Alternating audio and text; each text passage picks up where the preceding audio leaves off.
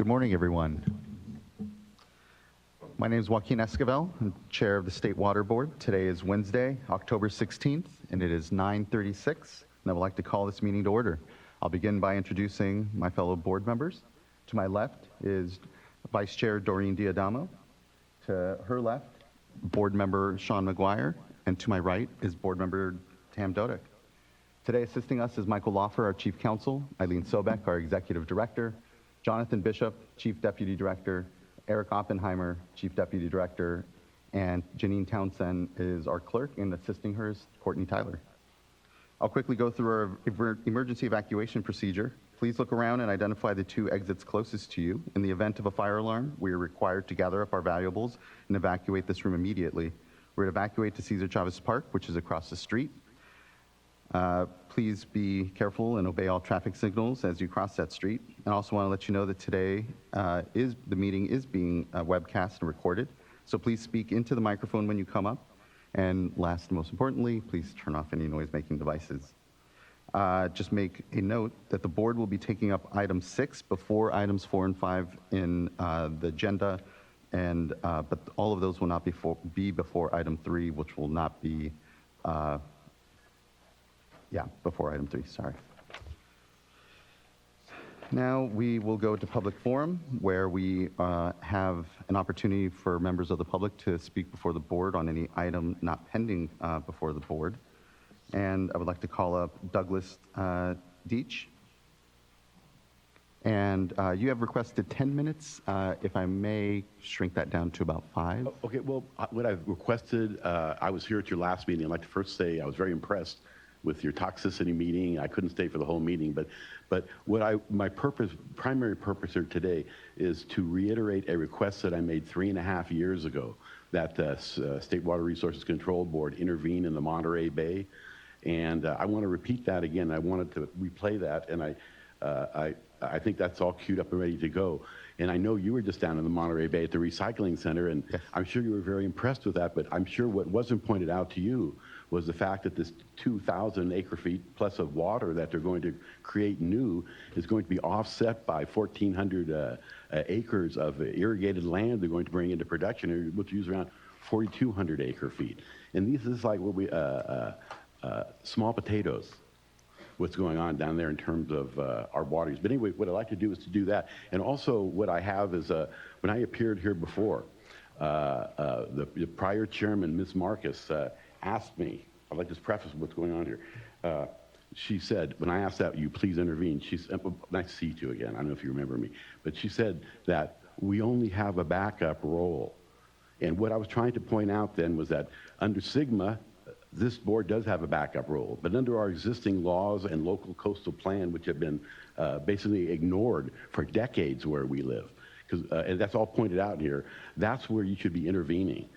We don't have a solution. Anyway, so I wanted to point that out. She also said to me, have you talked to the DWR? I point out in here how many times I've been out to the Coastal Commission. As a matter of fact, 33,000 letters were written in support of Mr. Lester's retention. I was the only letter that was written to have him dismissed because of his, and the Coastal Commission's lack of taking care of our coastal resources. Our groundwater resources are our most important one. And the last thing is, I said, I have a solution to this problem. Now, what I've done too also is handed this out. This is what I've published. And there are 2 pages here, and they're the back cover of the comic news. I'm actually censored in the papers, they're media newspapers. And this just shows how comedy and the tragedy of our commons can be very closely associated. Please review this. And the solution that I have for the Monterey Bay is what I call the 21,000 acre Monterey Bay SWRCB National Monument, which will solve all of our water problems by using the 31,000 acre foot per year recycling plant we have there for urban as opposed to agricultural use, which they didn't point out to you. And I think I said since my last meeting here, which was in June of 2016, the first one I came to, what happened was I got woke. And I saw that although I have a very good solution for the Monterey Bay, which will make us what I call the global exemplar social, economic, natural system. You can see this at the lo mejor que el dinero no puede comprar.com. I'm the best that money can't buy. because I've never accepted any money. Anyway, we're going to have to build a few Golden Gate dams, I'm afraid, because of sea level rise to achieve water, food, and real estate security in the state. And I'm not saying it has to happen tomorrow, but in terms of planning for it, OAC says the world might end in 12 years. Well, we have 120 feet of sea level rise in Antarctica, another 80 feet in Greenland, and if we see this accelerating, it might as well be the same thing if we don't prepare for it. And that's the only way California can protect is food, water, and real estate. 2/3 of the water for the state comes through the Golden Gate. Anyway, thank you. Please watch this. I'll sit down, and when this is over, if you have any questions for me, I'll be back. Thank you very much. Thank you as well.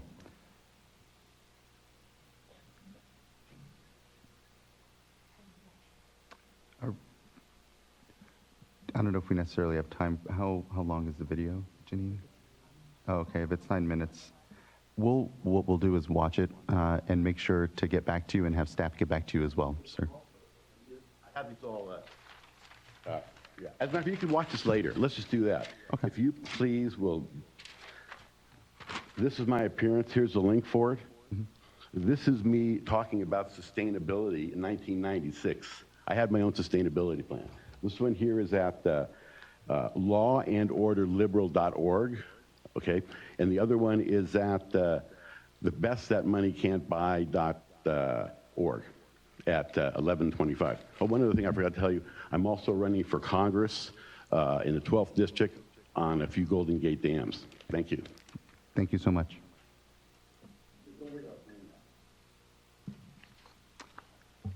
Next, we'll move to the board's first item, which is the board minutes, and I'll entertain a motion. I'll move to adopt item 1.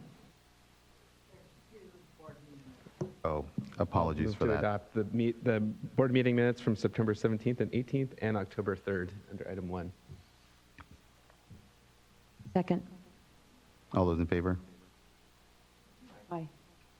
I'll abstain since I was absent for most of the board meeting last time. I left during the informational or the workshop. Should we parse out the, I'll abstain on both since I've had a chance to read the minutes, being busy reading C results and other things. that's fair. Still carries. The board minutes are passed. Thank you. Next, we'll move to uncontested items, which is item number 2. I'll move adoption of item 2. I'll second the motion. All those in favor? Aye. And the motion carries, and the item is adopted. Next, we'll move to item number 3, which is consideration of a proposed resolution approving amendments to the water quality control plans for the Sacramento River and San Joaquin River basins and the Tulare Lake Basin to incorporate a Central Valley-wide salt and nitrate control program. And we have staff here to present. Good morning, Chair Esquivel and board members. I'm Phil Wiles. I'm an Assistant Chief Counsel in the State Board's Office of Chief Counsel. And with me here today are Patrick Palupa, Executive Officer for the Central Valley Regional Water Quality Control Board, and Ann Walters, the key staff on this project. They're going to give the board and the public a brief summary of the amendments just to sort of refresh the big picture here. And then I've also asked them to dig a little deeper into the issues that are still in controversy today. After they're finished with that, then I'm going to discuss with the board the draft resolution that's in front of the board for consideration. And then we'll have time for public comments, and I expect there'll be some back and forth, both with staff and the board members on those comments. So I'll turn it over to Patrick. Good morning, Chair, members of the State Water Board. I think the first thing I want to say is we do owe a debt of gratitude to the coalition, the stakeholders, the board members, staff at the Central Valley and State Water Boards and Cali, PA, for a tremendous amount of work that got the package in front of you today. I think there were a lot of leadership characteristics exhibited by just about everybody at multi-stages in this decade-plus process. And so I really do want to extend my gratitude to everybody who worked on this project and helped make the compromises possible that got the package that is in front of you here today. I will give a very brief background of the Basin Plan amendments, or what got us here today. Brief summary of the amendments, the regional board's reaction to the resolution, and some of the next steps that the regional board is prepared to take should the resolution pass here today. First, just in terms of background, I know it's going to be difficult to sum up 10-year plus of work in just a couple slides, but I'll make an effort. The two issues that the Central Valley Water Board wanted to take on with the CV Salts Basin Plan amendments were salinity and nitrate. In terms of salinity, salt accumulation is a problem throughout the Central Valley. There's a diverse array of sources and impacts to both the AGR beneficial use in that high salinity impacts crop yields, it impacts soil content, and certainly there's a drinking water impact as well. The economics impacts of this salt accumulation, of the salt problem, are on the order of $1.5 billion per year in direct annual costs. That's projected for 2030 numbers, and statewide impacts of $3 billion a year. And the direct costs are really productive agricultural land taken out of production. They are impacts to existing agricultural lands and things of that nature. It's remarkable what we have here in the Central Valley. I know I don't have to preach to you about what the agricultural productivity means to the Central Valley. We've got about 1% of the arable farmland in the United States and produce over 8% of the country's agricultural output from that 8% of the land. And in addition, I think there's additional pressures being put on the water quality, not just from an agricultural perspective. The Central Valley's communities are projected to grow by 17% by 2030. That's Department of Finance numbers. So a lot more people in the valley, in an agricultural community that we want to sustain those populations with. That all adds up to a tremendous salt accumulation problem, because when you grow crops, when you have people living in a closed basin, you're going to have salt accumulation issues. The other, and I think the more acute concern, is the nitrate contamination issues that we face in the Central Valley. This map is the map that kind of haunts the regional board in just about all the actions that it does. It is a map of the upper zone ambient nitrate concentrations, where the red are areas where the groundwater has been rendered unsuitable for drinking, with huge populations that rely on that groundwater, and that's both community water systems and individual domestic wells. We've got a tremendous problem here. Quickly, Mr. Paluba, when it comes to that last map, and we've encountered this sometimes, anywhere that's red, it's above 10 milligrams per liter. How high does it go above that 10? So what is actually sort of within even that real gradation? Just to get a sense. I'll have to defer to Ann, but I mean, it is routine that we see numbers above 50. It is routine that we see numbers even higher than that. So we're not talking about we're not talking about impacts that are marginally above the 10 standard. We're talking in many cases where the nitrate greatly exceeds. And the thing from a water quality perspective that we're also concerned about is the fact that there is a tremendous amount of nitrate that's built up in the Vados zone, just waiting to be deposited into the Central Valley's aquifers. So, that's something that is also a tremendous concern, even aside from the nitrate that's already found its way into the aquifers. Thank you. The way the Central Valley has elected to address these problems is a prioritized program with the nitrate compliance pathways that we've adopted, and a phased program for salinity. So the basics of the prioritized nitrate program are a very stringent individual permitting approach, or a management zone approach, which takes the approach of having multi-discharger coalitions or multi-discharger management zones work together to, on one hand, meet the drinking water needs for the communities that are dependent on the groundwater that has been impacted by nitrates, and two, work on reducing nitrate loading and work on compliance with water quality objectives through a protracted time schedule with certain conditions imposed on those time schedules by the exceptions that are built into the basin plan. And I'll go into it in a little more detail in just a few minutes, but that's the basics of the nitrate control program. With respect to salinity, the salinity permitting approach relies similarly on a very, very conservative permitting approach and an alternate permitting approach. The conservative permitting approach relies on the implementation of a 700 or a 900 EC threshold. Essentially, if you can discharge below those thresholds, you are in an elite minority because many of our biggest dischargers, when their discharge hits the aquifer, when their discharge hits the surface water, they're above that threshold.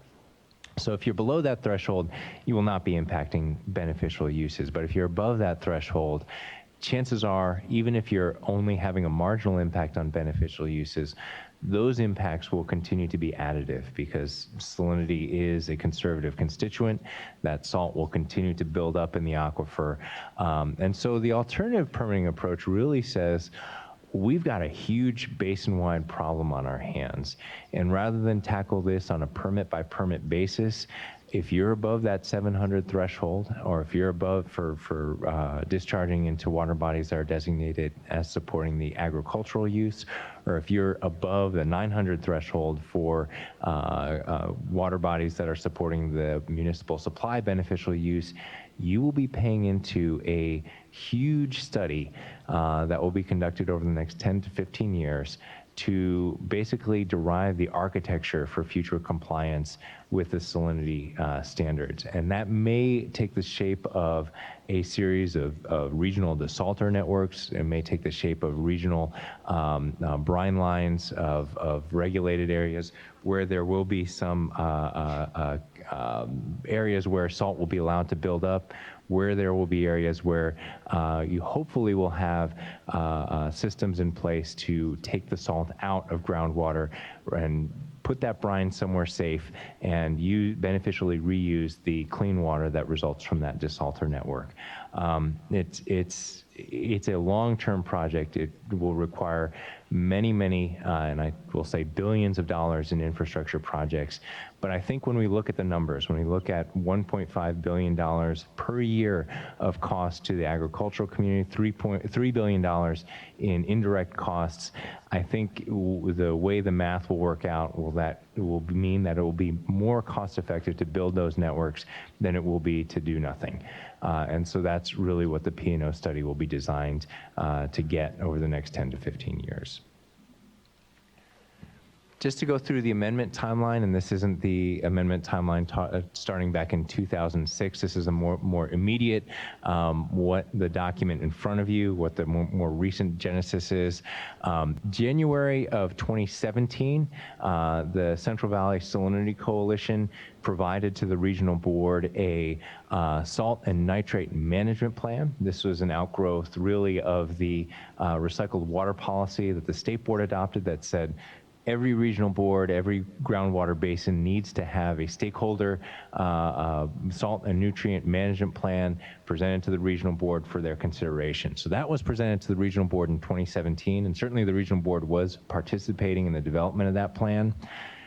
In 2018, we had basically a workshop on the salt and nitrate control program that was developed from the salt and nitrate management plan.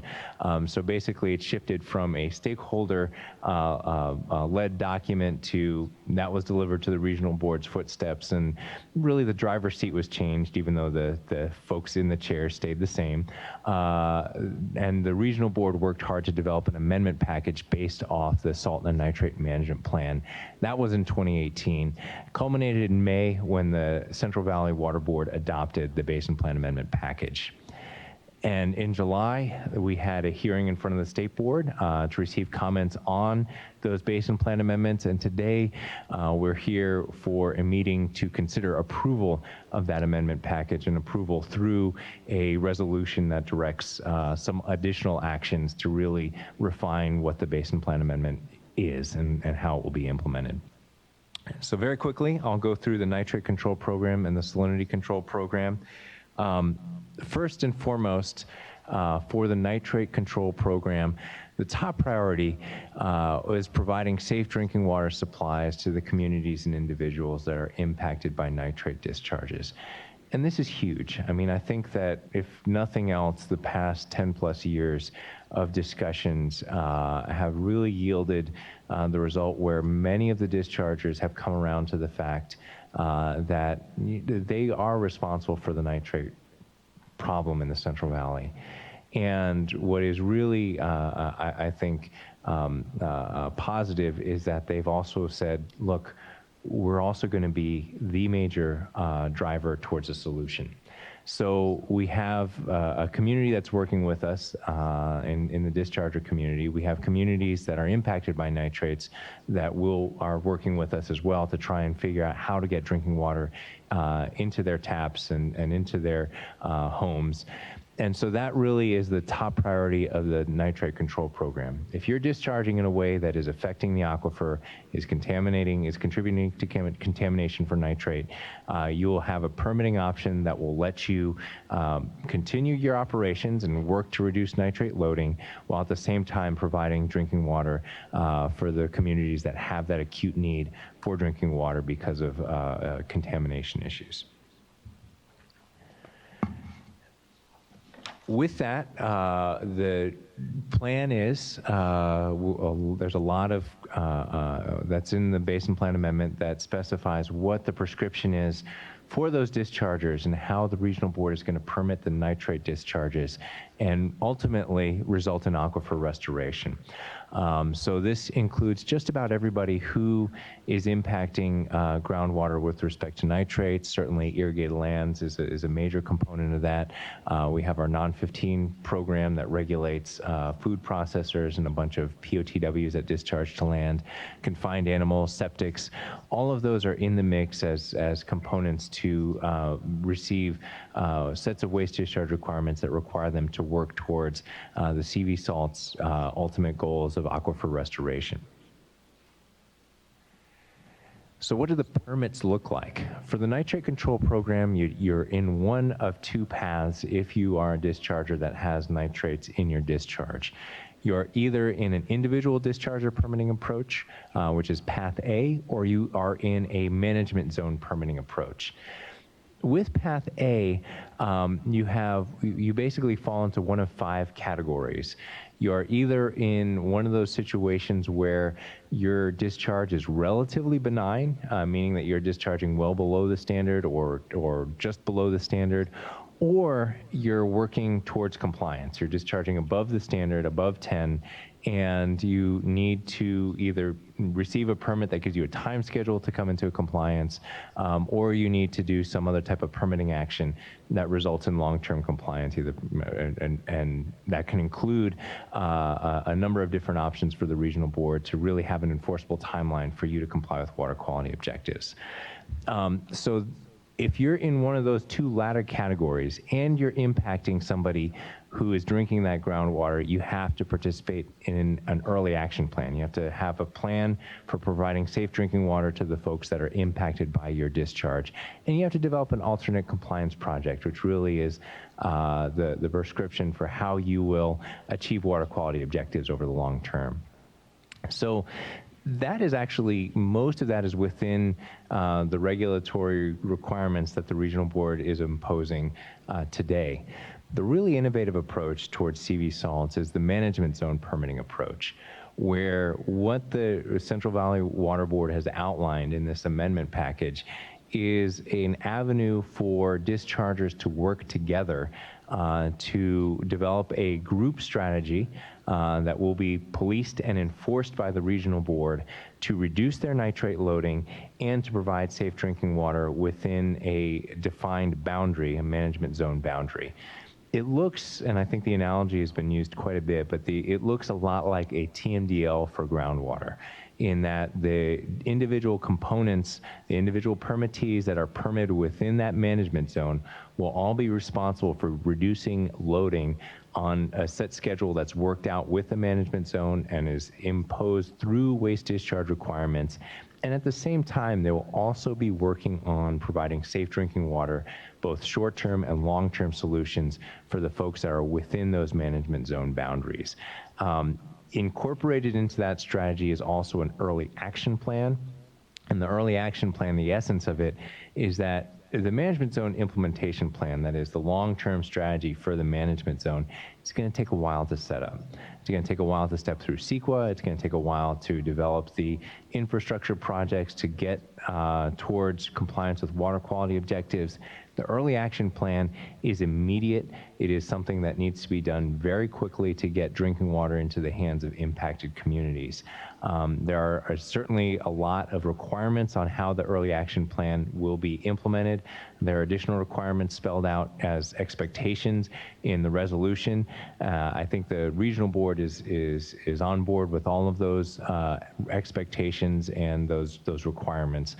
It's going to be a heavy lift. I mean, it's going to be a lot of work to not only get the management zone boundaries defined, even though we've got a lot of willing partners. There's going to be a lot of discussions and a lot of negotiation, and certainly there's going to be a lot of work with communities to make sure that the early action plans are compatible with the type of projects that meet their needs, and are compatible, frankly, with the long-term strategies that they have locally to meet their drinking water needs. We don't want to be spending money either in an early action plan or in a management zone implementation plan on a project that is going one way, where DDW and the communities for their long-term needs are going in a different direction. So again, there's a lot of conversations here, there's a lot of work to be done, but I think what the Basin Plan Amendment package in front of you does is it sets the architecture for getting that work done. So here's kind of what the early action plan components are. You will have identification of affected residents that need the drinking water, outreach to those residents, coordination, as I mentioned earlier, with the communities to make sure that their needs are being met. Funding, the funding has to be provided by the folks who are discharging into that area. The regional board is relatively agnostic as to what the funding sources will be, but at the end of the day, that funding needs to come through, or you're basically kicked into the more conservative permitting approach, which is kind of a non-starter for many of the dischargers within our community. So that's one of the hammers that we have in our back pocket. You got to fund the drinking water program, or you're back into traditional compliance. And lastly, in terms of what the implementation time schedule is, you see this throughout the Basin Plan Amendment package. It's an outgrowth of the anti-degradation policy, the implementation and the water code. Implementation schedules always have to be as short as practicable. If you can do it in a short period of time, you need to do it in a short period of time, regardless of the maximum amount of time that's specified in a Basin Plan Amendment package.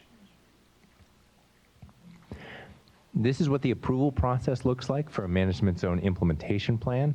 There are a number of stages in which there is both regional board and community involvement in the decision making. There's essentially 3 vetting stages for the management zone implementation plan itself. You have a preliminary management zone proposal, and it basically says for the leaders within the management zone, come up with that proposal. We know there's going to be folks who are going to wait and see whether the management zone is for them or not. So the preliminary management zone proposal is for the leaders within the management zones to come up with, this is how we're going to engage the communities, this is how we're going to reduce nitrate loading, and this is who the general participants are going to be and what our general boundaries are going to be. That gets vetted. Certainly there's going to be folks coming in off the sidelines, other dischargers saying, that looks like that's the right avenue for me, or I'm going to try and do this on my own. I think there's a lot of incentives built into the CV Salts Amendment package for this group approach. So we anticipate that the final management zone plans will include even more dischargers that have come along and seen the benefits that the management zones can confer to them from a permitting perspective. That also is vetted for a 30-day comment period.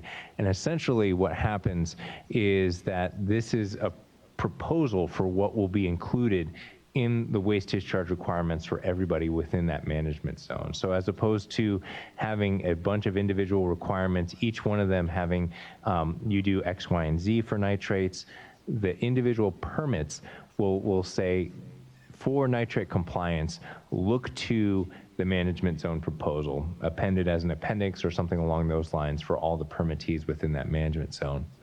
And lastly, to implement that, we need at the regional board to adopt those into all the waste discharge requirements, which is another public vetting process. So there's really 3 kind of intensive reviews where the public can participate, and frankly, we will be proactive in reaching out to the public to make sure that these management zones both work for them and achieve compliance with water quality objectives, the non-point source policy, all the applicable policies that we have to do anytime we adopt waste discharge requirements. I'll quickly segue into the salt control program. Again, we have a basin-wide salt problem. This, again, is one of those maps that is something that we will struggle with. It somewhat matches up with the nitrate map, but somewhat doesn't, particularly in the southern part of the region. We're looking at areas where the production zone ambient total dissolved solids, or TDS, is greater than 1,000. Those are the areas highlighted in red. Once you get above 1,000, you start having impacts on a lot of crop uses. So for drinking water, ideally you're at the 900. For crops, a 700 level is protective of all crops. Once you start getting above that 1,000 threshold, you start seeing crop impacts. You start getting limited in the types of crops you can produce with the groundwater. Like the nitrate control strategy, the salinity permitting strategy has 2 compliance pathways. You have a conservative permitting approach and you have an alternate compliance approach. And the discharger essentially elects compliance pathway at the beginning of the 3 phases of the salinity program, each one of those phases lasting about 10 to 15 years. Phase 1 is when the board and all the dischargers will be engaging in a prioritization and optimization study. That is the grand architecture for what we are going to do to resolve the salinity problems in the valley. Phase 2 is a project development where the dischargers and the Central Valley Water Board will work on funding, work on creating the permits and the non-physical projects needed to rectify the salt problem. And phase 3, again, that's probably going to be beginning about 20 to 30 years out, is the construction of those big capital projects, the big regional desalter networks, the large brine lines, regulated brine lines, if those need to go in as well. That is kind of how the regional board sees this playing out, because this is not even a $100 million venture. This is a multi-billion-dollar venture to essentially save much of the southern part of our region from a salt problem that is gradually creeping in and threatens the agricultural integrity of a lot of ag lands throughout the southern part of the region.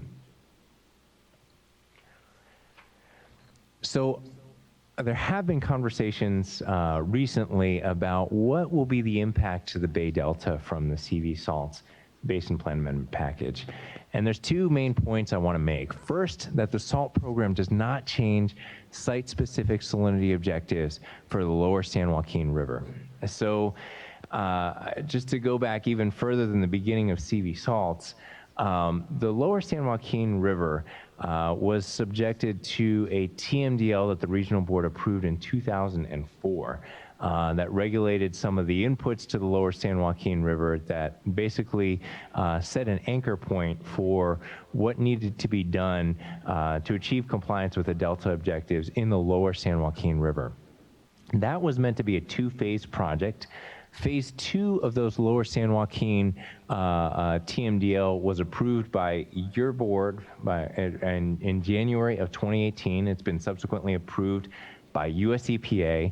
And what the kind of strategy was the first stage set the water quality objectives needed to comply with the Vernalis objective. Phase 2 looked upstream and set requirements to ensure that the water body upstream of Vernalis, that lower reach 83 of the lower San Joaquin River, met requirements that would ensure compliance at Vernalis. This included setting a 1550 EC threshold at Crow's Landing that's been the subject of a lot of conversations recently. The way that works, and kind of what Phil alluded to earlier, is that Crow's Landing is, I believe, just upstream of the Tuolumne River input to the lower San Joaquin. And so while it may seem counterintuitive that a 1550 EC threshold set at the Crow's Landing overpass on the lower San Joaquin River would ultimately result in compliance with the Delta standards at Vernalis, which are around 1,000, what the regional board did and what the state board approved in January of 2018 was a basin plan amendment package that included a significant modeling effort that was undertaken by the regional board, multiple modeling efforts to be sure, that both said that under worst case scenarios, meeting the 1550 at the Crow's Landing site would result in compliance at Vernalis with the Delta standards.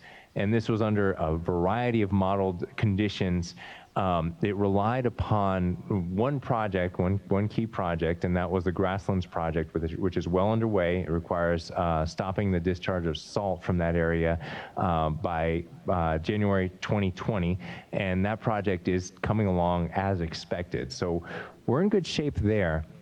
The other component that we were asked to take a look at was whether the Basin Plan Amendment package that was approved by this board in January 2018 would result in freshwater flows needing to be released from New Melones, which is at the top of the Stanislaus River, out of the picture in this particular diagram. We worked a lot with the Bureau of Reclamation to ensure that the approval of the board's Basin Plan Amendment process would not result in new flows from New Melones, new dilution flows from New Melones. That was extensively documented in the 2018 Basin Plan Amendment package, and I just want to emphasize that nothing we're proposing today, nothing in the amendment package changes any of that. Those standards remain in place. That implementation plan for the lower San Joaquin River remains in place. The modeling efforts with the proposed projects that are near completion also will remain in place.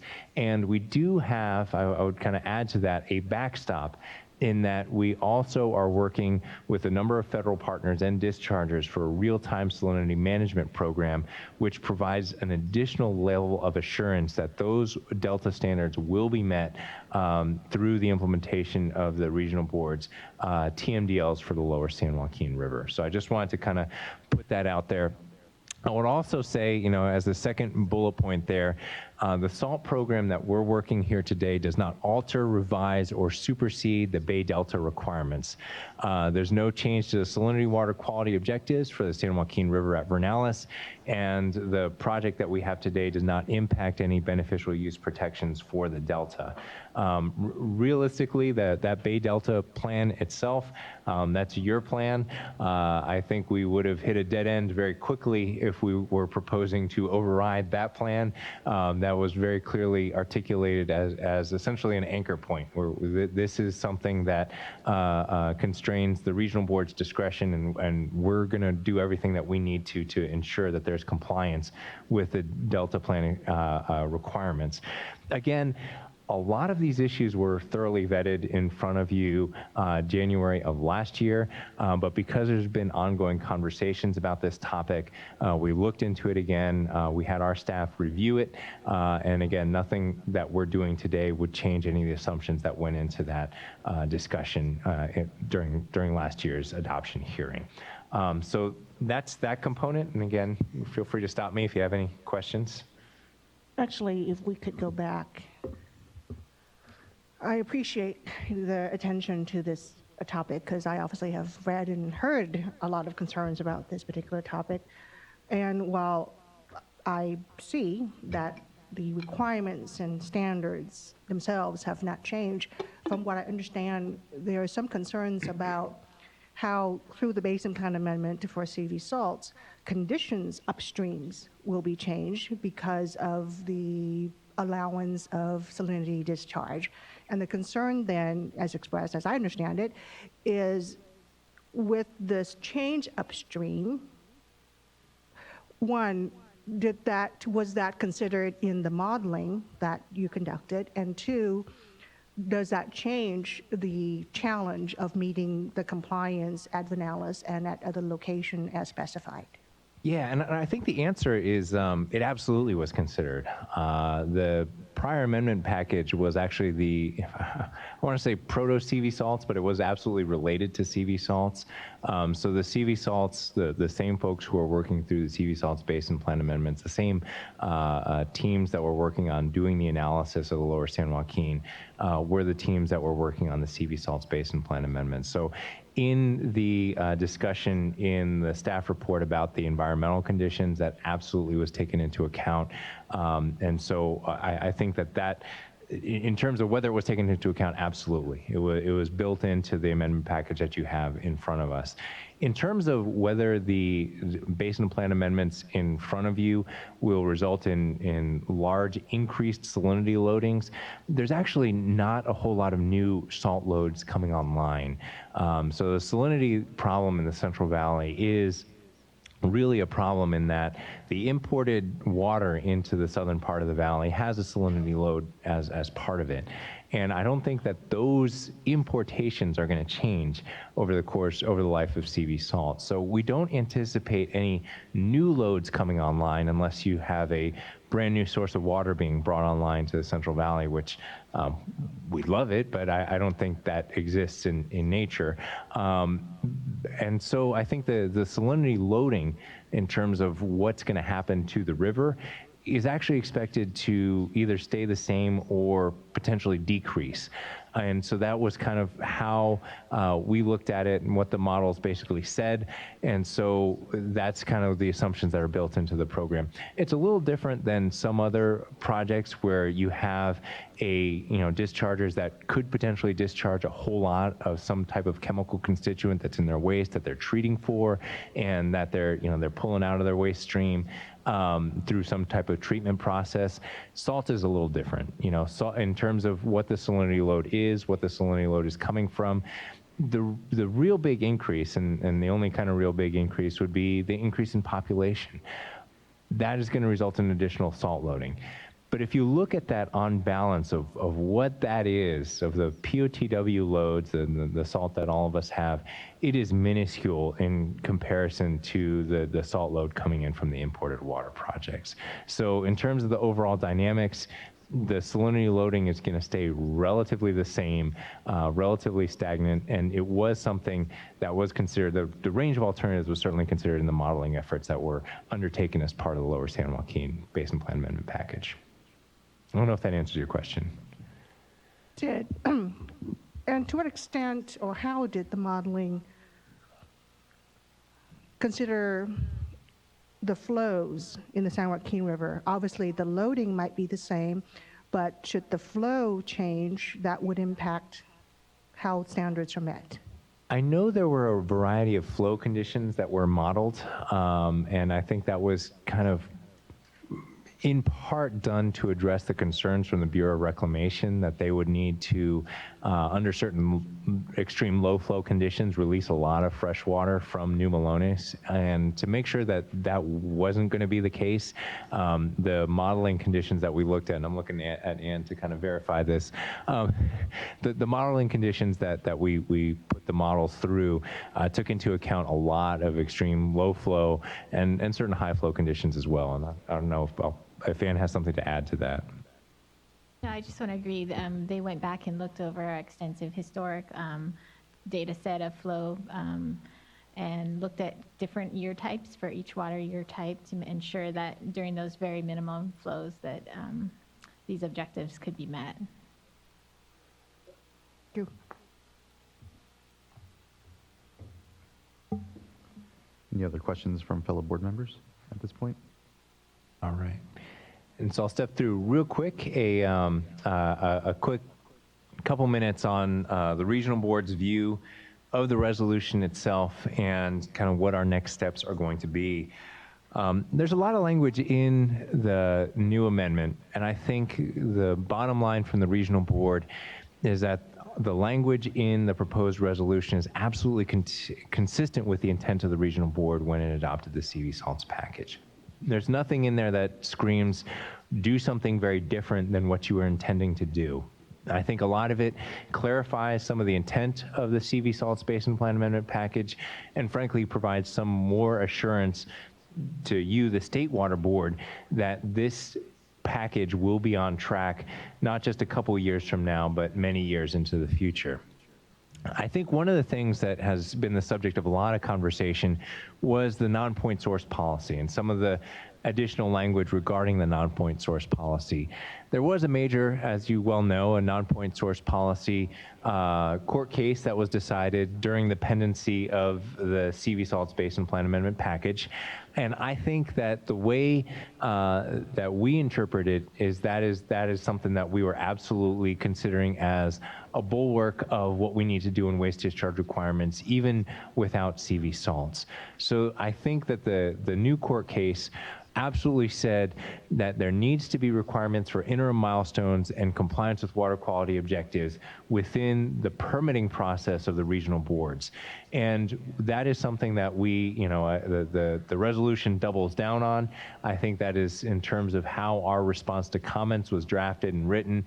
That was the expectation of the regional board when we adopted this amendment package. In terms of the additional amendment language, there was a change eliminating the averaging for management zones in terms of how that would be used to deem a management zone in compliance. To a certain extent, the averaging and the use of the term assimilative capacity and averaging together was an outgrowth of the recycled water policy that this board, that the state board adopted. I know the thinking has changed on that a bit in the recent years, such that the recent version of the recycled water policy does not use that particular terminology. And I think that shift in thinking was paralleled at the CV salts executive committee stage, where the main compliance point, the main compliance for management zones had shifted from this type of horizontal averaging to the essential elements of, instead of doing this horizontal averaging to deem you in compliance, really what we're looking for is reduction in nitrate loading that will ultimately meet water quality objectives, and two, the provision of safe drinking water to the communities. And I think through the ongoing discussions, the averaging for management zones took a backseat to those two components. So eliminating that as an element to deem a management zone in compliance from the regional board's perspective is consistent with what the main thrust of the basin plan amendments are. And again, that's provision of safe drinking water and work on reducing nitrate loading to achieve compliance with water quality objectives. Lastly, there's additional reporting requirements in the proposed resolution that have me and my team coming back to you a little more frequently to talk about how CV salts is being implemented, what are the successes, what are the roadblocks, and frankly, that's something I was anticipating whether it was in the resolution or not. We've thus far had annual updates from the Central Valley Water Board, required by the fact that you guys put in, I think, about $3.5 million to get this thing off the ground.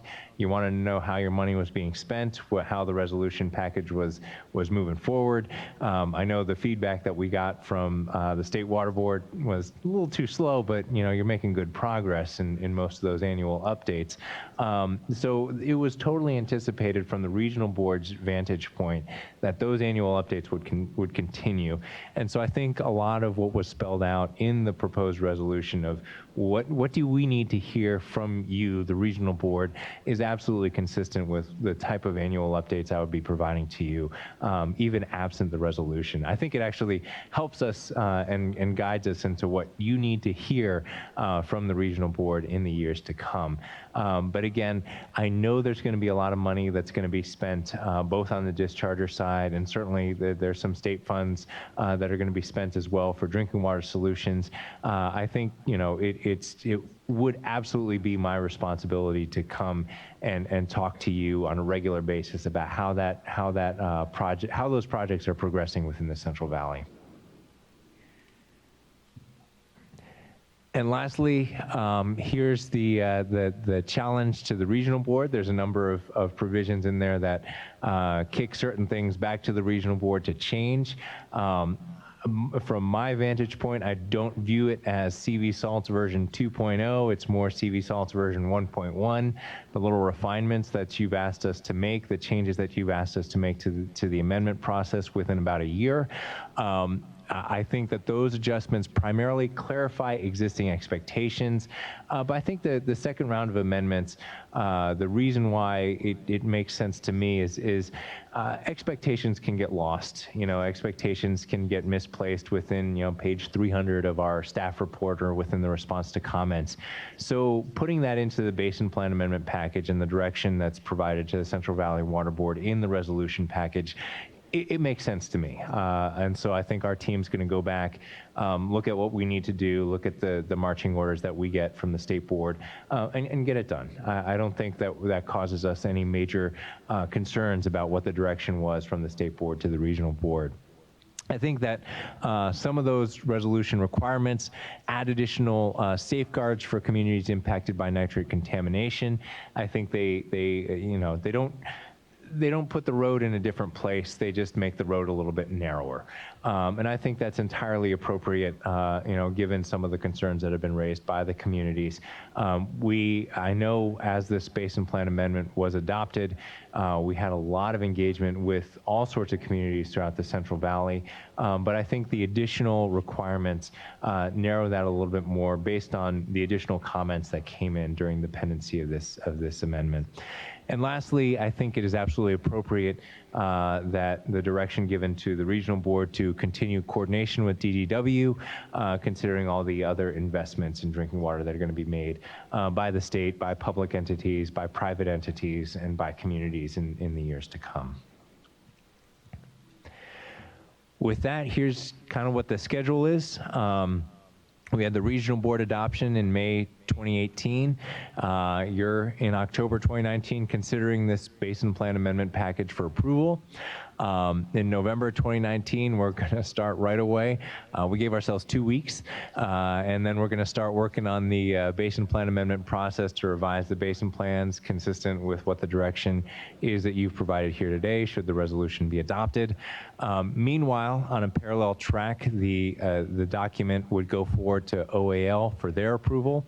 It would go to US EPA for their approval, and as soon as that approval comes forward from OAL, certain requirements can be triggered. We'd be issuing the notices to comply very shortly thereafter. Those notices to comply are key in that they kick off the timelines for things like the early action plans, for the triggering the dischargers to require development of management plan, implementation plans, and things of that nature. And lastly, hopefully we'll be here January 2021, 1 year after the OAL approval date, with the Basin Plan amendments that we were directed to do in the resolution itself. With that, I'm happy to take any questions that you might have. I know your council has additional comments to make on the resolution and the resolution language. And thank you so much for your audience here today. Thank you very much, Mr. Palupa. Looking back at that timeline, certainly this has been a decadal effort, but May of 2018, and now here we find ourselves, obviously, in October of 2019, and a good amount of time has passed, and a number of changes have also occurred.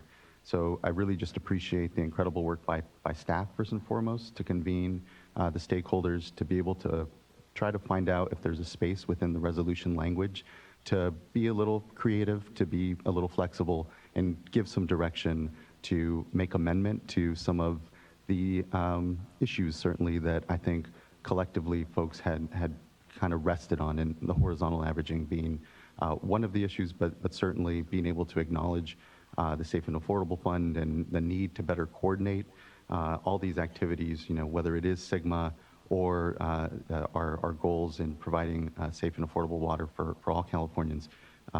This is, being aware of the complexities, being able to be flexible and say, is there a better way to thread the needle here? And I think that by and large we have, and I'm thankful again to staff and the tremendous work that I know went in just these last months in trying to craft a resolution that tries to, at best, get at some of the issues out there. Any other questions, though, or comment from board members at this time? Then I'll let Mr. Wiles make further comment here. Thank you. Thank you, Patrick and Chair Esquivel. I'm not going to take nearly that long to bring you to the final point where we are today. As Patrick mentioned, the Central Valley Board adopted the amendments in May 2018. The State Board put out a notice accepting written comments on the question as to whether the State Board should approve the amendments back in July 2018. So that comment period closed more than a year ago.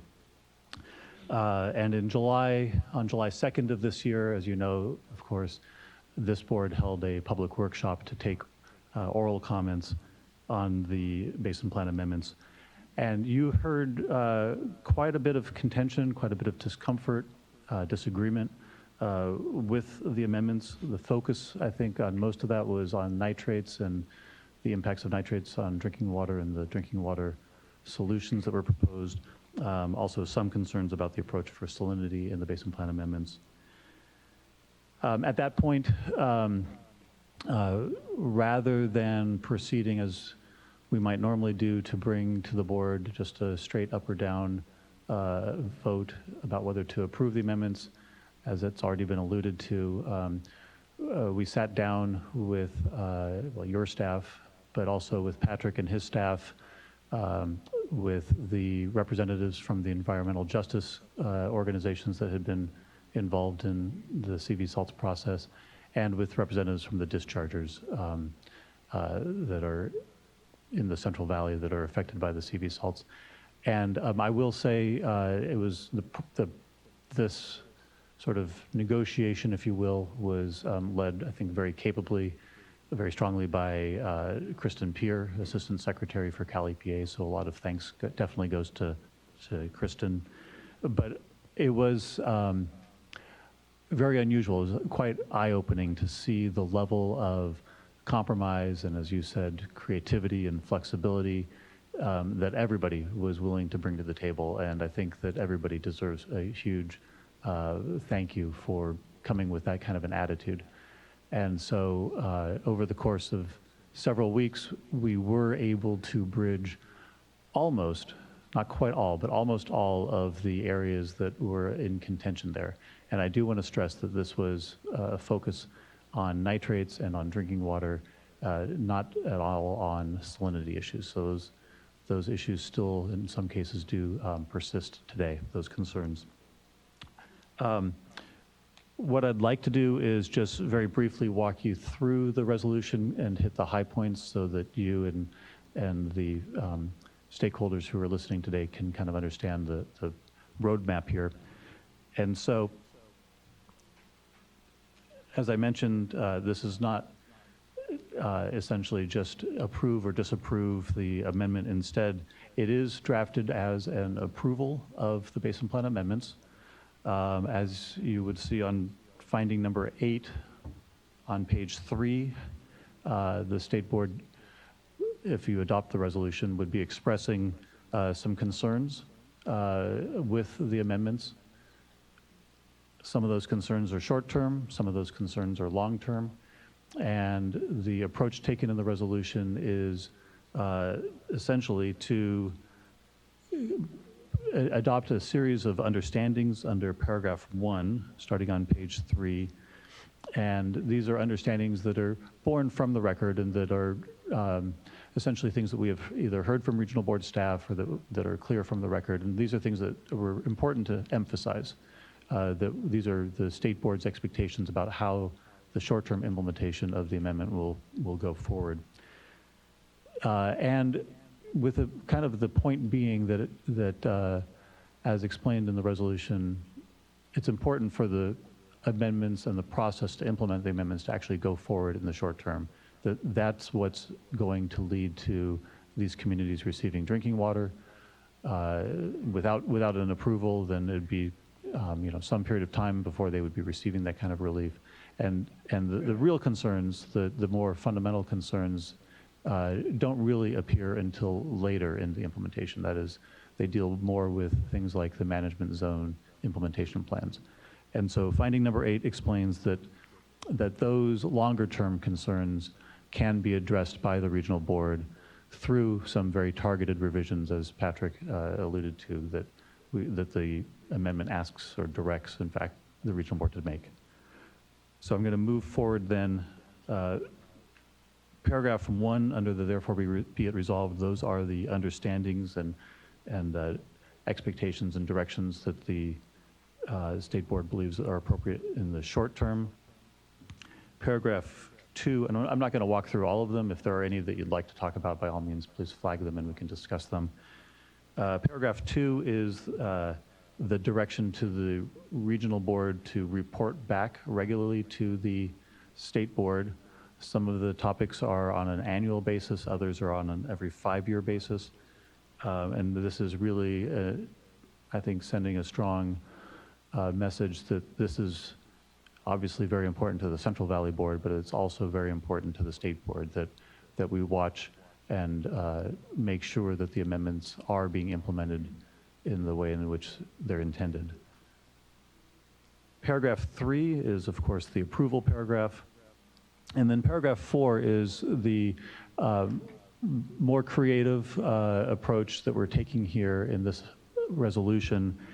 What paragraph 4 says, essentially, it directs the regional board to move quickly to make some amendments to the CV Salts Basin Plan Amendment. And our goal here was to be very, very specific where we could as to what those amendments would be. None of the folks in the room wanted, as Patrick referred to, have a CV Salts 2.0 years and years long discussion at the Central Valley Board. Rather, by being very precise, our expectation is that the regional board actually can get through these amendments within the next year and bring them back to the state board. And there's also a strong statement in there which everybody should be aware of, which is that in paragraph 4, if there is any kind of a hiccup or any kind of a problem with the regional board making those revisions, there's a clear statement of intent that the state board would use its authority under the Water Code to review that failure of the regional board to act. And in that situation, the Water Code does give the state board the authority to make revisions itself to the Basin Plan Amendment. And then the rest of the resolution is a series of, as I said, very specific targeted directions to the regional board about specific topics that the regional board would then be going forward to make revisions to the Basin Plan Amendment. I do have a slide, if Janine would be so kind as to put it up on the screen. There is a additional direction that I would like the board to consider. This is an outgrowth of comments that we received from US EPA. And if you could make it just the first screen up there, that would be great. So this is the proposed new paragraph 4L, which right now is on the left-hand side. And I'll just explain what it is. Essentially, there's one of the pieces of the package for the CV Salts Basin Plan Amendment is a series of revisions to an existing variance policy in the Central Valley Regional Board Basin Plans. And there was concern expressed by US EPA that the revisions to the variance program, they essentially read as though they were a variance that would be applicable to what we refer to as multi-dischargers. So multiple dischargers at once could take advantage of this variance through their NPDES permits. And US EPA pointed out it didn't meet the requirements, the relatively new federal regulations for multi-discharger variances. And so as it's reflected in the response to comments, The regional board agrees and understands that it doesn't serve as a multi-discharger variance, and so they have agreed to use the information in the basin plan, and that's referred to in the basin plan, as a potential source of information that might support individualized variances for dischargers, but that it would not actually be as I said, as a multi-discharger variance. So this direction is just essentially to clean up that language so that people aren't misled into believing that it is actually a multi-discharger variance. We expect, based on US EPA's comments, that they will act to disapprove this one piece of the amendments, and that's fine. That's not an issue for any of us. So this really is just to conform the language to that expected disapproval.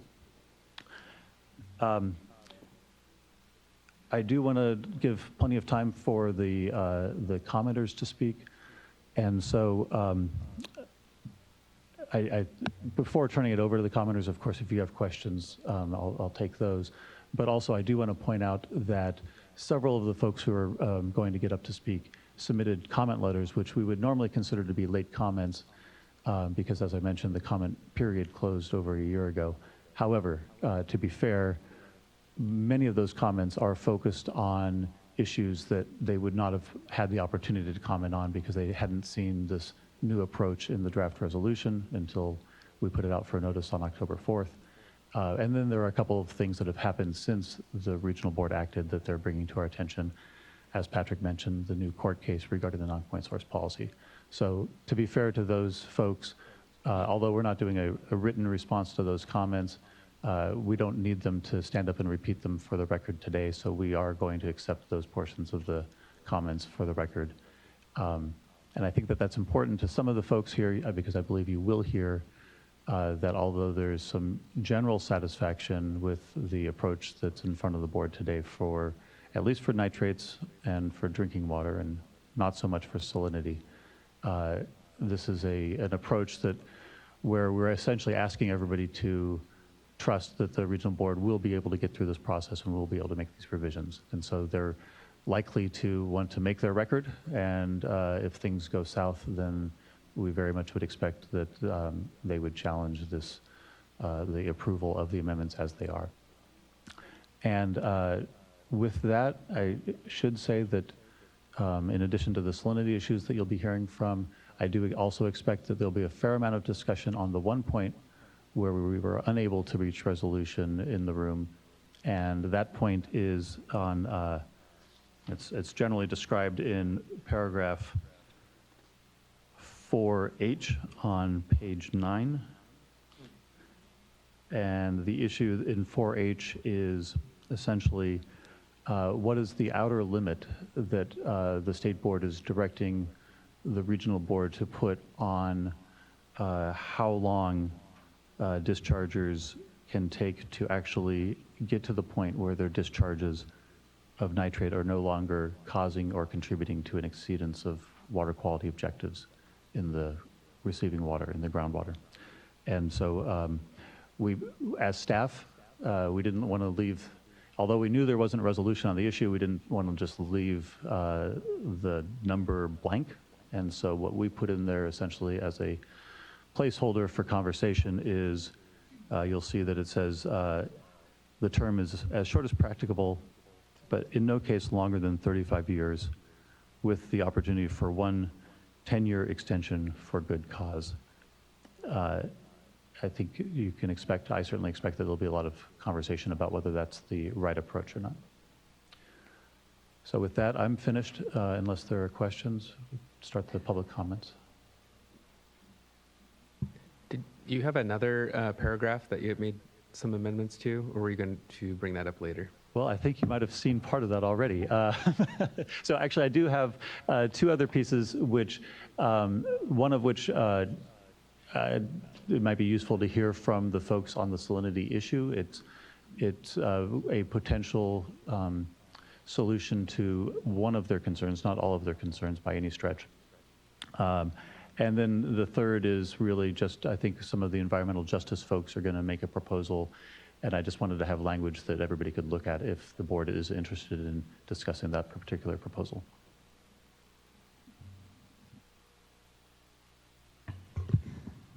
Actually, I would be interested in seeing the salinity proposal now. If you wouldn't mind, that's the second page of what I sent to you.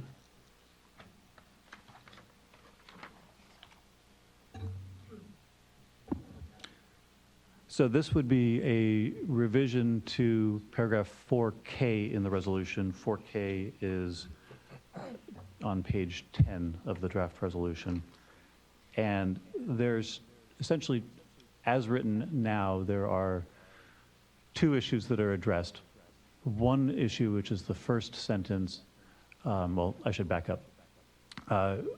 There are many different pieces to the CV Salts Basin Plan amendments.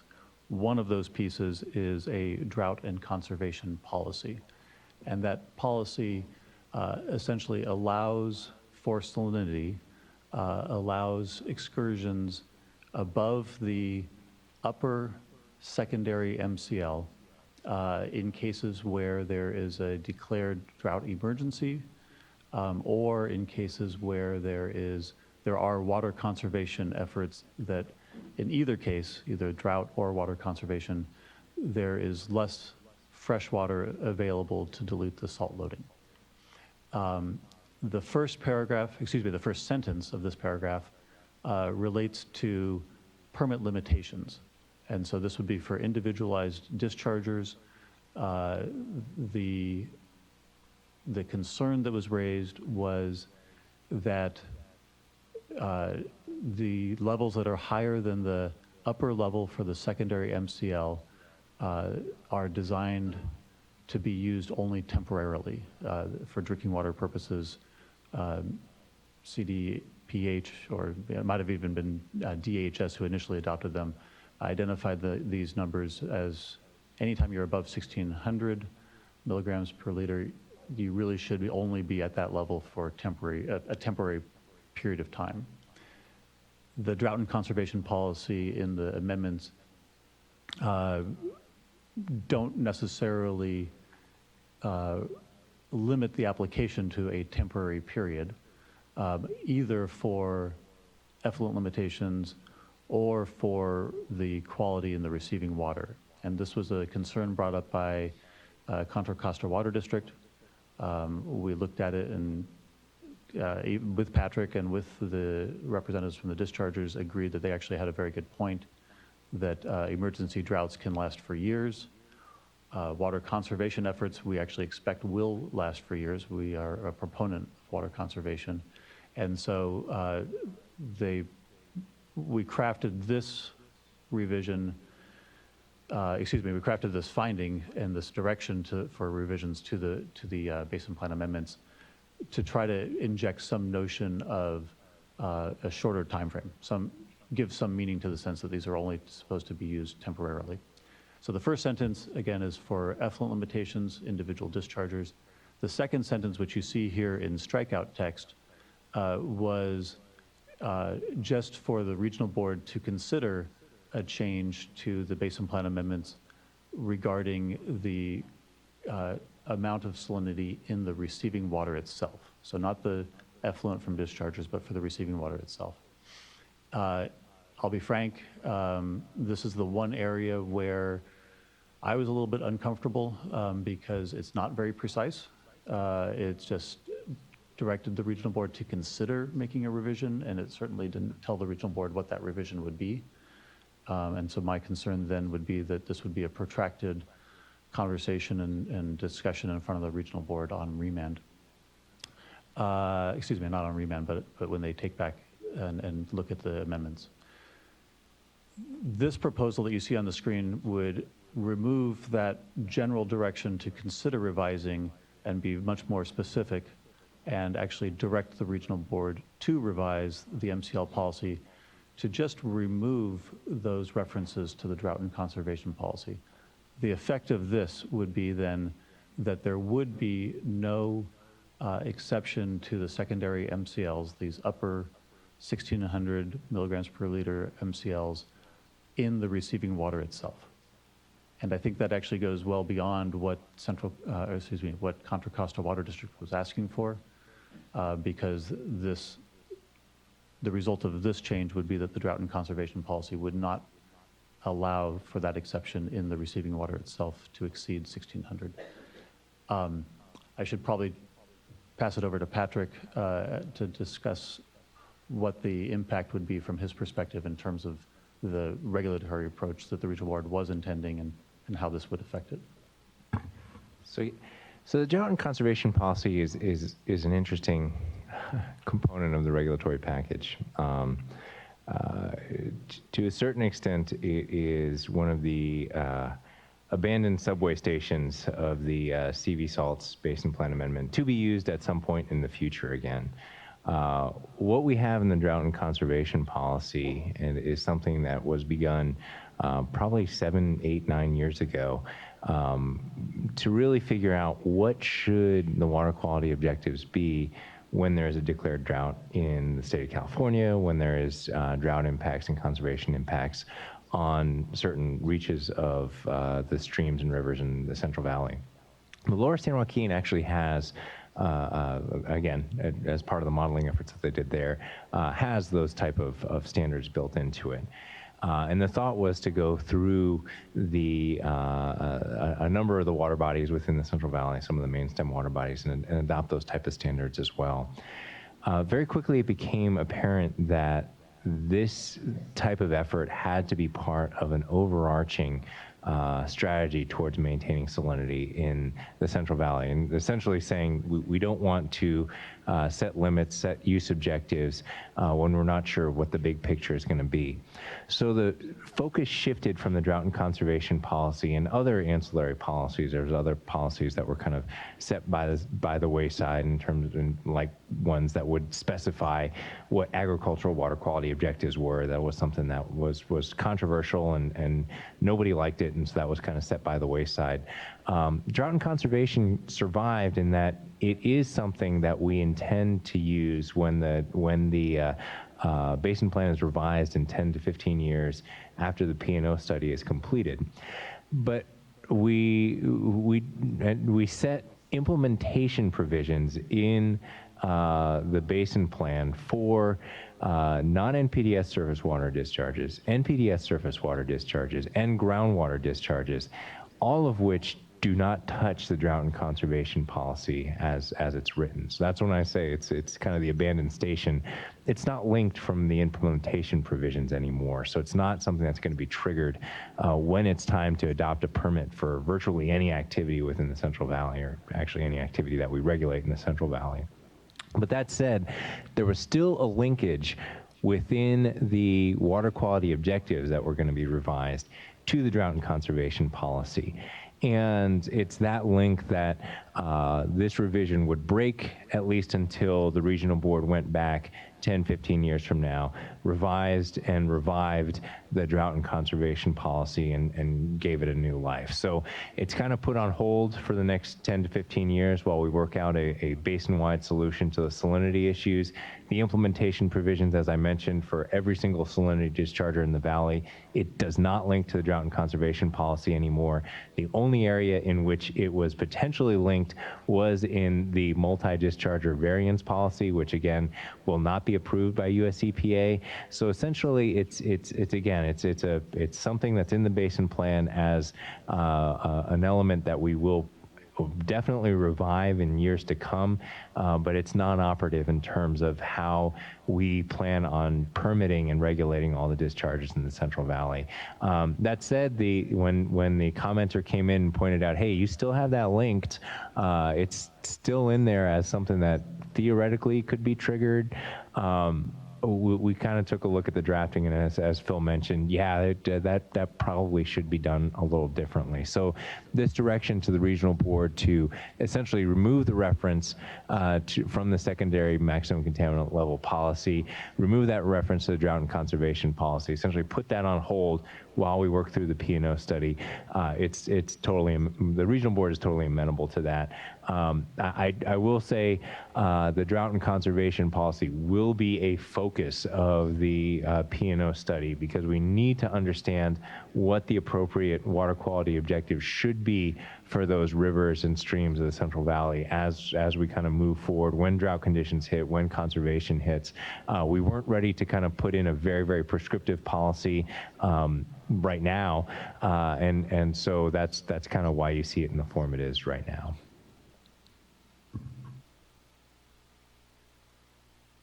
Thank you for spending some time on that. A request for Contra Costa and others who commented on this concern. I would appreciate in your public comment any feedback on this. And given that, if I may, Mr. Chairman, suggest that we take a break before getting into the public comment, because I think we all want to be here for that. I But was going to, also, yes. I was going to request that during the break, if not already, please make this language in particular, but also 4L, I believe, was the one that you proposed, available for those who might want to comment on it. Thank you, board member. Let's go ahead and take a 10-minute bio break, and we will come back at 11, we'll just say 11:10.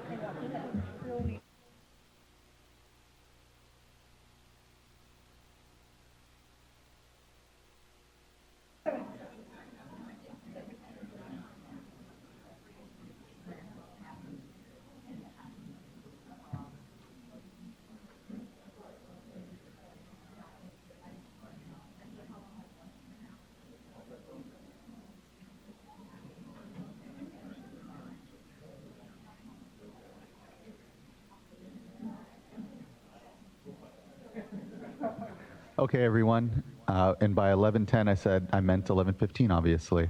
Hopefully that 5 minutes was well spent.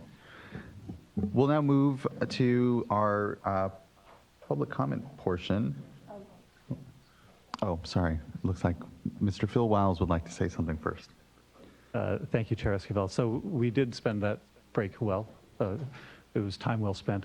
And in talking with CCWD during the break, Contra Costa Water District, they did ask for a minor clarification. If you could put the proposed revision to 4K up on the screen, Janine.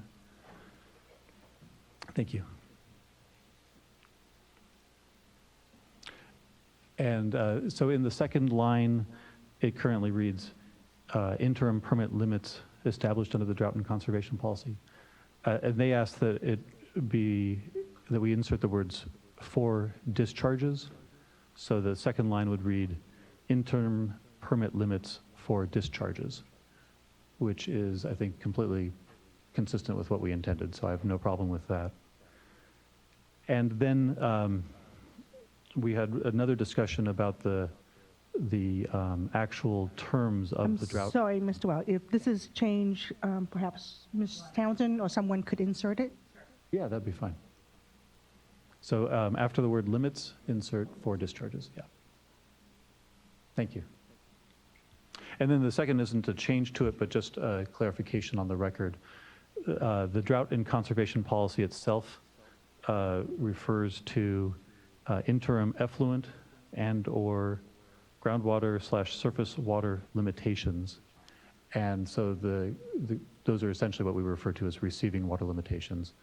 And so for surface waters, which is their issue, in this particular case, if the linkage between the drought and conservation policy to the water quality objectives is removed, then the only way that the permits would include a surface water receiving water limitation based on higher than the upper secondary MCL would be if there is sufficient mixing so that the surface water itself is able to achieve the water quality objective of the upper secondary MCL.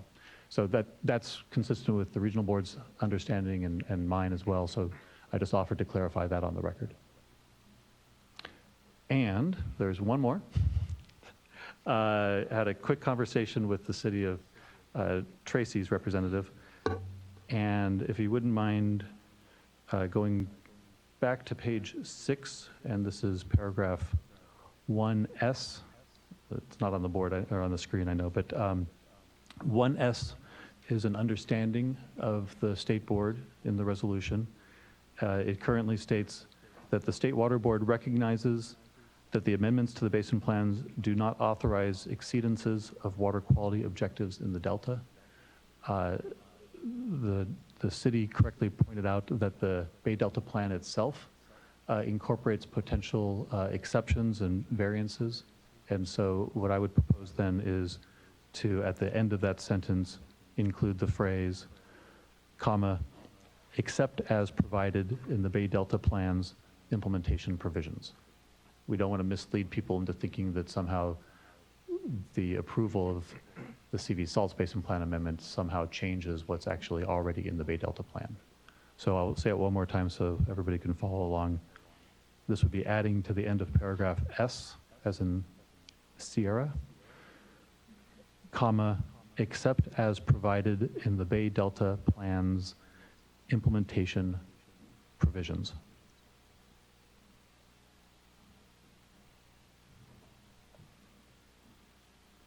And that's the sum total of things that we worked on over the break. I'm glad I gave you that extra 5 minutes. Thank you, Mr. Wiles. I'd like to start by calling up Central Valley Regional Water Quality Control Board member Denise Cadera.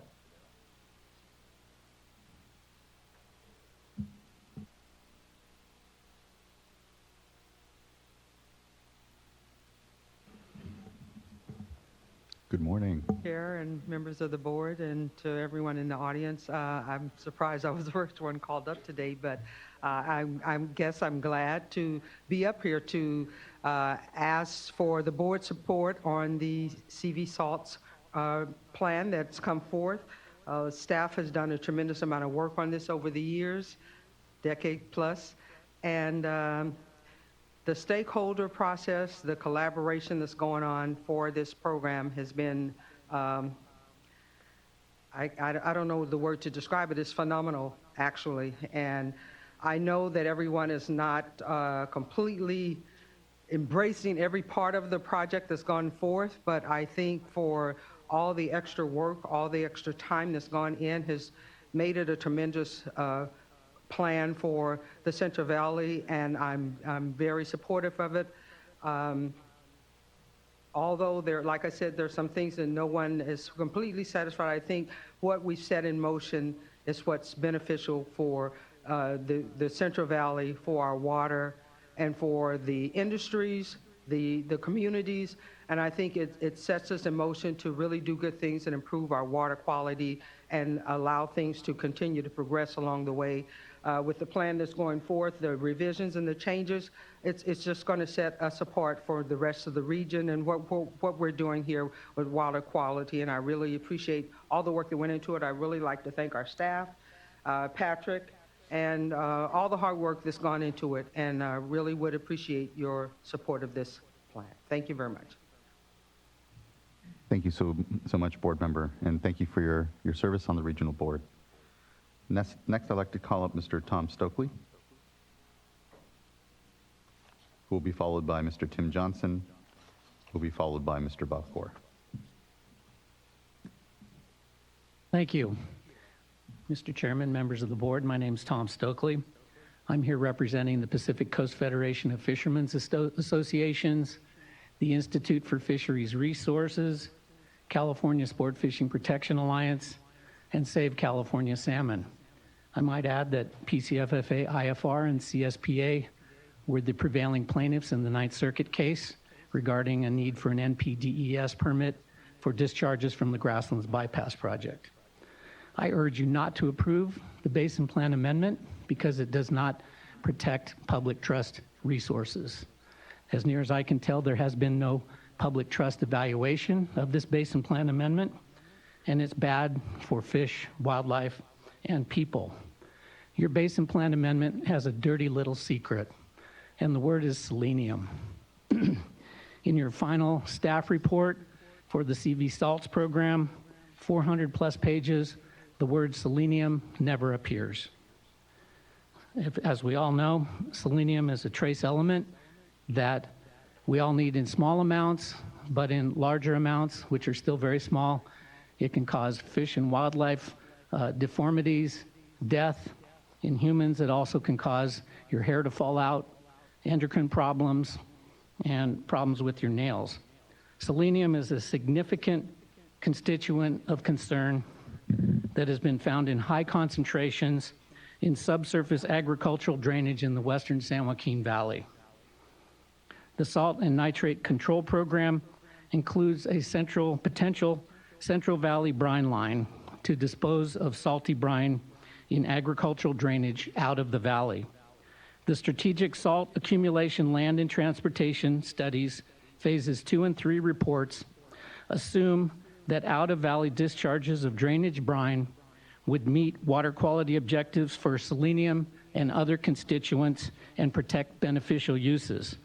This assumption is predicated on treatment technologies being technically and economically feasible at removing selenium. To date, treatment technologies for selenium in drainage water brine have not worked reliably or met specifications. Treatment technologies to remove selenium from agricultural drainage waters have been evaluated over the past 30-plus years and as yet have not proven reliable at a pilot level scale and are even more unlikely to work at the full-scale operation. So your assumptions for a brine line are based on technology that does not exist. It's not technically or economically feasible. The San Luis Drainage Feature Reevaluation pilot studies conducted from 2004 to 2006 were unable to successfully implement the drainage treatment schematic or consistently meet project specifications of 10 UG selenium, primarily to be composed of inorganic selenate or selenite ions.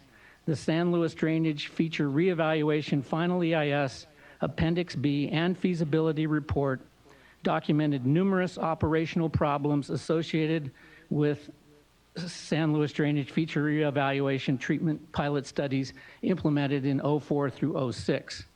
The biotreatment systems in Panoche and Red Rock Ranch in 04 and 06 were only able to successfully meet the performance criterion of 10 UG per liter selenium in the biotreated effluent when treating raw drain water.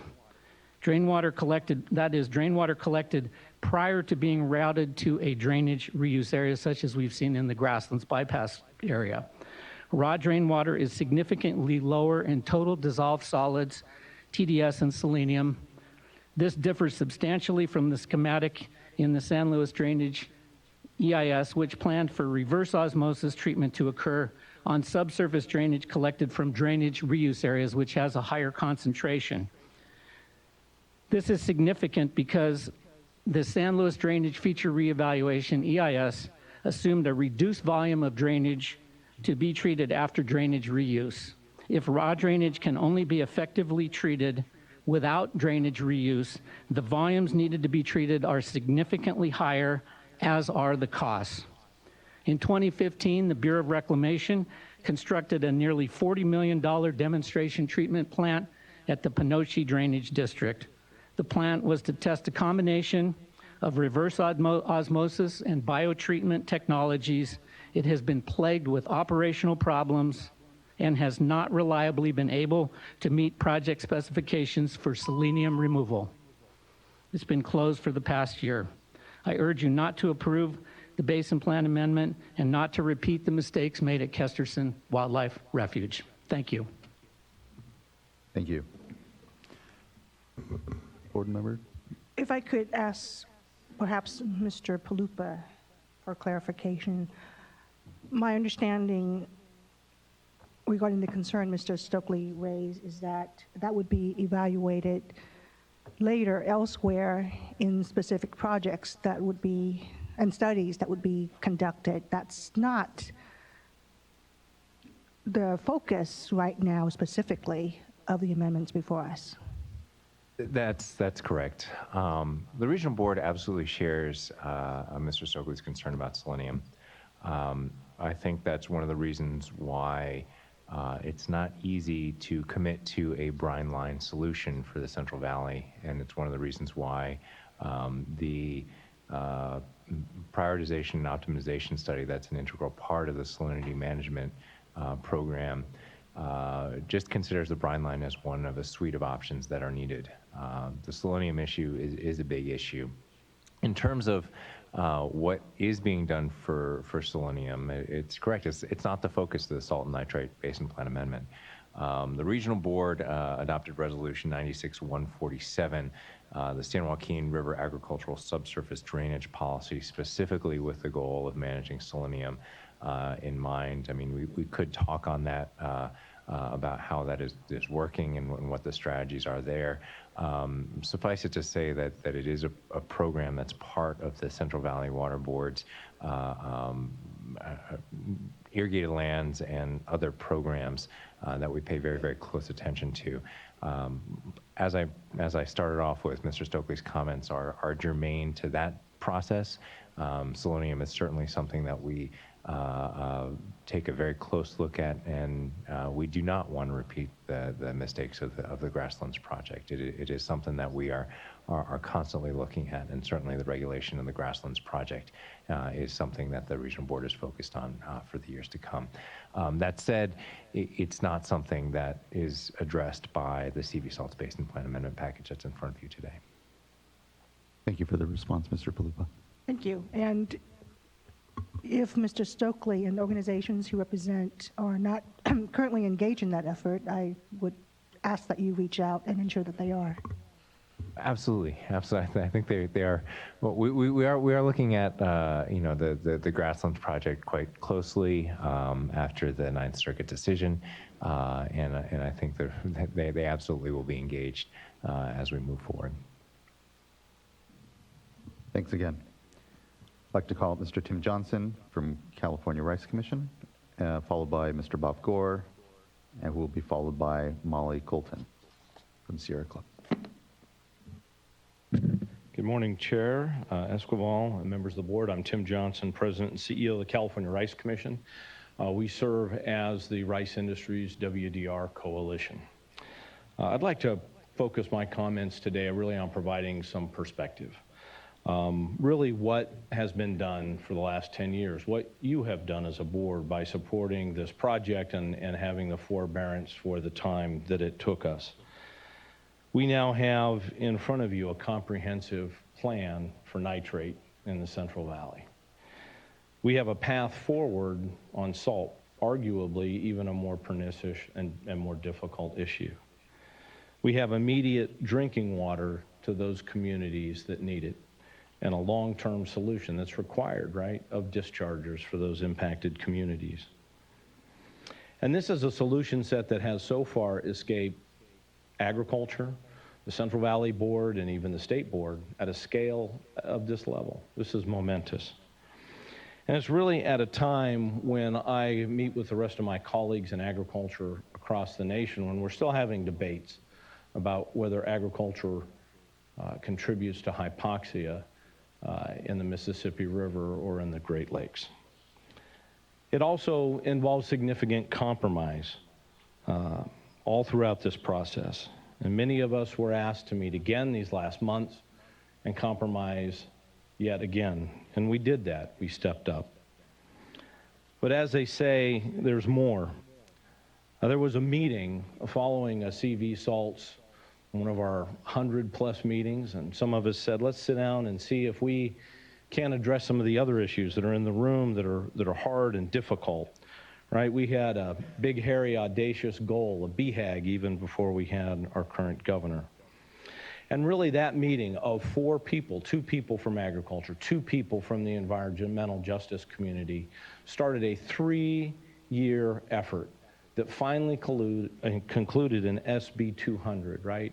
$130 million a year to help address long-term drinking water problems, not just nitrate across the state.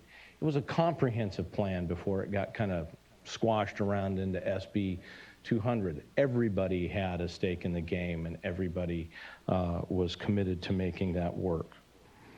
So I really would encourage this board to take a yes vote. This is our chance to make the future different. We've been looking past this issue, right, in agriculture for decades. Now's the chance to make the future different. And I would just conclude by saying we're very anxious, right, to get started. We've spent longer than we had hoped getting ourselves to the point where we are today before you as a board. But we are very anxious to get started on the work that will be required to make this successful.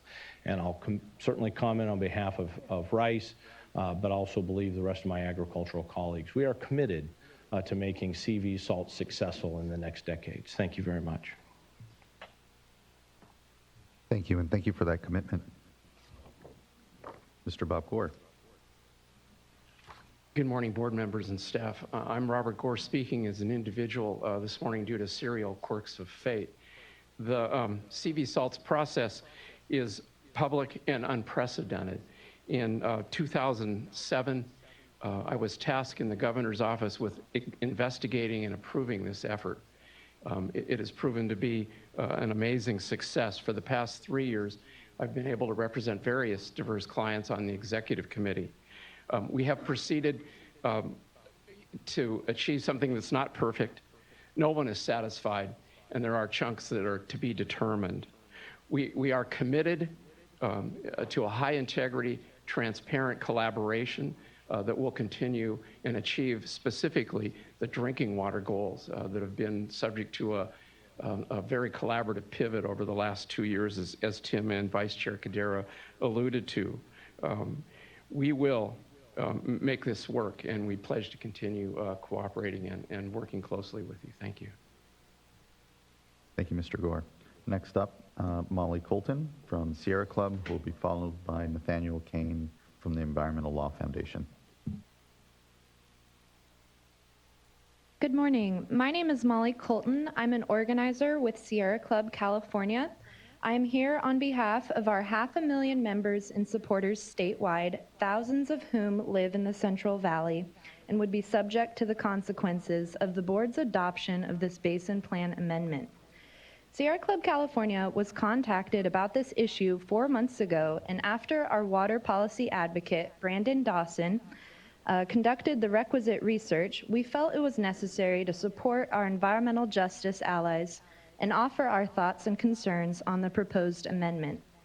After meeting with various board members and staff and Cal EPA officials, we greatly appreciate the time and effort, in particular over the past 6 weeks, to work with environmental justice communities and craft a resolution that rectifies many of the concerns we initially had with this policy. However, we still believe there is an unresolved issue in the amendment and the adopting resolution. Currently, the amendment has a clause that would still allow for 45 years of ongoing pollution. And while farmers will be required to provide replacement water supplies for communities impacted by this provision, it does not make communities whole. Under the current proposal, a baby born in the Central Valley today could be sending his or her own children to middle school before the pollution stops. This is unacceptable. Justice too long delayed is justice denied, and the board should reduce the timeline for achieving water quality objectives to one that does not impact multiple generations of Valley residents. And lastly, there has been some mentions that seem to express an intent to use safe drinking water funds to remedy some of the issues that dischargers will face to comply with CV salts. Sierra Club would like to emphasize that the resources allocated for the safe and affordable drinking water program should be used for purposes that effectuate and remedy operations and maintenance concerns that have no current or future potential funding mechanism available. We do not believe that those responsible for polluting water should have access to these funds as a means of absolving themselves from their historic and ongoing pollution. Again, we thank you and your staff for your hard work on this matter and look forward to working with you on this issue in the future. Thank you. Thank you as well. Next up, Mr. Nathaniel Kane, who will be followed by Tess Dunham. Good morning, Chair Esquivel and members of the board. My name is Nathaniel Kane. I'm here on behalf of Environmental Law Foundation. And I want to start by thanking everyone who worked on this over the last 10 years, and especially the last 2 months. I think the amount of ground that has been traversed since the workshop here in August is truly impressive. And it's a testament to the dedication of the state board members, state board staff, and council, Central Valley Board staff and members, the ag community, and especially the environmental justice community and the advocates for the environmental justice community. I'm very impressed by the amount of progress that's been made here. I've been doing this for a few years, and this doesn't happen very often. That said, my organization is not prepared to remove all of our legal objections to the Basin Plan amendments as currently drafted. And my objections are contained in the letters submitted in September and last week. And I appreciate the statement made by Mr. Wiles earlier about accepting those into the record, so I don't have to sit here and read them, which would be tedious for everyone. So I'm just going to focus my comments on one point which is this 45-year timeline for compliance, or a 35 plus 10-year extension. And that's too long. What we're talking about here is not restoration of aquifers up to the water quality objectives. We're talking about ending pollution, changing business practices so that discharges out of farms are not causing or contributing to exceedances of water quality objectives. And 45 years is simply too long. We need change now, and we need change soon. But what I would like to point out is that whatever decision this board comes to on a final compliance date is what's as important, if not more important than that final compliance date, is milestones and how those milestones are structured. What the non-point source policy tells us, and what I think is pretty clear just from thinking about it a little bit, is that there needs to be consistent progress, whether that's measured in A-R or A over R or some metric that hasn't been developed yet. There needs to be consistent progress starting now. We cannot have business as usual, because business as usual has gotten us into the situation where we are now with that map with all the red on it. We need to have a system of milestones that provokes change, that and has consistent, measurable, enforceable progress towards that final compliance date, whatever it is. We cannot, I think that a really bad outcome would be to have a final compliance date, even if it's shorter than 45 years, where any meaningful progress towards that is deferred for another generation. That would make, I think that would not be a successful outcome from this process. We cannot defer changes in farming practices that end pollution for another generation. And with that, I will just say thank you again, and I'm looking forward to working on this more over the coming year. Thank you. If I may, we'll put aside the 45 for now, because I'm sure we'll hear more on that. But I would like Mr. Palupa to address the issue of milestone. My expectations, and pretend to be using that word, was that those milestones would be considered, discussed as part of the permitting process that the regional board will undertake. That's absolutely correct. I don't think we'd be consistent with the non-point source policy if we did not put those milestones into enforceable limits in the waste discharge requirements. I mean, I know it's been a comment that's floating around or has floated around in the past that there will be a diminished role for the enforcement arm of our office when CV salts takes into effect. I think with all the milestones that we're going to be imposing, we actually will have an increasing load to make sure that those milestones are met, and when those milestones are missed, there are consequences. So certainly the milestones will be part of waste discharge requirements, whether you're in a management zone or whether you're pursuing an individual compliance strategy. Thank you. I'd like to call up Ms. Tess Dunham.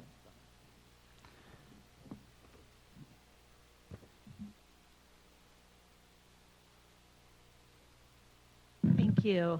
Tess Dunham here today on behalf of the Central Valley Salinity Coalition, which a number of our folks are here, which are those dischargers who have been a part of this process for over a decade. I'm hoping that if necessary, you might allow me a little extra time, as I'm going to try to cover a couple of different issues that have come up since this started this morning. And at some point would ask that the language that Mr. Wiles provided on the salinity be added up, because I do have some comments on that, since it is new language. So first, I do want to also comment that I was taken a little bit by surprise that Mr. Wiles and the board has decided to let in some of these late comments. There are some that we obviously would disagree with, as I'm certain that people would recognize. We specifically did ask whether they were going to come in, but was told that they likely were not. And so we did not prepare any type of response to try to clarify from our viewpoint with respect to some of the statements and allegations made. So we were a little bit surprised here today with respect to that, but we'll do our best through some of our speakers to try to clarify where we have disagreement, but we won't get into a legal tit for tat. We'll save that for another day. So, and save you all. Appreciate that, and apologize any surprise that it was unwarranted there. Mr. Wiles, if you wanted to make. Yeah, actually, I think I do owe you an apology, Tess. I was faced with the option of either having all of the commenters read their comment letters, or just in the interest of fairness, accepting that some of the issues that they had raised, they couldn't possibly have raised during the written comment period.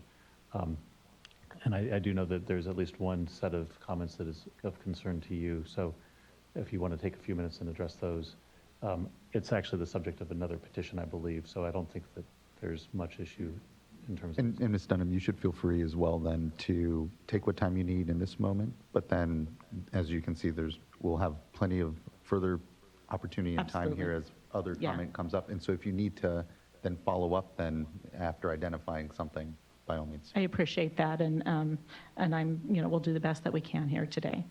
So then I'd like to go ahead and go to the language that Mr. Wiles put up just a while ago with respect to the salinity for the Contra Costa language. And with this, these are new changes. If he sent them to me, I apologize. I've been on the road and I may not have seen it in my inbox on Monday if it did come across. But obviously, since the resolution language had been there, this last new sentence, the revised the secondary maximum contaminant level policy to remove the references to the drought and conservation policy, I actually think it does have some pretty problematic implications in that if I read this correctly and what's going to happen, it means that there cannot be water quality objective that would exceed 1,600 even under drought and conservation conditions for both surface water and groundwater. And so that was not the intent with respect to the drought and conservation policy and receiving water limits. What, during extreme drought and extreme conservation conditions often imposed through regulatory mandates by this board and others, we may see groundwater exceed a 1,600. We're using recycled water. We have less effluent that's coming through the system because of extreme conservation. And in shallow groundwater, we might see things exceed the 1,600. And as I read this potential revision correctly, it's going to be directed to remove the ability for any receiving water to ever exceed 1,600, even under extreme drought and conservation conditions.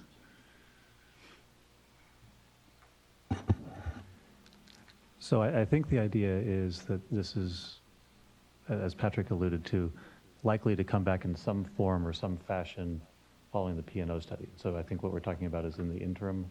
Yeah, and so in the next 10 years, if we have another drought like we did in the recent past, this revision to the drought and conservation policy would happen in the next year. So there would be this time period where we would not have a remedy with respect to that issue if we have another extreme drought condition. Yep. So I do think that there's some flexibility for the regional board in terms of what response it takes if there are actually discharges that do cause exceedances of the water quality objective. But maybe I should ask Patrick if he agrees with that in terms of a response if there are exceedances. This really is focused, I believe, more specifically on their intentions with respect to that interim period and whether they actually would be not, whether they would actually be revising the objective in that period of time. Yeah, no, I think that's correct. I think, and I can see the point that Ms. Dunham is raising. From my perspective, I think that the way that the regional board would be interpreting the drought and conservation policy under the revisions that are being proposed, and just want to be clear about the way we would be interpreting it, is that it would not override the implementation provisions in the salt control program. So as long as the implementation provisions in the salt control program are receive primacy, the requirements for a discharger who's discharging salinity would be a performance-based standard that would accommodate a reasonable amount for growth, water conservation, switching water sources, and would be to work on a salinity minimization strategy. So those are the two components that would be imposed through the implementation provision for all dischargers, for non-NPDES surface water, for groundwater discharges, and for NPDES surface water discharges. There's a little nuance for NPDES surface water dischargers. So the drought and conservation policy essentially would, since it would not override those provisions, would basically be just something that would hang out in the background and would not really be the driver when it comes time for the regional board to impose requirements on a discharger. And so that's our interpretation of what this language would be up there. That's helpful. Thank you. Next, I will go ahead and move from salinity, unless there's any questions on the salinity issues, over to the nitrate issue. I'm certain we'll hear a lot today about, the length of an exception for the cause or contribute component, right? I mean, I think we all agreed that it is unrealistic to expect that many of our aquifers will recover within a 35-year period. Our own modeling has shown that even if we stopped discharging today and we did aggressive pump, treat, and re-inject, it would take, many decades in order for some of the aquifers to recover. But what then we have then, of course, is the exception is, when I go out to the ag community and others and say, well, how does this work? We're now being obligated with respect to the drinking water issue, which is fine, but how do I farm legally? And my comment is, well, we now have this up to potential time period, so we are legally in compliant with respect to farming by obtaining an exception, right? The exception policy is what we're talking about for the 35 years. This language would now say that the regional board could authorize folks to discharge basically above the standard, they don't have to, up to a period of 35 years. And the question being is, in 35 years, can we be able to show that we no longer cause or contribute to a violation of the nitrate objective? And in some areas that mean, can I in 35 years, I as a farmer show that what leaves my root zone doesn't exceed 10? I don't know the answer to that. Maybe. Probably for some crops, probably in some areas. For all crops, I don't know, right? We're going to have technology, we're going to have research, we're going to have to figure out how do we do that, how do we get there? And not saying that we shouldn't do that, we absolutely should. But I don't know what that answer is, if it can be done in the 35-year time period or not. Having the regional board have some discretion to do an extension without amending the basin plan is really all this 10-year language does, right? So I understand the concern with respect to the 45 years, but at the same time, I don't know, and we don't know sitting here today, what we're going to know about technology and research in 30 years from now. And so the question would be, then do we have to go through a whole basin plan amendment process, or if we're close, is there no authority for the water board to give some form of an extension for some dischargers without going through a whole new basin plan amendment process? That is really, to me, the issue with respect to the length of time. Anything less than 35 years would be nearly impossible, would be my guess.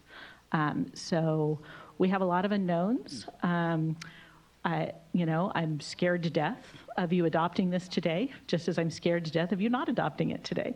There's a lot of work to be done, and it is keeping me awake at night because we do have a daunting task in front of us. But I also don't know that there are other options out there other than what's before you today. So I do encourage adoption and hope that this goes forward, and hope that you consider that we are, taking on a daunting task, and that we hope that we can come back here in 10 years and 20 years and show progress to that success, and hope that we can get there. So, thank you. Thank you, Ms. Dunham. Did any board members have? Not a question, but I will take advantage of my long term on the board here to actually express my personal thank you to you, Ms. Dunham. I know that while everyone has committed a great deal of time, energy to this effort over the past 10 plus years, as well as the last 2 months, I know you personally have also invested a lot of energy and a lot of personal commitment throughout this entire effort. So thank you very much. And thank you for always being there to answer my questions and being open to discussing issues of concerns with all the stakeholders. It's, like you said, a very challenging, very difficult process, but you have been one of the main participants to help get us to this point. So thank you very much, Thank you. regardless of what we do today. Thank you. Thank you. Next, I'd like to call up, these next group of speakers will need translation services. So what I will do is just flag that we will, and these are residents from the community, and I'll start to call them up after calling up one more person, but just to kind of prepare folks that are doing the translation services. I'd like to call up Dean Ruiz from SDWA, South Delta Water Agency, I believe. Thank you. Good afternoon, Dean Ruiz from the South Delta Water Agency. Just have some brief comments. The agency is opposed to the adoption of the resolution for a couple of reasons, which I think were previously highlighted in our letters, so I won't go into too much detail, but the primary reason is, and it's been mentioned before, is the timing.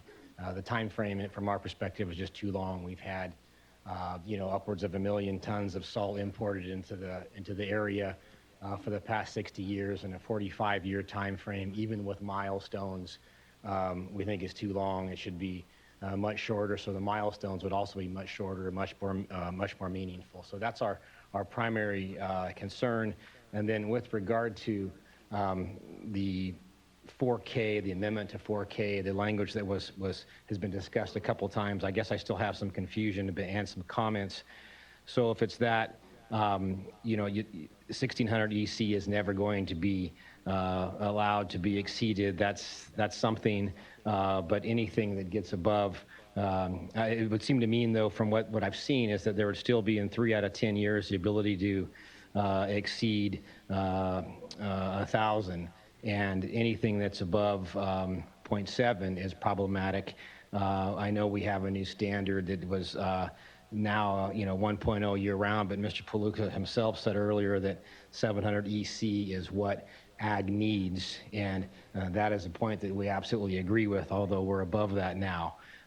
So I guess I still have some confusion, but the comment is that any policy reference, whether it's linked or not, that gets into anything that's above the 700 for 3 out of 10 years or for any period of time is harmful to ag, as ag is used in real time, obviously, and effects are in real time. So those are my comments. Thank you. Thank you. Mr. Palupa, would you like to respond? Yeah, without trying to put words in anybody's mouth, I think we are talking about a couple different things. So the 45-year time schedule would be the time schedule that the previous commenters were discussing, would be one of the time schedules discussed in the nitrate control program. So that's a little different than the salinity control program. Salinity control program progresses over 3 phases, phases that range from 10 years to 15 years, basically 10 years with a 5-year addition. If reasonable progress is being made, an additional 5 years is needed. So that's kind of in terms of the timing. The timing for the salinity control program, again, progressing in those 3 increments. Phase 1 would be the prioritization and optimization study. So the idea would be, when we're talking about the 700 EC threshold, the idea would be any discharge or discharging above that 700 EC threshold, and there are a lot of them, would be participating in the prioritization optimization study. They would be subject to performance-based salinity standards in the interim while they're working on the salinity and the priority and optimization study. And they would be going through salinity minimization strategies. Many of our POTWs, many of our discharges are already doing that, and they will certainly be continuing to do that during phase 1 of the salinity control program. So that's the overall strategy. In terms of what the Delta salinity objectives will be, I'll reiterate the prior point that nothing we're doing here today is proposing to change those standards whatsoever. And I would again refer to the basin plan amendments for the lower San Joaquin, where the regional board conducted a very extensive modeling effort. That the phrase I was looking for earlier, modeled it in critical low flow, critical dry periods, and found that the adoption of that basin plan amendment package would not result in exceedances of the Delta standards, and would not need to result in an increased freshwater flows from New Melones to meet those standards. So that's the benchmark by which we are gauging compliance with the South Delta salinity standards. Again, it's separate and apart from the basin plan amendment package that's being considered here today, because that was already anchored in place by the basin plan amendment package that was adopted by this board, or affirmed by this board, in January of 2018. The helpful clarification. Thank you. I'd like to call up Simona Magana from Seville.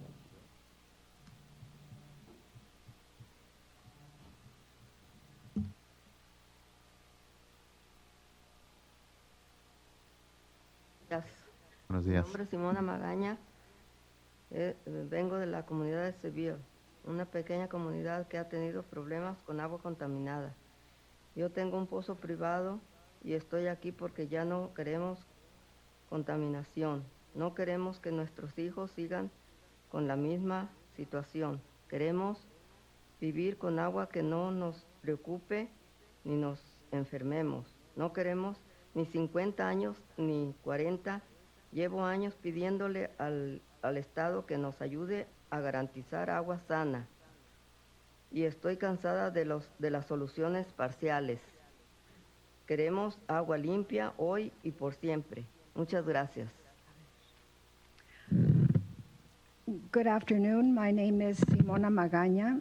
I am here from the community of Seville. It's a small community that has had problems with contaminated water. I have a private well, and I'm here because we don't want contamination anymore. We do not want for our children to continue living the same situation. We want to live with water that doesn't worry us and that doesn't make us sick. We don't want to wait 50 years or 40 years anymore. I have been asking the state to help us to guarantee that we have healthy water, and I'm tired of partial solutions.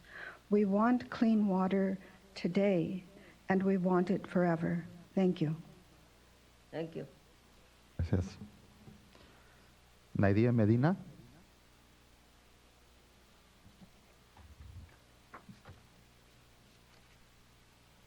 Y luego Sandra García.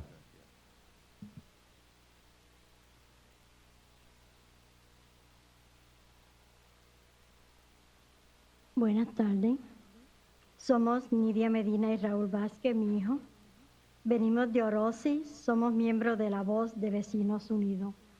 Juntos luchamos para que las comunidades tengan agua limpia.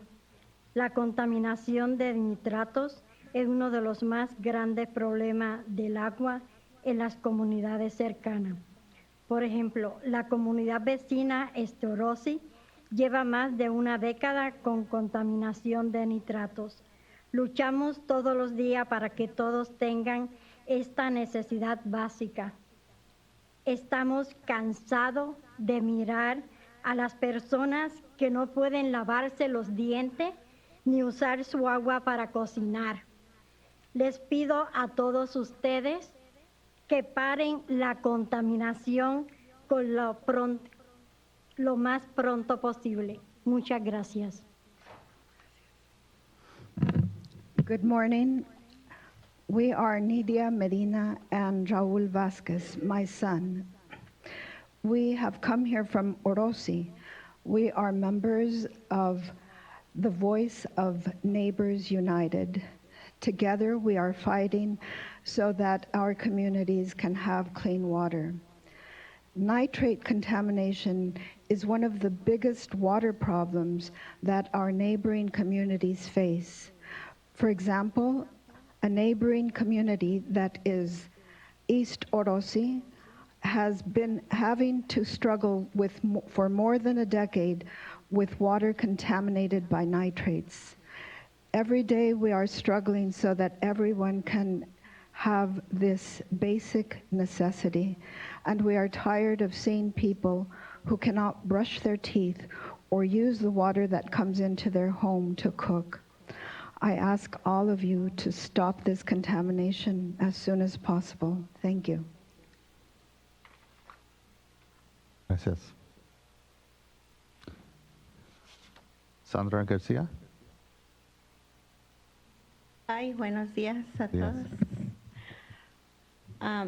Pues muchas gracias a todos ustedes, la mesa, por poner un poco de atención a nuestras necesidades. ¿Si quiere decir? Good morning, everyone.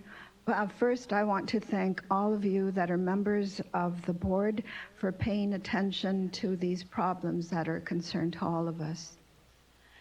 Y yo vengo de una comunidad rural que se llama Papler. Es un área agrícola y he visto durante tantos años, llevo 50 años viviendo ahí. I come from a small community. The community is called Papler, and it's an agricultural community, and I have seen for many years now, because I've lived there for 50 years. Y he visto cómo nuestro canal de agua, bueno, yo digo de nuestro canal, pero es de los rancheros, cómo echan químicos, cómo echan fertilizantes. Antes había pescados, había conchitas, había de todo, y ahorita todo está muerto, no hay nada, ni zacate. And I have been able to see how our water channel, the channel or the canal that carries water to us, and I call it our canal, but it actually belongs to ranchers and agriculture. And I've seen how they have polluted it with fertilizers and chemical substances. Before, it used to have small fish and it used to have some sort of shells and other life, and now it's dead. Entonces ha sido muy larga mi lucha de pelear y de venir hasta acá porque es muy lejos, de dejar de trabajar, de dejar mis hijos en el condado de Tulare para venir aquí a estas juntas. Ha sido muy desgastante nuestra lucha porque tenemos más de 10 años luchando para tener nuestra agua limpia.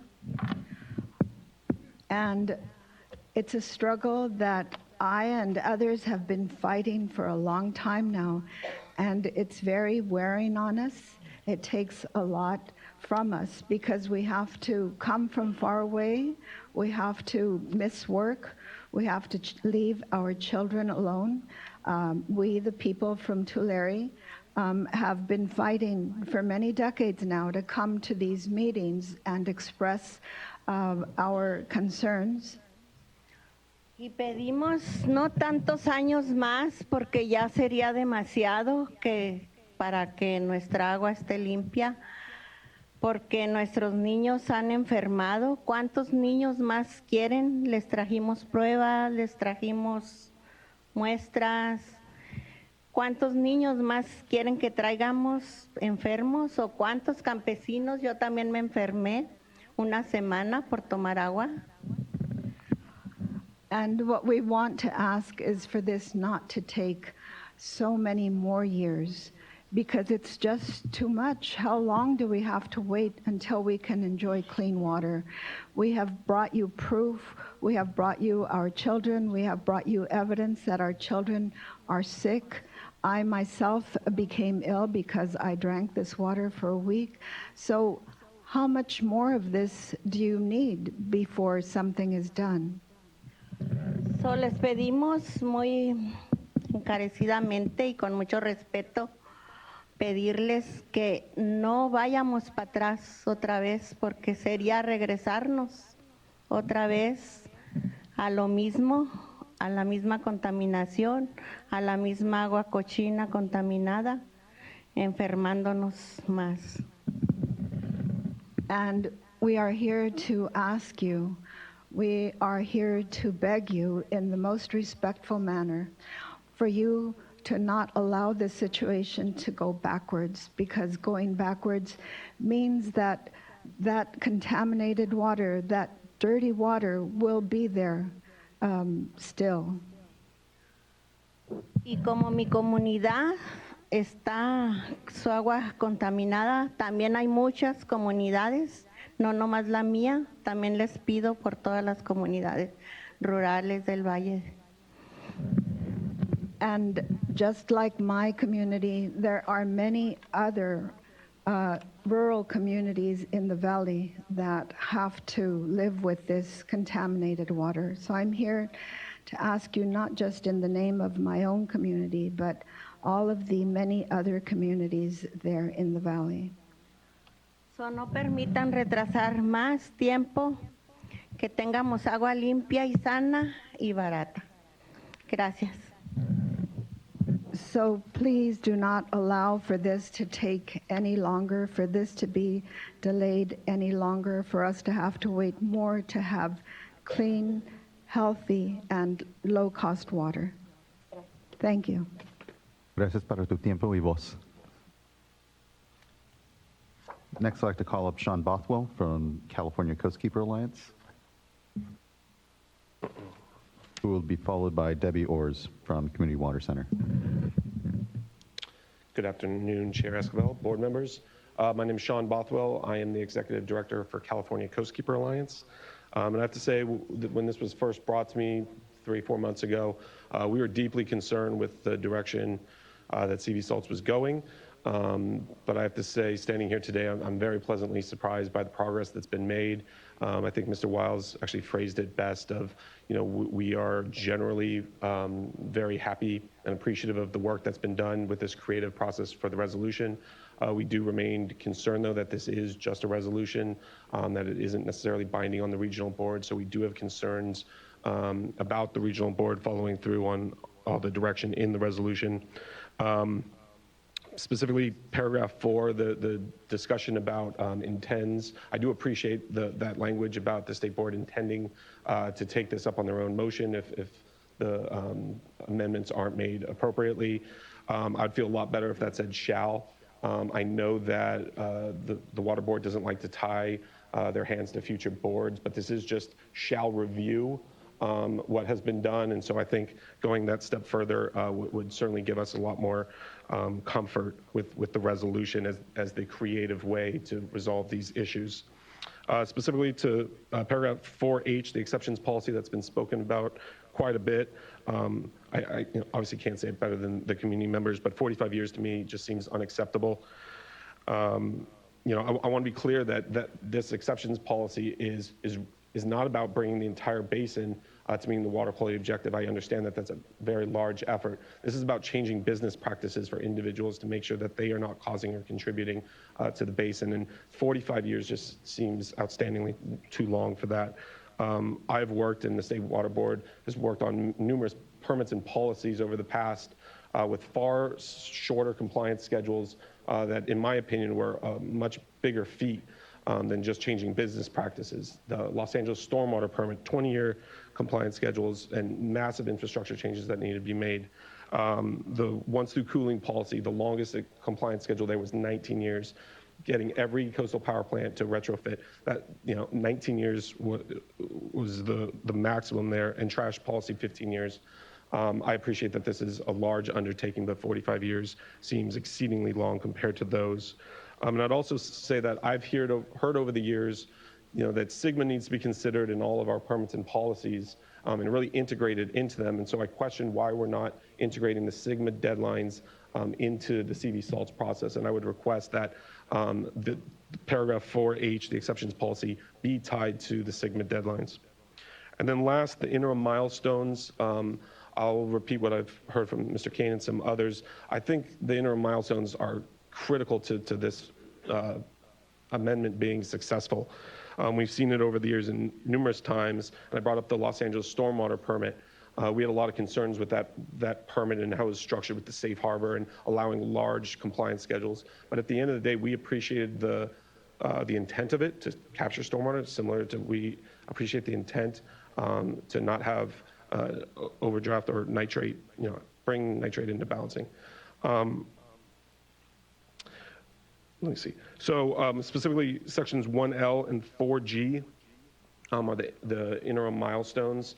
We appreciate the language there, and I appreciate what was said earlier about the milestones will be incorporated and be more specific into the permits themselves. But it would be, we would appreciate more language about the interim milestones, having a consistent or linear progress, so that we're starting now and we're making linear progress throughout this time period. I really don't want to get to the end of whatever the exception policy time schedule is, and there's still a large gap that needs to be made up because the interim milestones started too late or didn't move the needle far enough at the beginning. So with that, thank you very much. Thank you, Mr. Bothwell. Ms. Forrest. It's still morning. It's now afternoon. Good afternoon, Chair and board members. My name is Debbie Orrs with the Community Water Center. I want to start off my comments by thanking the board and staff and Cal EPA for the hard work that has gone into the last few months in preparing this resolution.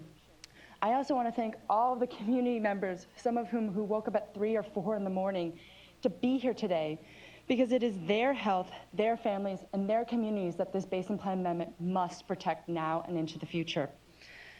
The resolution requires vital changes to the Basin Plan Amendment that will better protect the Central Valley from a future of continued pollution and also better protect... That was from the previous speaker. You're okay. Better protect the health of the Valley residents. However, despite the considerable progress achieved in the last 6 weeks, we remain extremely concerned with the 45-year timeline for requiring dischargers to come into compliance with water quality objectives. I'd like to remind everyone about the 2012 UC Davis report, which stated that if we do not address nitrate contamination, 80% of the Tulare Lake Basin will be impacted by nitrates. 2050 is only 30 years away, and yet instead of trying to head off this terrifying outcome, we're discussing a timeline that is 15 years beyond that. So while acknowledging 45 years is a vast improvement over the effectively indefinite timeline currently in the Basin Plan Amendment, it is still in an unacceptably long period of time. Really, any period of time where someone is without safe and affordable drinking water is unconscionable. And yet, the timeline subjects an entire region to growing pollution where more and more people will be impacted by contaminated water every single year for multiple generations. It defies the basic tenets of the human right to water and shows a lack of commitment by the state to protect the health of the Central Valley residents. And this timeline doesn't even factor in restoration, which can't even begin or really be achieved until we deal with continued pollution. Further, 45 years is far longer than other regulatory frameworks addressing water quality. SGMA has a 20-year sustainability timeline, which includes water quality. Setting the Basin Plan amendments on a same or similar timeline will result in a better result and outcome for the Valley. When we silo projects with similar goals or programs with similar goals, we set them up for failure. And already, groundwater sustainability agencies are choosing to forego addressing water quality in favor of pushing them aside for CV salts, for the irrigated lands program, for the dairy order, and other regulatory programs, which is really unacceptable. I also want to make a quick comment on Section 4F, which is about the future costs for water systems. We want to ensure that communities who've had to implement a drinking water solution because of nitrates are eligible for subsidized operation and maintenance costs. Alongside Clean Water Action and Leadership Council, we have submitted to staff language that we believe clears up the currently vague language that may exclude such systems. We are committed to working with the Regional Water Board throughout the revision process to further develop those factors in that language to make sure that such systems are included. And even beyond that, we are committed to working with the Regional Board and State Board to ensure that the final Basin Plan amendments are protective of the health and safety of the Valley. And we'll be here each step of the way to hold the regional and state boards accountable to community needs, and we'll be there with our community partners. You heard from a few of our community partners already, and you'll hear from several more later. But these are residents who are willing and able to fight for not only their right to safe drinking water, but their neighbors. And this is based off of a shared belief that everyone deserves the human right to water. Finally, we will be working on the ground with implementation with the management zones as they're continuing to be developed to ensure those processes are inclusive of all stakeholders, including impacted or threatened to be impacted communities. Because those must be the goals of this program, removing communities from the impacted community list and ensuring that no more communities are added to the ever-growing list of communities impacted by unsafe drinking water. So I want to again say thank you to staff and everybody who's been working with us over the last few months and last several years on this program, and we look forward to working with you all in the future. Thank you. If I Board may, member. don't leave. I think you raised a couple of things that I'd just like to follow up on now, just so we don't have to revisit it later. First of all, you know, the 45 years thing, which again, we will hear more about, and I too share your concern about that length of time, but I will say, though, that I don't see that proposed language by staff as a lack of commitment by the regional board or state board staff for that matter towards resolving this problem, nor do I see it as a lack of commitment from the stakeholders involved. I think it's just a balancing of realities. Given the unknown in terms of technology development, given the scope of the problem, the magnitude, and given that there are a lot of work that needs to be done to get from there, I think we're trying to be as realistic and practical as possible. Hence, there was not able to reach consensus agreement during the discussion on what that time frame would be. So I just want to flag that. I appreciate the frustration. I appreciate that we all want to get to solutions and resolve things faster, but it is by no means a lack of commitment on anybody's part for that language being there. And I expect, and knowing Mr. Palupa and knowing his board members, that they will be expediting this to the extent that they can. So that's one point. Second point. You had specific language recommendation for 4F. Yes. Is that something that we can see? Yes, that's actually the third piece of what you haven't seen yet, the third okay. of three. Well, as that is being pulled up, I'll go up to my third point, and that thank you for your continued engagement in working with communities and ensuring the meaningful engagement in the process to date and going forward. One of the things that I would like to propose and will ask staff to draft language on is perhaps an addition to Resolve 1 in terms of State Water Board expectations and direction. And that would be a direction to State Board staff to look at options, external as well as internal, for developing resources to help community develop capacity to meaningfully engage in the development of the management zone implementation plan, as well as other related process as part of this basin plan amendment. And I think it is so critical for communities, for affected individuals in this community to be involved in this process. And I think we need to find a way to help fund, support, and facilitate that. I don't have the answer in front of me, so that's something that I would like staff to work on, say, within the next year or so, and bring us back some proposals, some options. So I'll ask that that language be drafted later for our consideration. Thank you so much for your comments, board member. I do really appreciate that the reiteration of the commitment from the state board and the regional board that we'll be working to help protect the valley and valley residents and valley community. And I really love the idea that you just brought up about creating a process to help communities participate, because it is very difficult. I mean, there's a lot of barriers that keep people from being able to participate. Meetings during working hours, not providing childcare, meetings during dinner where you need to be, and there's not food provided. So there's a lot of these barriers that we have been working with within our own community meetings, and we very much would love to work with the board and staff on developing some of those and figuring out what those barriers are and how we can overcome them. So thank you so much. And I will do a shout out now to the Air Board. I know that board member Giordamo is usually the one to do that. But I actually was in meetings with some environmental justice groups in Stockton, and they mentioned that they were applying to the Air Board for a grant on community capacity building. And I thought, well, gee, if the Air Board can do that, then certainly we should explore that option as well. So yeah, would love to have staff coordinate and work with the regional board as well as stakeholders on putting together some, at least a list of options anyway. Thank you, board member. All right, 4F. Yep, Is it here, up? actually sit down. So let me give a little bit of background here. When I said that there was one issue that we hadn't reached resolution on, that was the 35 years plus 10-year extension. After we had put out the resolution, there was additional discussion on trying to make paragraph 4F more specific. And this is something that the folks who were together meeting on this issue, we did get the proposal from the environmental justice groups from Leadership Council.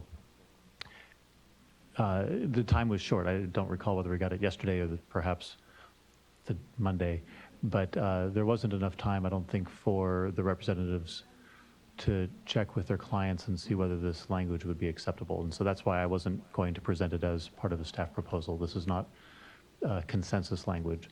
And it's also not all fitting on the screen. I do have extra copies just behind me if anybody wants to see all of the language, or maybe if Janine can kind of scroll through it.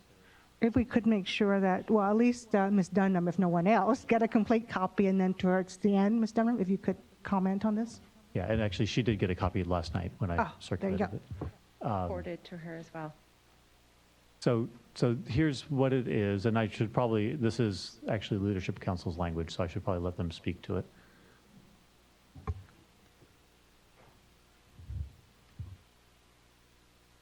Want me to take it? Yeah, sure. I might pull you up if necessary.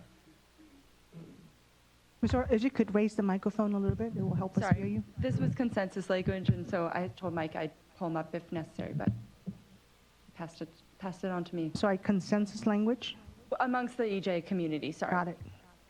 I saw Ms. Dunham raising an eyebrow there. I meant within the EJ communities. I know Tess has not signed off on this language. Could I make a suggestion on this? I saw Kristen Peer, Ms. Peer in the audience, and just really appreciate all of the discussions. Many have mentioned it over the last couple of months.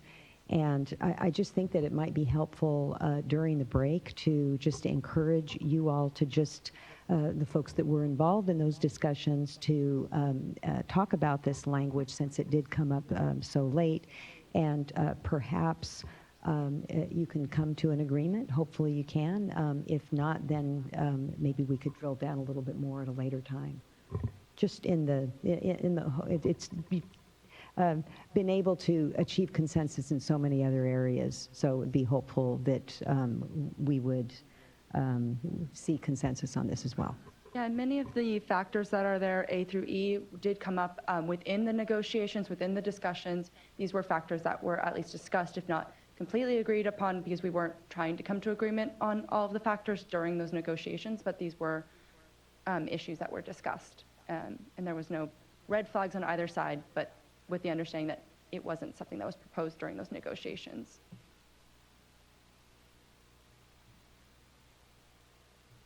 If you want to briefly go over the language, you can. I don't want to take too much time. I'd rather you guys try to speak about and see if there is consensus at the lunch at some point here, so we can continue to go through speakers. Yeah, I can just quickly summarize the intent of this. Basically, we wanted to, both sides acknowledge that addressing systems that are currently dealing with nitrate contamination but are able to provide drinking water. We're not trying to address everyone, so a very, very large system might not need subsidized operation and maintenance. So we're trying to come up with factors of how do you determine who would be eligible for subsidized operation and maintenance and who would not. So these factors are to kind of help the Regional Water Board make that determination. So it includes affordability thresholds by the State Water Board. That's going to be developed during the SB 200 implementation process.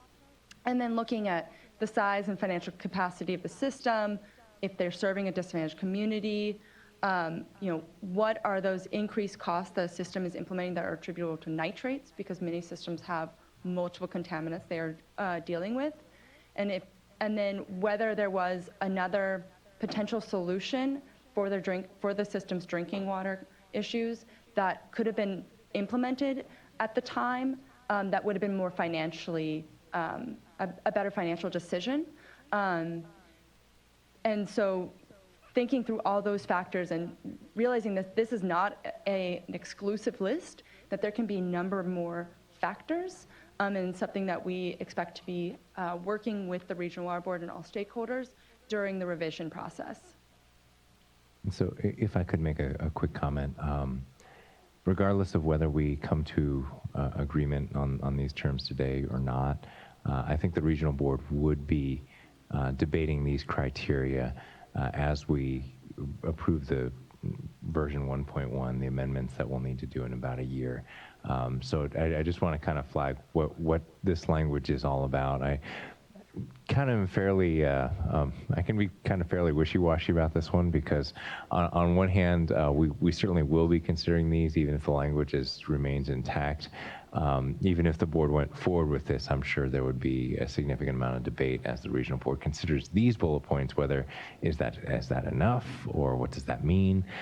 So I think just my point is that the dialogue on provisions like these will continue as the regional board works to amend the basin plan at the state board's direction. Versus leaving it as it is, which is fairly broad. Yeah, leaving it as it is, if it was fairly broad, we'll still be considering this. You know, if the environmental justice community made these points, I think this is exactly the type of things that we'd be thinking about in terms of what needs to go in the basin plan or not. And given that I think I first saw these yesterday, it might be that a continuing discussion about whether this list is good enough, whether the list should be longer, shorter, focus on other areas, might be something that would best be discussed during the course of amending the basin plan. And I do want to clarify, we didn't necessarily create this language as to be have to be implemented or put into the resolution language. It was to really start the discussion. We'd be happy if this was included, but wasn't a necessity considering it was so late in the process. And like Patrick said, we look forward to working with Regional Board on this, and we expected that this would be part of the revision process. A quick question, if I may, to Mr. Wells or Mr. Laufer. To what extent are these factors that would be included in any sort of SB 200 planning process? I think you'll see a fair bit of intersection, but I don't know, and it's obviously too early to presuppose where the board would land on it. And so personally, I have a little bit of concern, and I appreciate Ms. Orr's comment about not necessarily language that they would want in a resolution, but the types of factors that ultimately would be considered, I think, both in an SB 200 context, as well as in the regional board's future planning efforts when it's looking at operation and maintenance. So while it wouldn't be in any way pre-decisional or binding upon the State Water Board, it certainly starts to narrow down some of the factors that we would potentially be considering in developing recommendations for you all under the SB 200 process. I don't know that I'm prepared to go into that today. Yeah, My exactly. reference to SB 200 was just the affordability thresholds that would be developed in the SB 200 process. So just referencing those.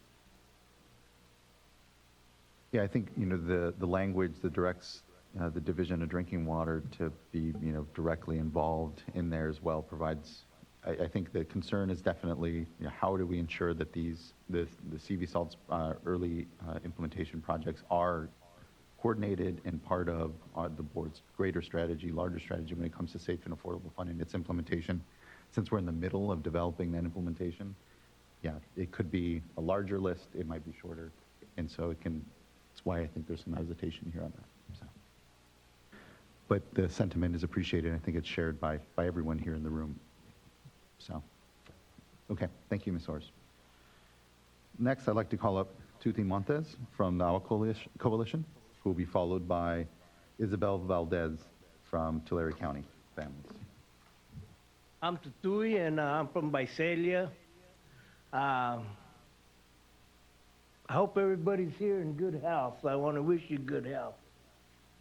For a lot of the communities where I come from, people ain't. And they ain't because of the fact that they've been suffering from not being able to, have clean water. Simple as that. There's a whole bunch of technical stuff since I've been sitting here this morning. I'm going to keep it, I'm a simple man living a simple life. The simple message that I want to give you all, in hopes, the dreams, that for generations, young children have been suffering, and they're old people now, like me. And I think about my grandchildren, my great-grandchildren, and the suffering they're going to have to continue going through. How much longer? When do we say, I love them, and enough is enough, and it's time for change? So I challenge each of us here, reach down somewhere in that compassion of your soul. Bring life. That water flows in a good way to all our relations. Thank you. Thank you very much. Next up, Isabel Valdez, who will be followed by Lucy Hernandez.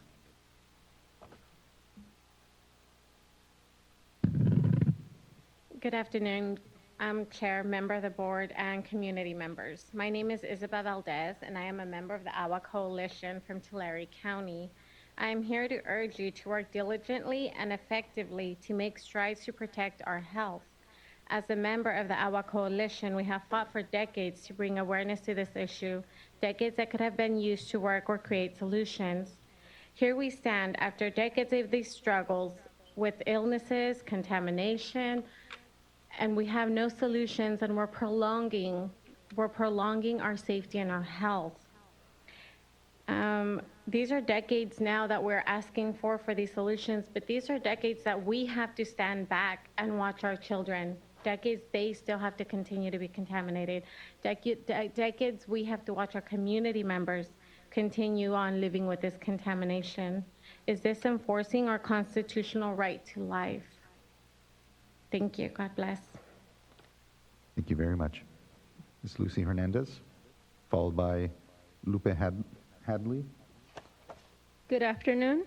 My name is Lucy Hernandez, and I'm also an Agua member coalition from that coalition. I represent the community of West Goshen. I am a mother and a grandmother. I also been fighting for safe and affordable drinking water for more than a decade, and it is unacceptable to allow pollution for another 45 years. If you don't reduce the timeline, you are subjecting my children, my grandchildren, and the future great-grandchildren, and the rest of the valley to water contaminated with nitrates.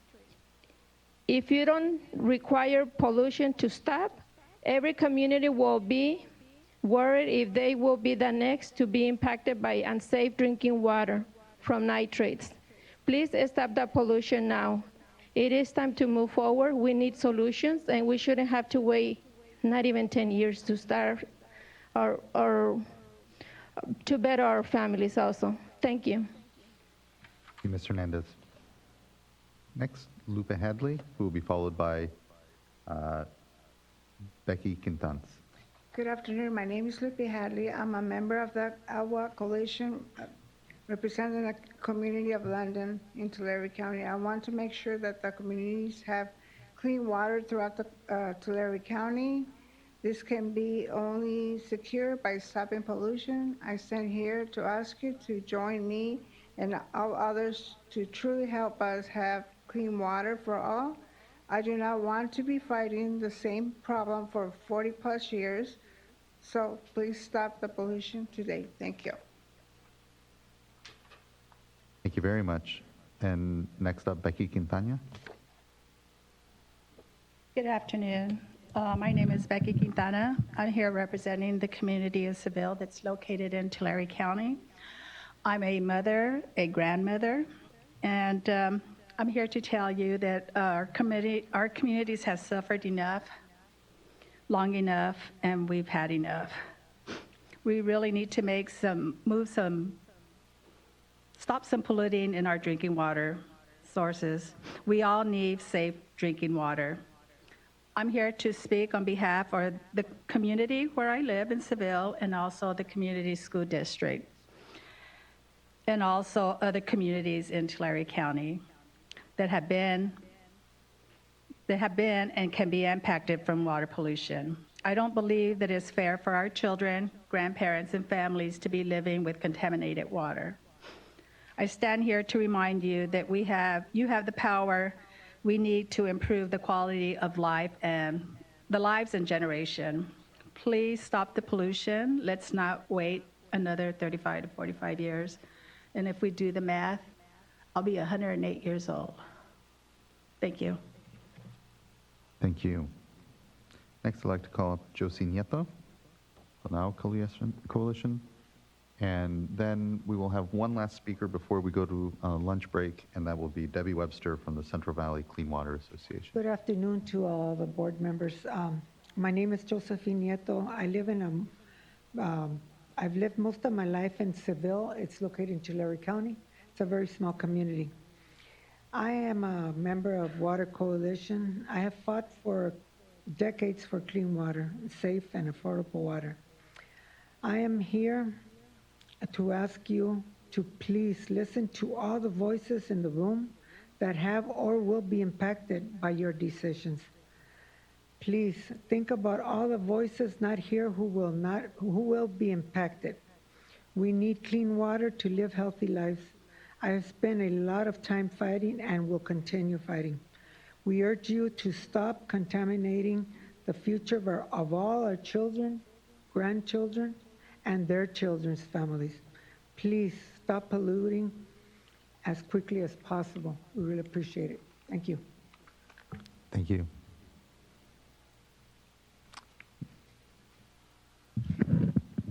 Thank you, Chair and board members. My name is Debbie Webster. I'm with the Central Valley Clean Water Association, and I would really also want to give a big shout out to those that have worked on this project. I've been with them pretty much the whole time, and really feel like CV Salts, as it was presented to you by the regional board, would do so much good and really address so many of the concerns even that I'm hearing again this morning about safe and affordable drinking water to our communities. I did want to bring up actually maybe one or two concerns with the resolution and just give you a little backstory as to maybe why they were there and why the resolution language could adversely impact that ability to work forward on that. And specifically, I want to talk about the offset policy, which is, I think it's 4J, and paragraph 1, which is on page 9, if that helps. Right now, the number one goal of CV Salts is to provide safe and affordable drinking water. And that's what needs to be done and is the number one thing to be done. But as we work on number 2 and 3 in getting things in balance and trying to improve our aquifer, offsets becomes really important to especially point sources who are regulated differently than non-point sources in being able to take a watershed approach or an approach at what do I need to do that can cause the most impact for our communities and especially our small communities, many of them that are disadvantaged, that have wastewater treatment plants or have septic systems. What can we do in order to take care of that? So assuming that all of our, safe drinking water has been provided to other people, the requirement to say, hey, you can't have an offset so that you can go and extend your water system from your community to another water system for a permanent water supply before you upgrade your treatment plant, which might be on a just slightly above the MCL, because our treatment technology does run right around the MCL plus or minus a little bit, doesn't to me make a lot of sense. It doesn't make a lot of sense that we say you can't do an offset policy if you're in a community that has more than 12 voting members. That's a provision that's in there right now. Our offset policies need to work with what's going to work for the communities, and that means that those solutions such as pump and irrigate that would reduce your nitrate, groundwater infiltration in those other areas, and those other type of projects might make sense to be done in a different order. And so with that, specifically speaking to that paragraph, A basically is the area that says discharge cannot be used as an alternative means of compliance if it's inhabited by a territory, and that's that 12 voting members. And then, or is likely to be relied on as a source of drinking, and is currently relied on as a source of drinking water based on plans, i.e. you might have an MUN designation. I think that rather than having that as an or, it could be you could get rid of the A, B, C and basically say that is you can't have that unless you have, it underlines an inhabited territory that is currently relying on a source of, as your source of drinking water. That way you ensure that you have clean drinking water to your communities, but you don't stop the process especially for our communities that have different options out there in order to improve the aquifer, in order to expand a permanent supply of drinking water in the meantime. And that's really what I feel like that language undermines right now. And so why I wanted to bring it to your attention, it was something that is part of CV SALTs. I really fought hard because I feel like our communities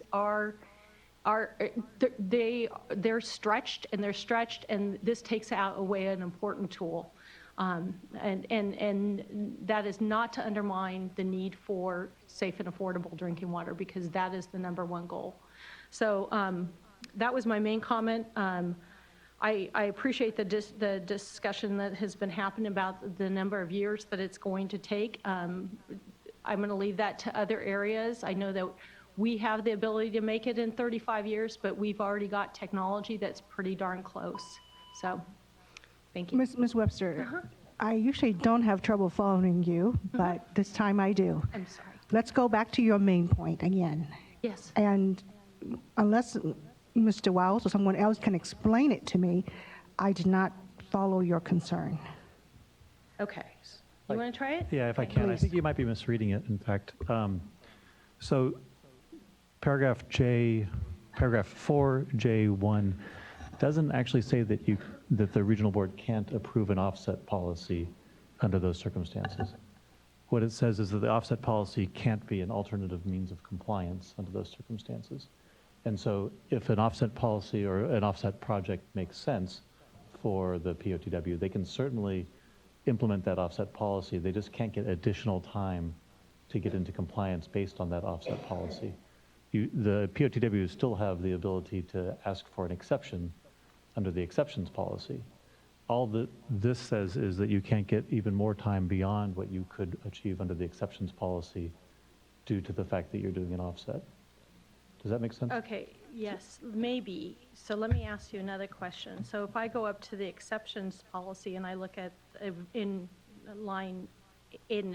paragraph H, and I apologize if I'm misreading this, and that when it says in the third line, it talks about the receiver within a term that is as short or practicable for each discharger or discharge category of dischargers participating. This is where I've always seen those two work together. And so are you telling me then that you would get an exception and you do an offset? This is the part that I'm not understanding, and maybe. So probably should have Patrick confirm this, but my understanding is that those two policies operate independently and potentially cumulatively with each other. And so you would be able to apply for an exception, even if the board, the regional board does revise the offset policy, you would still be able to apply for an exception whether or not you have an offset project. The point of J1 is that the limitation of the exception would be whatever Would be the the board ends up limitation. with. That would be the ultimate limitation. You wouldn't get even additional time on top of that based on the offset. And that, the reason I'm saying that is because And that's my understanding as well. So perhaps if you need more clarification, Mr. Wells could do that offline. I would be happy to, and if I still have questions, if you don't mind me maybe coming up towards the end, and if it doesn't address it, thank you. And I would add just one more point of clarification. Provision C in 4J1 is not intended, at least in my read, was not intended to be a basin plan. It was in maybe a projection for perhaps sphere of influence or something like that. So the idea would be, basin plan designation aside, if you had a publicly owned treatment plant that was discharging to a field that was not anticipated for development, that was not where people were living, and that was not where people were currently relying on the underlying aquifer as a source of drinking water, an offset would still be an alternative means of compliance in that circumstance. And I think it was crafted, that provision and some of the debate around it was crafted with the intention of allowing those POTWs, especially those that are outside of a management zone, that could be in Foothill area or somewhere else, to avail themselves of an offset, particularly because the regional board recognizes that for many of those treatment plants, treatment gets it pretty darn close to the MCL, as you noted. And so it absolutely makes sense from the regional board's perspective. If nobody's drinking that water, if you're not impacting any neighbors, by all means, while you come up with your growth projections for your community, which is something that you usually need to take a few years and assess the situation, assess regional trends, by all means, do that septic to sewer provision and get a little bit more time to do it. I think it as kind of Phil characterized it, if you've got an acute need in the area, then the acute need kind of takes control. But I think this provision, just for what it's worth, is really designed for especially those treatment facilities that are not impacting any of their neighbors, and have an additional proposal, a septic to sewer or something along those lines, that they can do in lieu of a massive upgrade to their treatment plant while they figure out what their options are. Thank you. And we actually have 4 members that have come up from the community of Delhi, and so I want to make sure, Delhi, and I want to make sure that I give them an opportunity to come up before lunch so that they don't have to wait too much longer. So I would like to call up Blanca Lozano.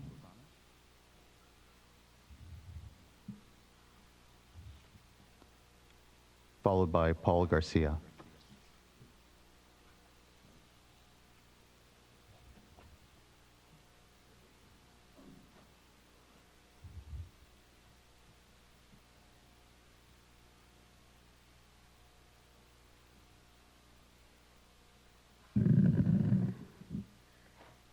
Good afternoon, Chair and members board. My name is Blanca Lozano. I came from community no incorporated Delhi, California, County Merced. I am leader of Delhi and I am member MAC Vice President. My voice for the Valley Central is for all California. Listen, please. The water is life that made for the Lord. That there is in agriculture, they are contaminate the land. The Valley Central of San Joaquin, they need a hand balance and the nutrients.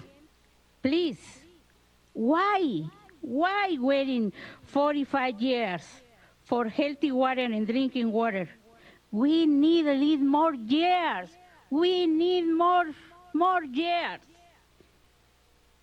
Please, we need your help. For our families, they have something with cancer. I have trust in my Lord. He made a one miracle here. No more CV salts. No more CV salt. Clean water in California. Thank you. Thank you. Garcia. Honorable board members, my name is Paul Garcia. I am an elected official for the Delhi Water District. And for 3 years before I ran, I was involved in coming before you here in Sacramento and in different parts of the state of California in regards to clean and safe and affordable water. Apparently in Delhi we have 12 wells. They're contaminated, and I come before you that the length of time that it was proposed and Fear Mead, where they talked about 35, 50 years, I think that's too long of a time limit. I don't think we'll be here during that time, but I think that lives are more important. And one thing that's when God created the earth, He created the water, and the water was clean. So it was the people that contaminated our wells, and also it is you people that regulate this. And I think that you need to look at that because He is watching everything that we're doing. We want clean and safe and affordable water. Thank you very much. Thank you, Mr. Garcia. The next person is Mr. Ramon Prado.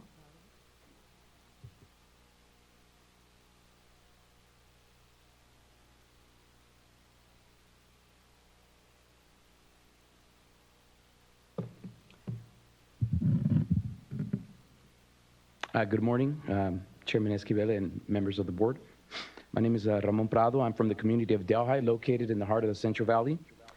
This issue directly impacts myself and neighbors because we are all on private wells, which, by the way, has 3 times the nitrate level amount allowable by the state. It also impacts the municipal water district because wells are constantly being shut down and repaired because of the high nitrate content. The tallest building in the world, the Burj Khalifa in Dubai, took 6 years to construct. The Taj Mahal, one of the new 7 wonders of the world, took approximately 20 years to construct. Transcontinental Railroad that connected our nation through rail was finished in about 6 years. The LA Aqueduct that brought water from the Owens River 233 miles south to Los Angeles took 5 years to complete. When you begin to compare the length of time it takes to complete a project that would be considered an extraordinary feat versus the length of time proposed for ag to clean up its act and find a reasonable solution for polluted groundwater, you start to realize how offensive the notion 45 years sounds to residents that do not have access to safe water. On July 28, 2010, the United Nations General Assembly agreed that clean water is a human right, is an essential human right through Resolution 64-292. According to the UN, this means that the right to water entitles everyone to have access to sufficient, safe, acceptable, physically accessible, and affordable water for personal and domestic use. I commend this effort, but there's been a lot of dancing around and downplaying the fact that 45 years may be allotted to reach compliance. Let's not settle for the idea that something is better than nothing. We can do better. Let's focus on doing things right the first time instead of just adopting and figuring things out as we go along. It is imperative that this board comes to a decision that will positively affect communities now, not 45 years from now. This is a basic human right. Thank you. Thank you, Mr. Prado. Next, I'd like to call up Haiti Sanchez, who will be followed and concluding before lunch here then with Maria Olivera. Thank you.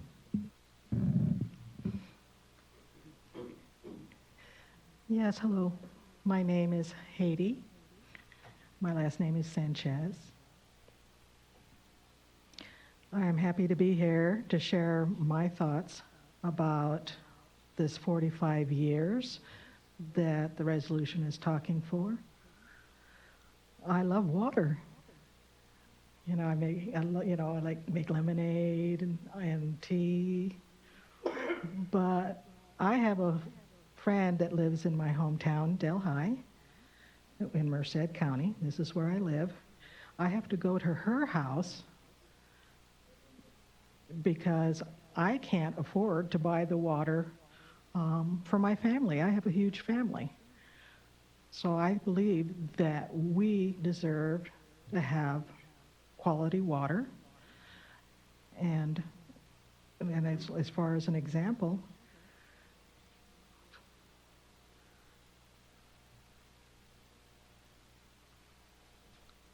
okay. Yeah, like with people changing the oil in their car and such, having it go in through the soil. You know, when your car breaks down, you fix it. We do the same thing for our health.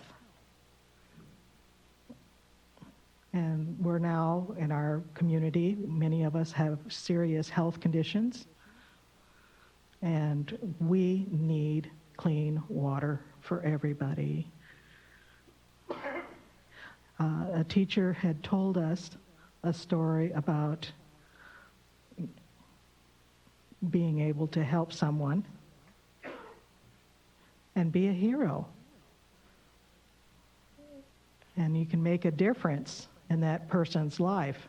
So I am here to make a difference for Californians and all the communities that need the water. And I'm thankful for my mother that has given me the education and understand our needs. And because of my disability in my life, I never give up. And I want to be able to support you in getting clean water for our community. Thank you. Thank you.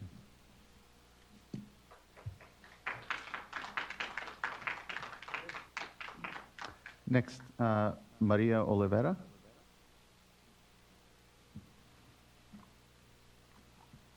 Good afternoon.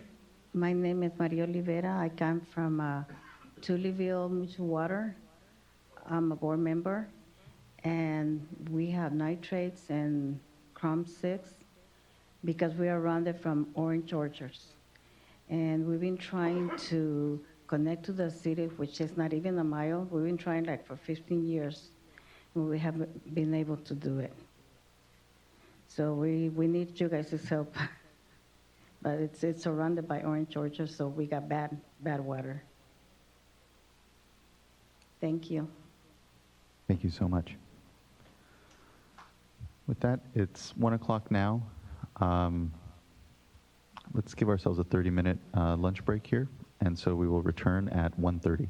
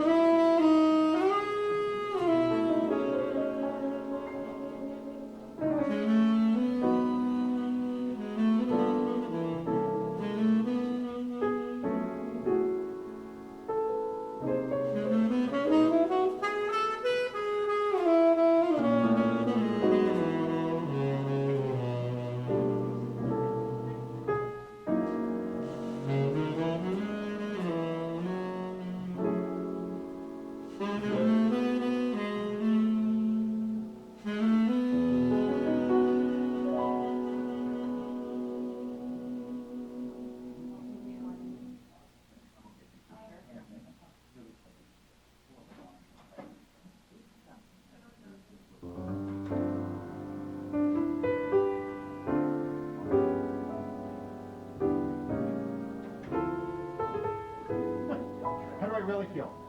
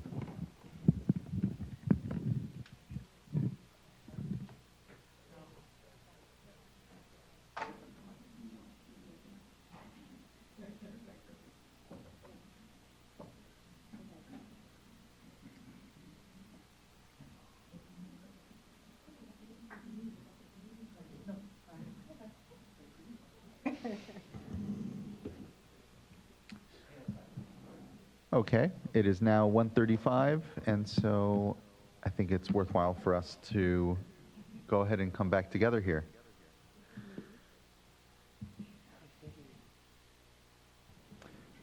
We'll continue with our speaker cards. We have about 12 speakers left here. Let's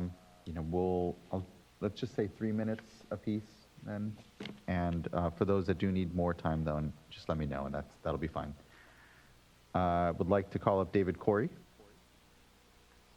who will be followed by Michael Claiborne from the Leadership Council, who will be followed by Lori Apodaka from Citrus Mutual.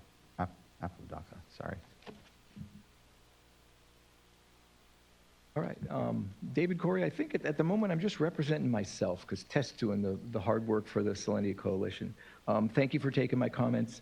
I just wanted to give a few comments. I mean, early on, Tom Stokely, I think he was the first speaker who brought up the Grassland Bypass project and sort of had this comparison to CV salts, and I have been intimately involved in both those projects from the beginning. And although I don't agree with pretty much anything he said in his presentation there, I am grateful that he brought up and compared the two. I see both of these projects as incredibly, I'm very proud to be a part of both of them.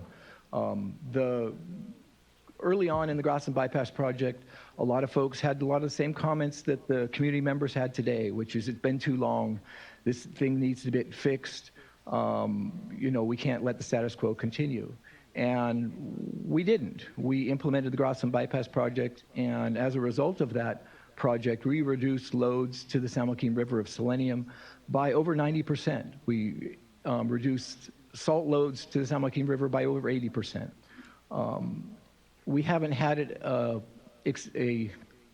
selenium reading in the San Joaquin River, even upstream, just below the Merced at Crow's Landing, above 2 parts per billion. Now the water quality objective's 5. It hasn't been above 2 parts per billion for over a decade. Okay, in 2018, we had 2/3 of the samples that we took of, I think 42 or 40, I think 48 samples, were non-detect. The highest concentration we showed in there was 1.3 parts per billion. So, I mean, it was an astounding success that we came up with in the Grassland Bypass project. And I see a lot of similarities between that and CV salts. I agree with the community members in that we need to fix this issue of communities impacted by drinking water, and CV salts does that. Front and center, that's the first mission, and we're going to do that. We're addressing the other issues of continued loading and restoration as they come forward. So I'm proud to be a part of both those projects and continuing the efforts that we've made.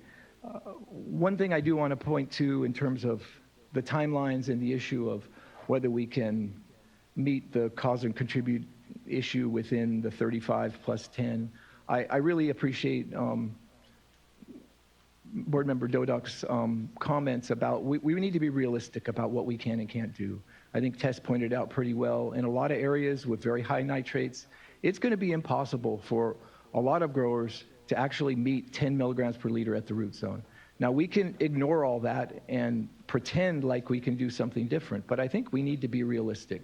The Basin Plan Amendment says as soon as practicable, 35 years, but allows that extension if and when necessary.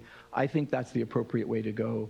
I'm hoping that you don't tie your own hands. I've seen this in other Basin Plan amendments and other previous processes in which the regional board or the state board ties their hands, and decades down the road, they look at themselves and they say, why, or look at their predecessors and said, why did they do this to us?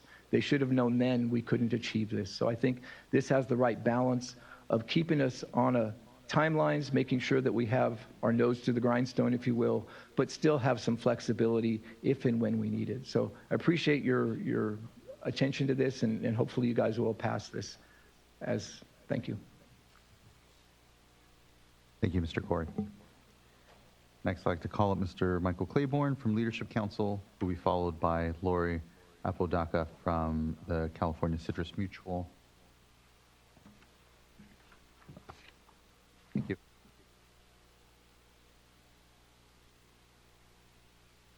Good Good afternoon.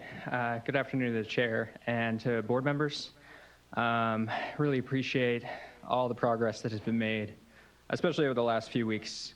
So I wanted to start by thanking State Water Board staff, regional board staff, California EPA, and also the agricultural stakeholders that really came to the table over the last few weeks. Those conversations resulted in the draft resolution before you today. And I'd point out that that draft resolution really shows quite a bit of progress over the last few weeks. And given the direction contained in the draft resolution, we are not asking for a remand today, which again is a change. We are, however, asking for a change in the resolution.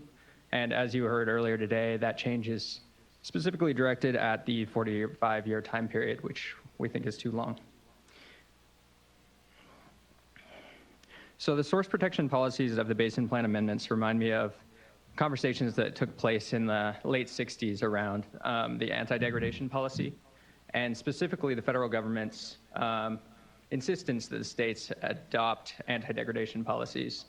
The reasoning for that push from the federal government is a really basic principle that I think applies here. And that's that you can't really begin to make real progress in making things better while you're making things worse. And I think that applies to CV salts and the idea behind CV salts, that we really need to come into, dischargers need to come into compliance with water quality objectives, and only then are we gonna make real progress on restoring groundwater basins, restoring sources of drinking water, and ensuring a sustainable Central Valley going forward. So we're asking the state board to reduce that 45-year time period. I won't go into a lot of justification as to why that's too long. I think that the residents that traveled up today made that point far better than I can. But I will point out that state board staff during negotiations over the last few weeks, I think, framed the question really well. And that framing was, what's a length of time that's really gonna drive urgent action? What's the length of time that's gonna push dischargers that's achievable, but that is gonna be in the back of people's minds when they're making decisions about their operations? I think 45 years is not it, but I'd pose the question back to the state board. What's a length of time that you're comfortable with that's gonna drive urgent action? And we'd ask for you to reduce that period of time to that number. And we'd also ask, I think, to echo points from Mr. Kane, especially this morning, talking about the necessity of strict and enforceable milestones. That's going to be really critical, I think, as the total number or the deadline for exceptions. That we look at requiring milestones that, sorry if I can have just another minute. That we look at milestones and adoption of milestones that are going to be aggressive and enforceable and show consistent progress throughout the period of the exception. We don't want to be leaving progress to the end. Progress tends to happen when there's a deadline, as we all know. Effective and urgent source protection is absolutely critical to a sustainable and healthy Central Valley. So we'd ask for your support in making sure that happens. And then I'd address some comments from this morning really quickly, if I have a moment. So 4F, there was some discussion around language and factors that kind of explain where we're at in terms of what we expect for operations and maintenance support. Those factors, like was discussed, were only proposed a couple days ago. So they really haven't gone through the process of regional board review, of stakeholder review. What we were looking for today is to really start that conversation and show what our expectations and interpretation are. So we don't necessarily expect a revision to the resolution today, and we were comforted by the regional board's statement that those factors are going to be taken into consideration as a starting point for discussions. I think that's sufficient for today. Before you move on, Yeah. since you raised 4F, I appreciate that comment that the factors will be developed and considered later on. If you could help me understand and get into the record too, for that matter, the underlying concern that led to your suggestion of those factors. Yeah, the underlying concern is that we had, especially after reviewing the draft resolution in its final form, we had some concern that it still wasn't clear when operations and maintenance support, when costs were going to be eligible for support through CV salts. So we tried to develop some factors that would delineate systems that were eligible and draw the line between eligibility and systems that may not be part of this program. And the thought was larger systems such as the city of Fresno maybe shouldn't expect support through the CV salts program, but smaller disadvantaged communities, water systems serving disadvantaged communities should expect support from the CV salts program in terms of day-to-day operations and maintenance and other costs, if those costs are higher because of nitrate contamination. So for example, we work with a community called Cantua Creek in Fresno County. And they actually switched from groundwater supplies to surface water supplies because of a nitrate issue. As a result, they're paying quite a bit for surface water currently. That's the kind of thing that we'd like to see receive some support through CV salts, that situation. So the factors are geared at making sure that that's covered, but maybe some other situations that don't make as much sense are not. And that's a difficult line to draw, which is why we proposed factors. Mr. Palupa, I will turn to you to respond. I assume those are factors and that consideration is something you're well aware of.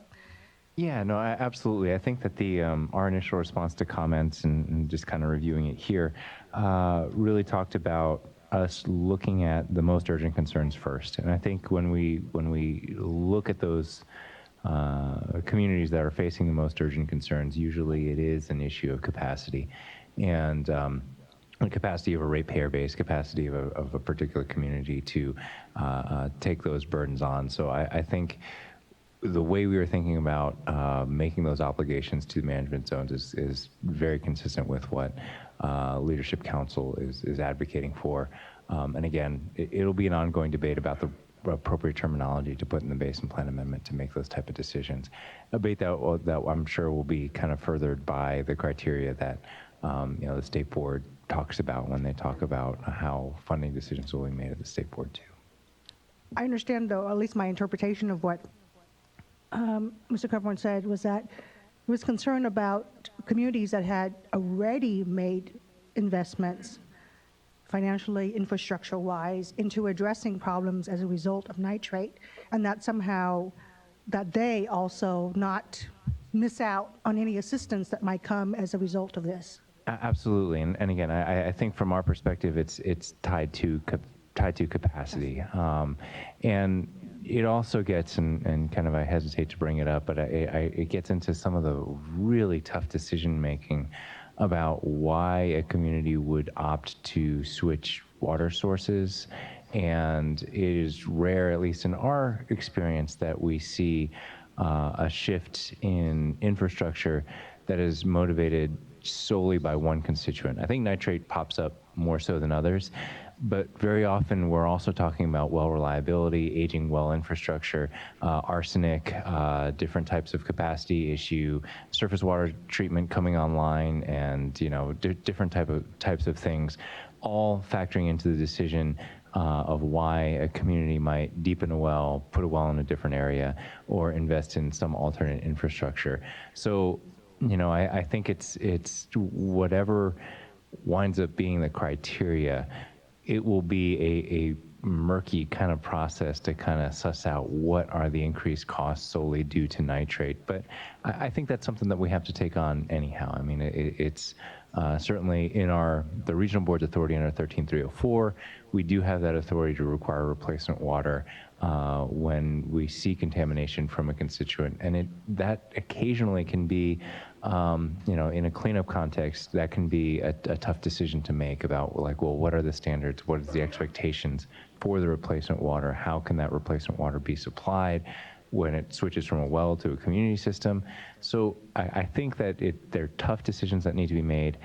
There's tough decisions that need to be made about past investments. But that said, I think we've been making those type of decisions for a long time in a variety of different contexts. It's certainly a bigger challenge when you have this type of widespread contamination, but that's something that we're willing to take on. Yeah. And 100% agree that this is a tricky line drawing type of problem.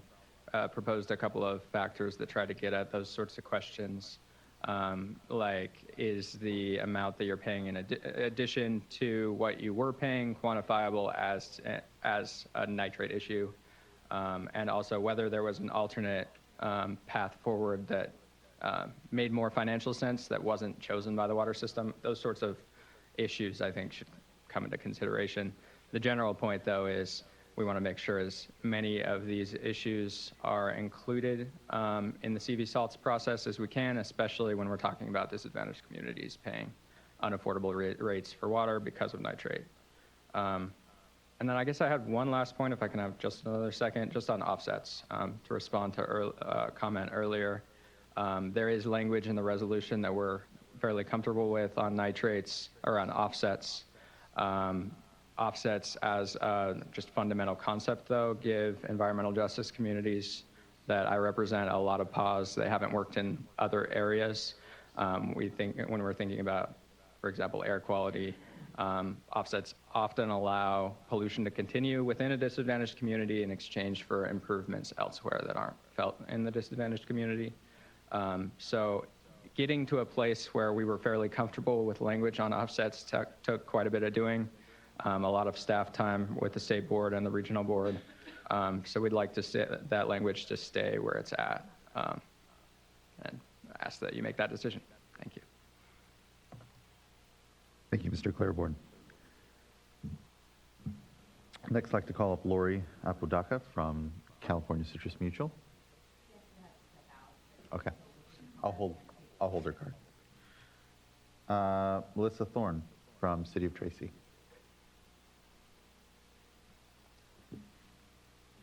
Good afternoon, board members. I think this item was teed up by Mr. Wiles earlier, but one of the resolution provisions in 1S said that the state board recognizes that the amendments to the basin plans do not authorize exceedances of water quality objectives in the Delta, but there are other policies and provisions, mixing zones and variances and various other things that would allow that, and so we don't want this resolution to overturn things that are already done. So Mr. Wiles had proposed amendment to this, and we think that that probably gets 90% of the way there. So we would appreciate you supporting that. Thank you. Thank you. I'll take 90%. Perry Klassen from East San Joaquin Water Quality Coalition.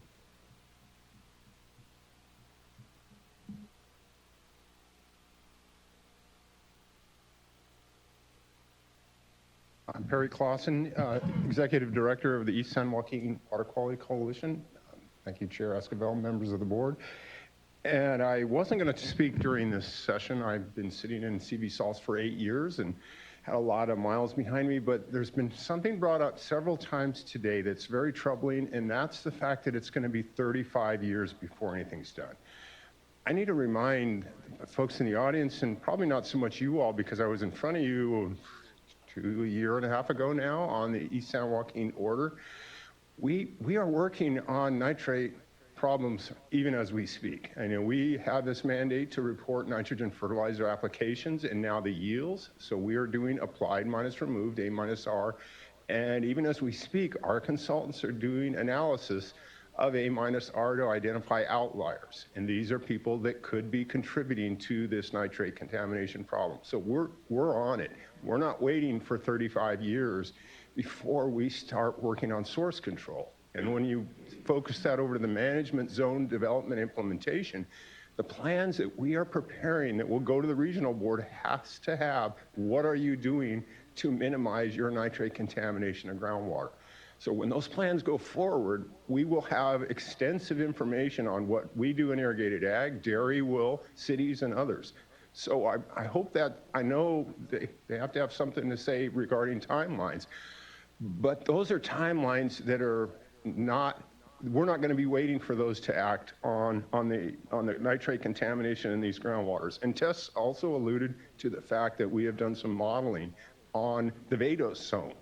And what grandpa put on his crop and great-grandpa put on his crop, there's still a lot of that in the Vados zone. We could stop ag right now. We're not going to because it would put a lot of people out of work. But that's got to work its way through the vadose zone. When we have no rain, when we have no ability to move those through the vadose zone, they're going to sit there, and it's going to take a while for our aquifers to respond to changes that we make today in our farming practices. So I just want to bring that forward, that there is non-activity apparent now. I didn't say that correctly. There is activities going on right now to manage source. And I want to keep that in front of you. This timeline is needed because we need these years to perfect our groundwater protection formulas, values, and targets, which was part of that order that was adopted. So there's a lot going on. And in closing, I want to say, encourage you to please adopt the Basin Plan Amendment today. Thank you. Thank you very much. Next, I'd like to call up Mr. Rob Neenan from the California League of Food Producers, who will be followed by Lee Orliff from Contra Costa Water District, or Leah, sorry. Good afternoon. I'm Rob Neenan. I'm with the California League of Food Producers. I'd like to start by thanking Patrick Palupa and his staff for all their hard work over the years on the Basin Plan amendments. Their leadership has been exceptional. It's also worth noting the contributions of Dr. Carl Longley of the Regional Board. His vision really helped make this process happen.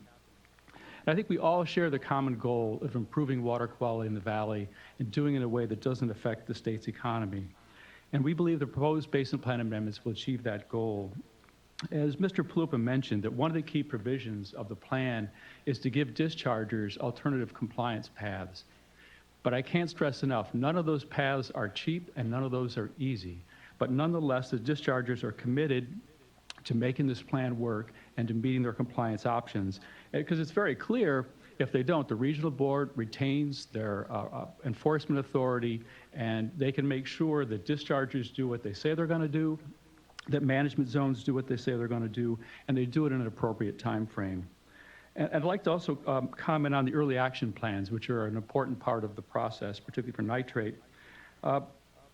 I'm pretty confident that all of these management zones are going to do everything they can to include all the relevant stakeholders, that they're going to provide safe drinking water to the folks that need it in a timely manner. And I'm confident of that because we already have 2 pilot projects underway, one in the Turlock Subbasin and one in the Kings River Subbasin. And those pilot projects are well along the way, providing a plan to provide drinking water. On the issue of salts, once again, work has already begun on developing a long-term plan for dealing with salts and to bring the basins back into balance in terms of salt loadings. But a one-size approach isn't going to fit all. We're going to have to develop new technologies, new systems, and new ways of doing business. And all this is going to take time, it's going to take money, but the Basin Plan amendments, we believe, are the best way to get there and the best path forward for everyone. So my organization urges the board to adopt the plans as proposed today. A quick question, please. Since you mentioned the 2 pilots, thank you for reminding me of that. In engaging the communities in those 2 pilot projects, was there an effort at community capacity building to ensure that there is meaningful engagement and active participation in the process? I think the speaker before me, Perry Clausen, can probably answer it better because he's one of the people leading one of those efforts. But I think they've made a significant effort to invite people to the meetings, to try to get the right stakeholders there. And I think significant efforts are being made. Actually, Perry that's would be the fine. one I don't want to comment on- take up the time now. I was just curious if you had that information. And I would ask staff, should the board adopt the resolution today with the friendly addition that I would propose, that staff reach out and find out what's been happening in these 2 pilot projects on the community engagement aspect. But I would clarify that for me, community capacity building is more than just inviting people to attend. It's actually providing support. Well, I won't get into the detail, but just a shout out to staff to follow up on that. I'm probably not doing justice to all the efforts that they're undertaking. Thank you. Next, I'd like to call up Leah Orloff from Contra Costa Water District, who will be followed by Richard Denton from Custer County Water District. Good afternoon. Leah Orloff, Contra Costa Water District. I'm here today, I'm speaking for my own agency and also for the Zone 7 Water Agency who weren't able to be here. We have both been engaged with the CV salts process for many years, and we're very grateful for the efforts that were made to address our concerns about surface water quality degradation in the Delta as part of the draft resolution before you today. Some concern remains, and we would like to suggest additional language for your consideration for that resolution that would help to balance the needs of Delta interests like us with the needs of the dischargers. CCWD and Zone 7, we both serve water to our municipal and industrial customers from the Delta. My agency, CCWD, has 4 intakes in the Delta. We provide drinking water to 500,000 people who live in and adjacent to the Delta. And as everybody knows, Delta water quality is quite variable. The salinity varies a lot, season to season, year to year. And CCWD has invested northwards of $1.5 billion in infrastructure to enable us to ride out those fluctuations and provide our customers with consistently high quality, low salinity water, drinkable water. So anything that increases salinity in the Delta makes it harder for us to do that, makes it harder for us to meet our customers' expectations. And that's true even when the water quality degradation does not involve exceeding objectives. We very much appreciate the proposal modifications to term 4K in your resolution that Mr. Wiley discussed this morning. His language is actually an improvement over the language we were going to suggest. However, the CV Salts Basin Plan Amendment still has the potential to increase salinity in the Delta, in spite of the protections that are proposed that are afforded by Delta water quality objectives and by anti-degradation policy. And to protect Delta drinking water quality, the Basin Plan Amendment should have what it needs are water quality objectives consistent with Title 22 mean contaminant levels to protect beneficial uses. You know, the expressed expectation that Delta water quality will not degrade is very nice, but I'll be very quick. Something with a little teeth in it would be nicer. So we would ask you to add another term to the approval language to adopt the recommended salinity level in the MCL for salinity has 3 levels. Cleanest one is the recommended level. We would like that to be adopted as the long-term goal in the Basin Plan Amendment, and with a specific amount of time given for dischargers who cannot meet it now to come into compliance. And I've brought a copy of our requested language with me. I'd be happy to leave it with the Secretary or with Mr. Wiley. Yeah, you can hand it to Mr. Wiles there. Oh, excuse me, Mr. Wiles. I actually prefer Wiley, actually. Well,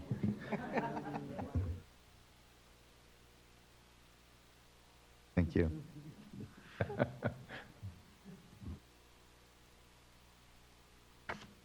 Mr. Palupa, why don't you wait until Dr. Dutton finishes? Because I assume he'll have similar. Certainly. Yes, yeah. Chair Esquivel, members of the board, my name is Richard Denton, and I'm here today as a water resources and water quality consultant for Contra Costa County. The county supports the comments made just then by Dr. Orloff and the comments that they made previously in written comments with Zone 7. Our own county has submitted detailed comments in May of 2018 on this particular set of amendments. And we've also commented other times about the lower San Joaquin water quality issues, for instance, a letter back in April of 2017. So we continue to be concerned that the water quality objectives are not protective of downstream uses, that if you're discharging at a higher salinity upstream, that's going to affect water quality downstream. Even if you have a situation where water is needed from New Melones, or according to the modeling, not needed from New Melones to meet the Vanellis standard, you still have issues, as Dr. Orloff said, that you could have water quality at Vanellis that's below the standard, but still much higher than the quality of water that CCWD needs to use to fill their reservoir, to put good water quality into their reservoir for their blending operations. So you can still have degradation even though there's, the standards are being met at Vanellis, and that degradation would be caused by water being discharged at high salinities upstream. Another concern is the need to, there really needs to be a glide path like there was for the Grasslands Bypass project, that rather than just saying you can stick at 1600 for 45 years, you need to set milestones. And there was discussion about various milestones that are going to be met, but I haven't seen those milestones written down. So you need to have a glide path where you start off perhaps at 1600, but over a period of time go to 1400 to 1200 and eventually to 700, because 700 is the salinity that's needed for agriculture in the Delta, as Mr. Pulpa mentioned earlier. And then I did notice that you had a requirement in there, which is a good one, about annual reports and 5-year reports. That's on page 6, number 2. Unfortunately, there's no real discussion of what the consequences would be if you didn't meet milestones, and in fact, there's no real mention of what milestones are to be met. So when you're reading those reports, what are you going to be looking at? How are you going to be able to judge whether progress is being made? And what are you going to do about it if progress is not being made? So I think those are issues that need to be considered as well. And then the other issue that we have had not just on this particular topic, but in other appearances for the state board and the regional board, there does seem to be a tendency at the moment to heading in the direction of degradation of water quality in the Delta rather than improving water quality in the Delta. And even the action of taking the South Delta standards and changing it from 700 to 1,000, that's a net degradation. And at the time there was a discussion, well, the flows coming down the Delta from the San Joaquin due to the water quality control plan update, those flows are going to improve water quality. But at the same time that that's happening, the state board is entertaining the idea of voluntary settlement agreements. And they may end up just saying, okay, we have other ideas. We don't need to increase flow into the Delta from those 3 tributaries. We could just have habitat or something like that. So there's no guarantee that those increased flows are going to occur, and therefore no justification for increasing the salinity limit from 700 to 1,000. So all those sort of factors we need to take into account. So as you're moving forward, all these various actions are incrementally degrading water quality, and then that is a concern. And just one last thing is, there was discussion, I'm not sure whether Mr. Wiles or Mr. Palupa, just saying that in the future they didn't expect the salt load being exported to the valley to increase, that we'll have a stable situation, and then they'll work through this balancing to reduce the salt load going to the river. But as I think Dr. Orloff pointed out, that we are going to get degradation in the Delta in the future, sea level rise, all sorts of things.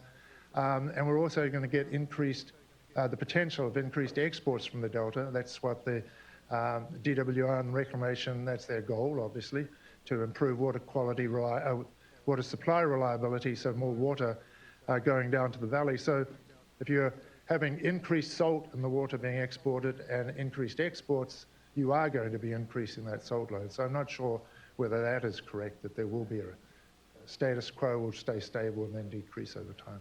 Thank you. Thank you. Mr. Palupa, do you have a response? All right, so there's a lot to unpack there. I think I'll start with really what the from the vantage point of what the discharger will be facing under the proposed basin plan amendments, for both NPDES dischargers and for non-NPDES surface water dischargers and groundwater dischargers, they'll be faced with an immediate choice of either comply with a 700 or 900 standard where the AGR isn't applicable, although the AGR is pretty much applicable in nearly all the surface and groundwater in the valley, or to go to a permitting approach that requires participation in the prioritization optimization study and be faced with performance-based limits that are applied to essentially impose the regional board's judgment of what is a reasonable, feasible, and practicable means of controlling salinity in the discharge. So a salinity minimization strategy, an increment for growth, all of that, but basically the salinity load is arrested to the level that it is based on the performance-based standard. So again, so a few dischargers will meet the 700. There's a few out there that can do that. The rest of them will be paying into a study to figure out what the overall salt solution is going to be for the Central Valley. That study will be concluded 10, 15 years from now. And then that will set the gears in motion to do another set of basin plan amendments to essentially encapsulate that strategy and then move to the next steps of actually building the infrastructure needed to effectuate that strategy. So that's kind of the timelines. I think something is getting lost in translation again, that there's a 45-year time frame for salinity discharges. That's not accurate. That's not, essentially the standards are you meet the 700 or you get a performance-based limit and you pay into the P&O study. That's for phase one. That's a 10 to 15-year time frame. And the anticipation is phase two will involve a separate set of basin plan amendments that will set those standards more strictly.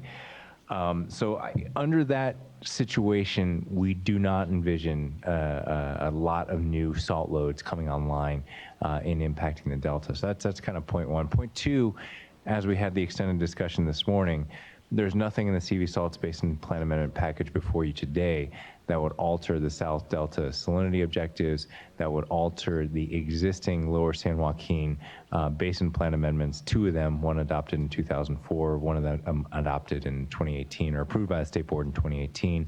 So neither of those will be changed by the amendment package that's in front of you today.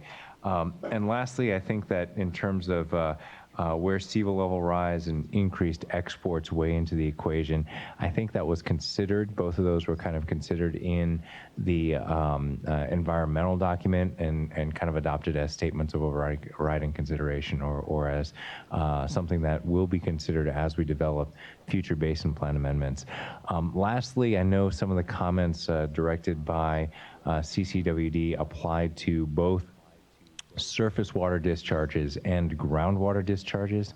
And I think that in the groundwater discharge, we want a great deal of flexibility in terms of how the salinity standards or the salinity requirements for a particular discharger will be set.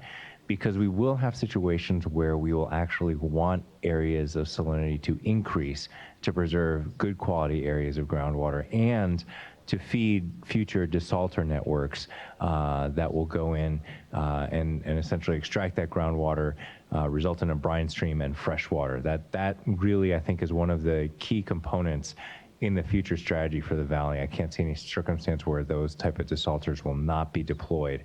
The economics just make sense. With Sigma tightening up water supplies, with increased or decreases in reliability of surface water supplies for drought, I can almost guarantee you that regional desalter networks will need to be employed to maintain the agricultural productivity of the valley. So to have those work, you really need fairly salty water for them to work economically.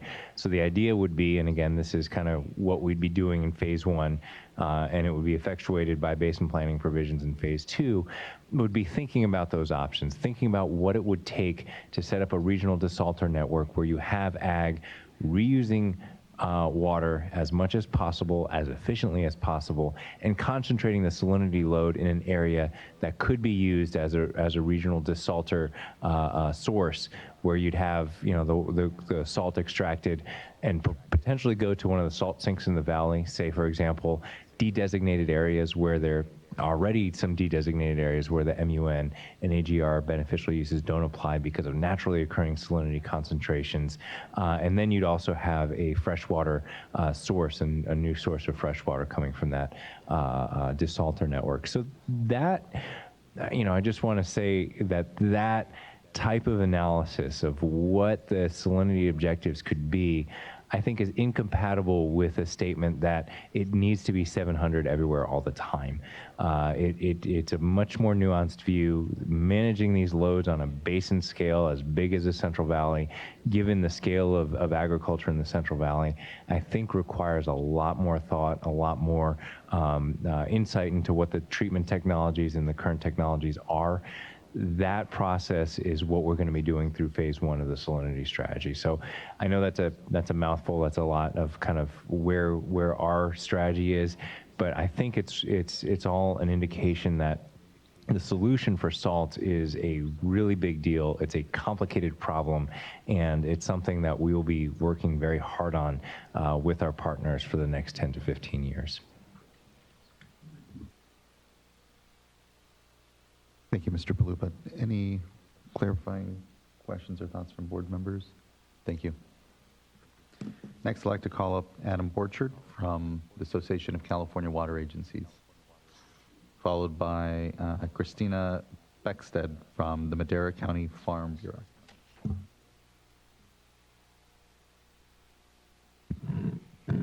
Good afternoon, Chair Esquivel and board members. My name is Adam Borchard with the Association of California Water Agencies, also known as ACWA. In general, ACWA supports the adoption of the Basin Plan amendments. This has been a decade-long stakeholder-driven process, and the overall framework for the Basin Plan amendments is a good step in the right direction. Thank you. Thank you. After Christina Beckstead from Madera County Farm Bureau, it will be Anya Rodava from Western United Dairies. Good afternoon, Chairman Esquivel, board and staff. Thank you for the opportunity to provide comments. My name is Christina Beckstead, and I'm the Executive Director of the Madera County Farm Bureau. And I'm here today to represent on behalf of the members of Madera County. I'd like to echo the remarks made by our fellow industry partners and representatives, but would like to emphasize the importance of adopting a salt and nitrate management plan that works for everyone. This has been a long, drawn-out process, having commenced over 10 years ago, resulting in countless hours and millions in expenditures to find compromises that work for all parties involved. We agree that the plan may not be perfect. However, it is a vast improvement over the management of salt and nitrates. With the Sustainable Groundwater Management Act underway, agriculture needs a solution that is not constrained by unreasonable time limits. Agriculture is already facing rather tight timelines for very comprehensive issues, and by further modifying the timeline in the draft resolution, this board is setting agriculture up to fail. We have all heard from reports such as that of Thomas Harder that even eliminating agriculture in its entirety would not solve the nitrate problem in the next 100 years. We ask that at a minimum you adopt the plan as currently drafted in the resolution, but would encourage reverting back to the previous timeline of 50 years. I'd further suggest that this board move forward with adopting this plan today and to avoid any further delays. Not adopting a plan only takes us back to the drawing board, throwing out the millions of dollars that have already been spent to date, and resulting in another decade of discussions and millions more in tax dollars getting wasted with no solutions or water quality improvement. I'd like to remind the board that agriculture is one, if not the largest industry in the Central Valley, and the people impacted in these Central Valley communities are largely tied to agriculture and need immediate attention. We know that it is critical to ensure a safe and reliable water source for the health and vitality of this region. Agriculture is committed to implementing a solution for their communities, and this is the path to it. Again, thank you for the opportunity to comment, and thank you to the board, staff, parties, and stakeholders for all of their efforts in this process. Thank you. Next, I'd like to call up Anya Radava with Western United Dairies, who will be followed by J.P. Catavalia. Good afternoon, members of the board. My name is Anya Radaba. I represent a vast array of dairy farming families, all the way from Humboldt County down to Calexico.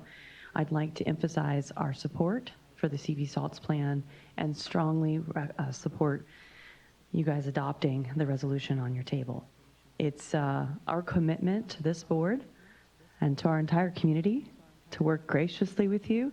We're very excited about the partnership and think that CV Salts represents the pinnacle of partnership that we've been directed by the last several legislatures and governors to do. This is a really important step in the evolution of the dairy industry's point of view on this topic, and we're very excited to see that there's a lot of progress and conversations happening and excited about the next step. So again, I recommend that you adopt the proposal. Thank you. Thank you. Hi, J.P. Cataviella. I'm administrator for the Central Valley Dairy Representative Monitoring Program. I'm also here representing the Dairy Cares Coalition, which was a member of the Central Valley Salinity Coalition for a number of years. So I've served on that board in developing this stakeholder process. I want to start by referring to the additional stuff that was added to the administrative record today, the September 20 letter from Environmental Law Foundation et al. We have a concern since it's been added to the record. I want to go ahead and respond to a concern we have with that letter, and it is a mischaracterization in our view of what the summary representative monitoring report for the dairy industry actually said. And it's characterized in that letter as us concluding in our report that CV salts was not necessary because we can get to compliance without it. In fact, the report concludes the opposite.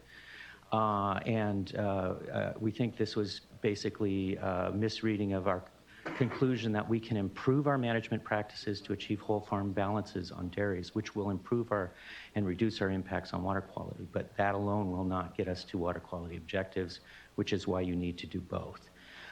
So we just wanted to clarify that for the record. We would just ask that without going into all the other concerns we have with that, they did attach our report to theirs. So if it's included in the administrative record, then we just caution people to just read the report rather than their characterization of the report. The second point I'd like to make is really with regard to the point of the day, what's this 45 years about, and why is that okay or why is that not okay? We've heard a lot today, stop the pollution now, which sounds great. The reality is, though, to actually stop the pollution now, which really means to not cause or contribute to exceeding water quality objectives, we literally have to get farming to almost near zero impact. And while that's a laudable goal, it is not possible with today's current technology. And we may be able to get there in a few decades. We're not sure. We can certainly begin that process. In fact, we already have to move in that direction. But the only way you could do it today is literally to stop farming. And I don't think that's what people are asking for here today. So I just want to make that distinction. What we really need to make clear is that we don't, and others have made it, I'm just going to say it in my own way, we don't know how long it's going to take to get there, but we can do certain things now. We can ensure clean drinking water for everybody now. We don't have to wait till we have perfect farming to get there. We also don't have to wait to make improvements. And so I think that's the spirit that we should approve this today. We will continue as a dairy industry our diligent work to further improve efficiency in the way we use fertilizers in farming. There's so much that we agree on here. I know today has really been about where are our differences and what are the final ironing out, but we agree we need safe drinking water. Too little has been done. We can change that all today. This item that you're considering today empowers local people to work together to ensure clean drinking water. And your yes vote on this process can mean we begin having those meetings within literally a few weeks. In fact, and we're anxious to do that. In fact, we've started. You heard about the pilot projects that we've already got going. We weren't waiting. We thought, let's get going on this right away. We have those in Turlock and Tulare. So we can move from, I've heard frustration today from folks about, oh, we have to go all the way up to Sacramento to have a meeting, and it's just a meeting about how we might solve the problem someday. That's over. It is time for us to start actually having meetings in the communities, hear from the community people about what their needs are, and then have meetings about solving the problem, not how we're going to solve it, but how actually having those meetings. And so we're really anxious to get started with that process. We've sat through the hundreds of hours of meetings over the last few years to get to this point, and we just encourage you today to vote yes so we can get to that next part, which I think is going to alleviate a lot of the frustration that you've been hearing today when people start seeing those solutions come online. Thank you so much. Thank you. I'd like to call up Lori Apodaca. She made it back in the room? No. Okay. Then I would like to call up Carrie Fisher from California Farm Bureau, followed by Jennifer Clary from Clean Water Action, and then our last speaker will be Dr. Carl Longley from the Central Valley Regional Water Quality Control Board.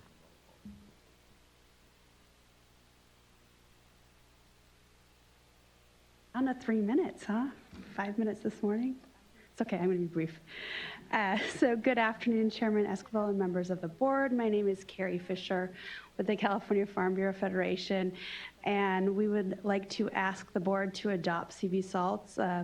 Although we will admit and say on the record that it's far from perfect, we think that this is a plausible solution and approach to dealing with salt and nitrates within the valley, and definitely better than anything we currently have regarding regulations and how salt and nitrates are managed. I will just touch quickly on the timeline. I would like to echo something that Board Member Dudok said earlier about the balancing of realities. I think you put it eloquently and perfectly on how this is a balancing of realities in total, and this is something that we are working on a solution for, and reality is it cannot be solved tomorrow, but this is definitely a step in putting us in the right direction. And then I'd also like to echo what Perry Clausen said earlier about what is actually going on. There were some comments earlier this morning that talked about the fact that if we were to allow a timeline of 35 years plus a potential extra 10 years, that management practices on farms would not change for 45 years, and that's just a false statement. Things are happening right now with the Irrigated Lands Program. They're happening at a quick pace for what we can do with the science we have and the science that agriculture is funding, so that proper and best management practices are currently developed and then employed on the ground. So thank you. Thank you. Ms. Clary? Bring my computer with me because A, I can't read my handwriting, and B, I've been taking notes all day, so I know what to say. So thank you very much. This is a long hearing. It's actually a little less than normal for CV salts, but I know you guys aren't used to them. So my name's Jennifer Clary. I'm the Water Program Manager for Clean Water Action. I've been working on CV salts since 2010, and so I would say that I get along with most everyone now. My biggest problem with CV salts meetings is staying awake for 6 hours, which is why I have people who are a generation younger than me going to the meetings now. Thank you, Mike and Debbie.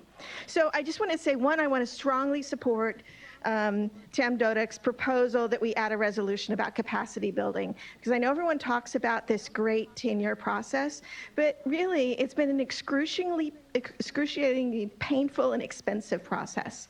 I mean, our three organizations have a very strong bond now, but we forged it because we couldn't, none of us could afford to do it alone, and no other environmental justice nonprofits were able to participate. So let's just think about, when we're doing processes like this, how do you create a process that has less bureaucracy and more engagement? And it's a tough thing to do, and I know it's something that's coming up over and over again with SGMA. And I think that your step of requiring some kind of capacity building is just a really, really wonderful idea. And we could use it in the management zone implementation process as well, which I've been attending the Turlock sub-basin meetings, and they're working very hard, but I think that there's a need for capacity building in that as well. And I just also want to reinforce the paragraph 4F. I'm not going to beat a dead horse, but just to say the reason why we're really interested in that is because throughout the process, we've been trying to understand who gets helped through CV salts funding. Like, where's the line between who gets help and who doesn't? And there's a tension because, of course, all the folks at the table, the dischargers, have to pay for that. So there's this natural tension about drawing the line. We want to draw the line higher, they want to draw the line lower, so we really want the board's leadership in trying to figure out where that's supposed to go. And finally, the 45 years, I just heard Patrick say that in 10 to 15 years, they're going to be doing a basin plan amendment to incorporate salt. And so if they think if we can't do a 20-year limit for nitrate and come back in 15 years and say, well, we'll add another 10, seems perfectly reasonable to me. And I would point out that it is difficult to meet the nitrate standard. The Harder report said on average, agriculture was applying 40% above crop uptake. So there's a lot of low-hanging fruit there. But you have to remember you have a little bit of a delta there. The Harder report also estimated that to get to above the drinking water standard, it's 45 pounds per acre foot of water per acre. So that's kind of the delta you have for over applying. So just to say, you don't have to be perfect, you don't have to be near zero, but you got to be under 140%. So I think that we can do it. Happy to answer any questions you might have. I'd like to thank staff of both the state and the Central Valley Board, Undersecretary Peer, and all the board members for your help, especially in the last few weeks. Thank you. Thank you. Last, I'd like to call up Dr. Carl Longley from the Central Valley Regional Water Quality Control Board.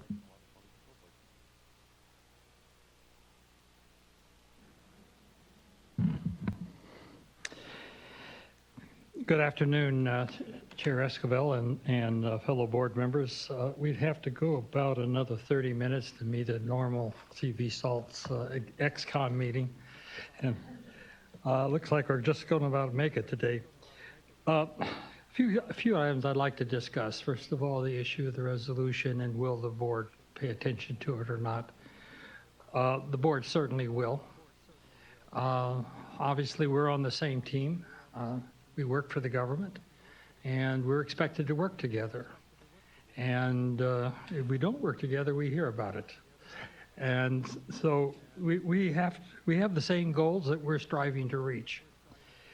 And just to go a bit further, I have to thank Rob Neenan for saying that I had a vision, but Rob, that vision was actually instilled in me on January 30th, 2006 by none other than Tam Dudek. So there's a lot of compliments to pass around here.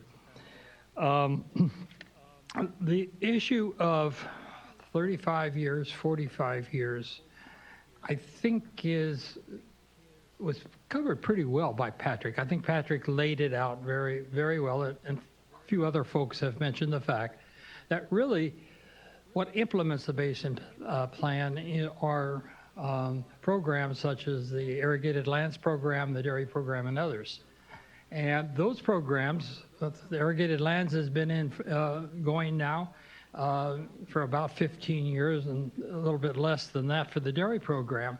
But if you look at those programs over time, they have added, to this point in time, restrictions, requirements that have made those very, very stringent programs to stay with, particularly to live with, particularly the Irrigated Lands Program. You well know that, as was mentioned earlier, the San Joaquin Order is a good example of that. So we're in the process of pulling down additions of nutrients to land to what is very minimally required. And I think that you are going to see, as we continue, that agricultural practices are going to be developed or that are going to be able in many areas to meet that goal. Not always, but we do have the issue of the huge inventory that we have of both salts and nutrients in the VADOS zone. And by the way, one of the factors that can get us closer to our goal faster is a very vigorous groundwater recharge program. And where we've had groundwater recharge, we've actually seen communities come into compliance with the nitrate goal. So there's a lot of good reasons for doing groundwater recharge and pushing a very vigorous groundwater recharge program. Something else? Oh, I'm sure there's something else. Yes, there is. A lot of folks are just learning about CV salts, it seems, and we've been in existence now for about 14 years. And quite frankly, when this whole program started, we invited a lot of organizations, stakeholder organizations to the table. Some showed up and some didn't. And I'd just like to put out the call again that as we go into the next phase, and CV salts, the XCOM is not going away. We have a meeting next week, and it's going to be, I'm sure, in existence for a long, long, long time, probably more than anybody in this room is going to live. And you're welcome to come to the table. So I put that out to any organization out there that wants to be heard at the table as we discuss these issues. As was pointed out, we're moving into a new phase, a very important phase.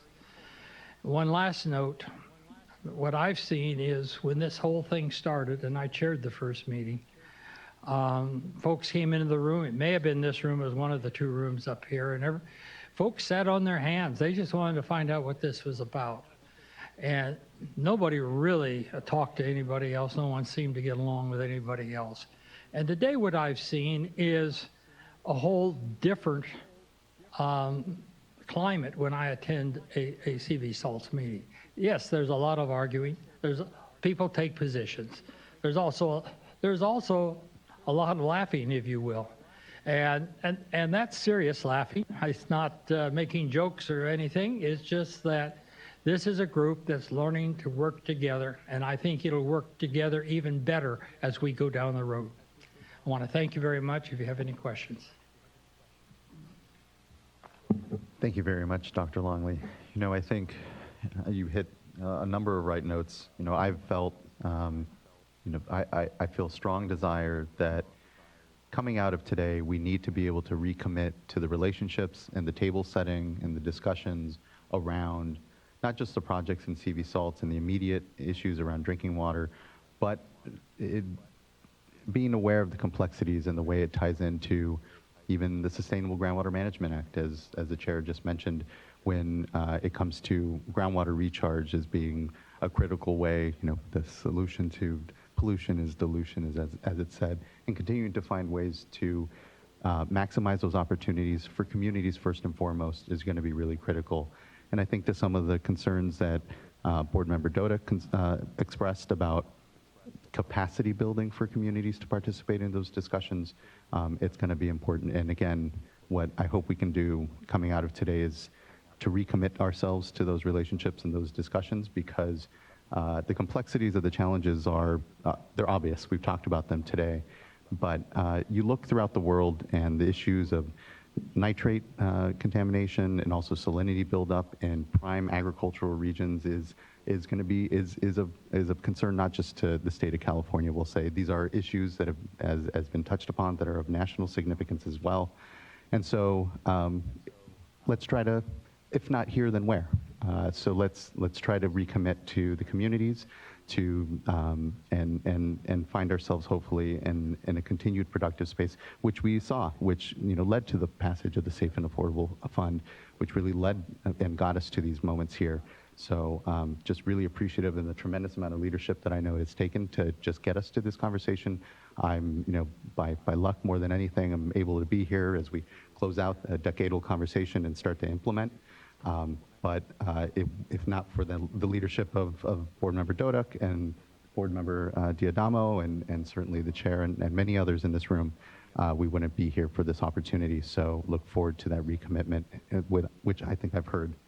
That being said, I think we have a few outstanding things to discuss amongst us here. First is perhaps is the issue of the timeline, whether or not this board feels the 45 years is appropriate, how we might view it, and how I think we've thankfully had a good amount of discussion so far there. When it comes to 4L, the additional 4L and the adjustments to 4K, I am in complete support. I think what I had heard was that it does help address some of the salinity concerns out there, but would just kind of flag those two things generally, Actually, 3, resolve 1S as well. and that as well then. Just kind of wanted to set that table and open it up to my fellow colleagues, maybe whether we have some discussion on the 45-year timeframe or just general comments from you all at this point. Yeah. Perhaps if I could begin with some general comments and then get down to specific recommendations. Echo everything that both chairs have said in terms of just the tremendous commitment, the tremendous effort, and the tremendous, I guess, growth this process has had over the past 12 plus years. Whenever CV salts come in front of Dr. Longley's, he always makes sure that I get part of the blame for being there at the start. But in this case, I have to say, hopefully, if things work out today, it will have been one of the proudest accomplishments during my time on the board. I think very much due to the commitment and just the sheer dedication of everyone involved. And earlier, I made special recognition of Ms. Dunham, but I should also be fair and make the same recognition of Ms. Clary, who has been engaged throughout this entire effort as well. And you brought along a new generation of EJ leaders to participate in the effort, so thank you very much. And, you know, given how I guess, invested I have been in the CV salts effort over the years, and guess how impatient I have been over the years with you on progress. You know, 6 weeks ago, I found myself being very, very much on the verge of not being able to support the amendment, or at least the draft resolution that was presented to me by staff. And what an amazing 6 weeks. What a difference this makes. Maybe I should go on vacation more often. When I went on vacation, I came back, and thank you to Ms. Pierre from Cali, PA. Thank you to all the stakeholders. But you've gotten the resolution to the point where now I think I'm generally very comfortable with it, with a few issues that we need to discuss, the 45 years timeline being one of them. But I would recap, like the chair just said, that I'm very comfortable with the addition of Resolve 4L and the amendment to 4K as proposed by Mr. Wiley, but also as amended after discussion with the stakeholder during the break. I'm also very comfortable with the changes to Resolve 1S. I think, Ms. Townsend, you have some proposed language from staff on the capacity building effort. If you could put that on the screen, it would be a new Resolve 1T for TAM. And it would read, directs the State Water Board staff within 1 year of approval of this resolution to identify internal and external options for developing and expanding the capacity of local community organizations to participate meaningfully in the development of management zone implementation plans and related processes. So I would propose adding that new resolve. And that leaves us with Resolve 4H.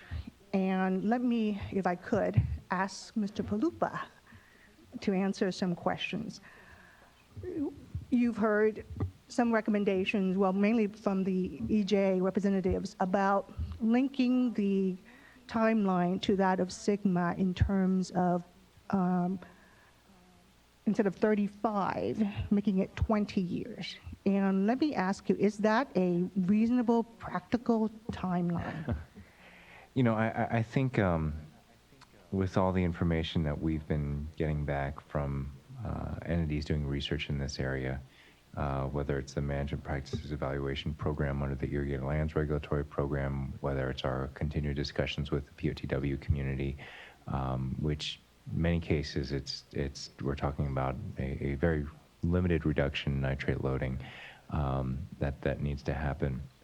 The numbers genuinely are 30 years or more to put the infrastructure in place or to try and figure out what the science will be to get to the point where we're in compliance with water quality objectives. In addition, I think that most of the SRF loan type of planning horizons are about 30 years. So it would take you a few years to get your project together. Then the package that you'd be paying off would be for about 30 years, including some mix of grant fundings in many cases. So I would be hesitant to endorse any option that's lower than 35 years, with the very strong point that I'll need to make that under the anti-degradation policy, if dischargers can practically come into compliance on a time schedule that is shorter than what the basin plan provides, they have to do that, and the regional board has an obligation to adopt waste discharge requirements that put them on that shorter track. So even if we adopt a schedule that's 35 years, if a technology comes along tomorrow that is practicable to implement and can be done on a time horizon that's shorter than those 35 years, then the regional board would be under the obligation to consider the practicability of that treatment technology and put them on a shorter time frame. So I think that operates to help folks who may feel some discomfort for the 35-year time horizon be a little bit more comfortable for that. I think, in terms of where the decision lies on going above 35 years, it was the, a kind of good faith comments from many in the discharger community that it may take 50 years for some of their dischargers to come into compliance, particularly those growing crops on specific soil types faced tremendous challenges in coming into compliance on those types of timelines. For some, but yeah. not necessarily all. Absolutely. And No.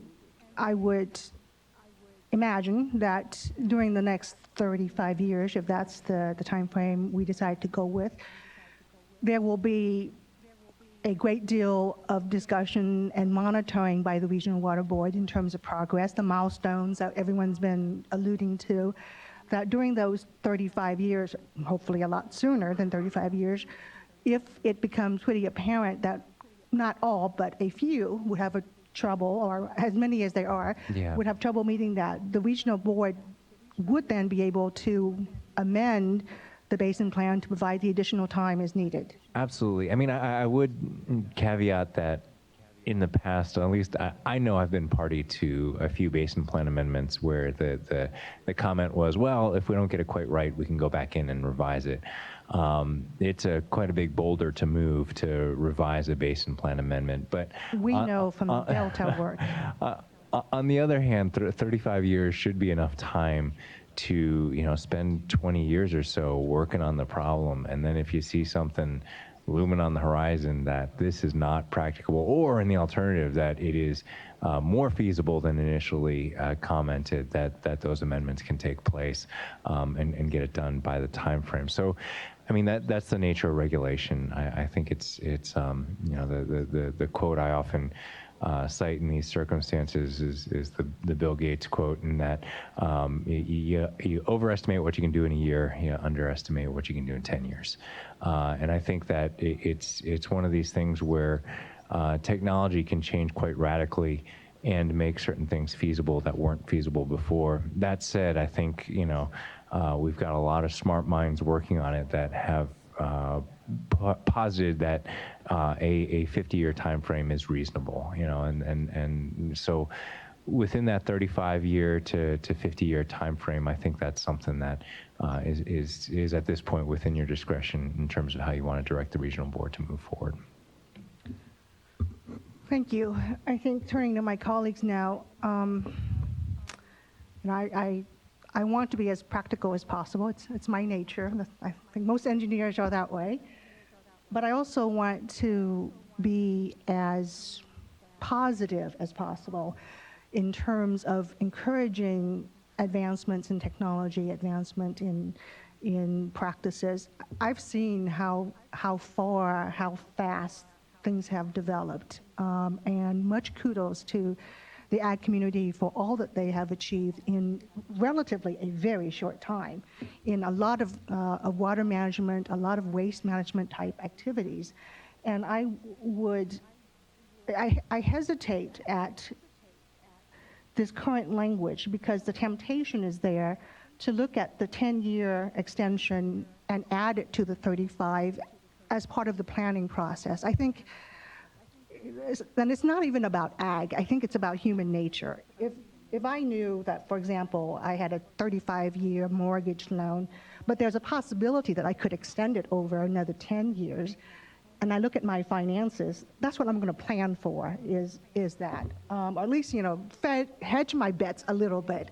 So I do want to encourage as much as possible the idea of a 35-year as a planning horizon to encourage people to do, to seek out those innovations, to be as aggressive as possible in achieving that goal, with the knowledge that the regional board does have the option in the next 35 years to revisit and, if necessary, provide the additional timing. But I think right off the gate, given how much progress that has been made already, given the partnership and the collaboration that has been formed, I would like this effort to get off with as strong a motivating force as possible, and with the signal that we believe in this power of CV salts, this power of this collaboration to go forth and be successful. I would propose that we delete the clause with the opportunity for one 10-year extension for a good cause, and trust in the process going forward, trust in the collaboration, trust in the Regional Water Board to set those milestones, to measure progress, and to revisit this if appropriate, as appropriate.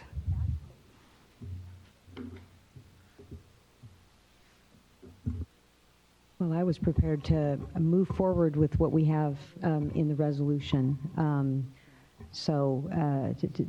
I think, first of all, I just have some general comments to make, and then I'll respond to your suggestion, Board Member Dodick. But also want to use this as an opportunity to just say that I agree with the other resolution changes that you outlined previously and would be supportive of the resolved one TAM language. So, I'm looking for my notes here. I've been very hopeful throughout today, and on this issue in particular, it's been quite a challenge. I live in one of those areas that's on the map. I'm in the Turlock Sub-Basin.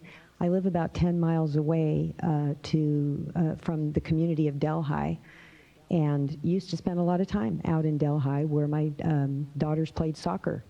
And we were drinking out of faucets over in Delhi. So as a mother and community member, this is an issue that is very important to me personally.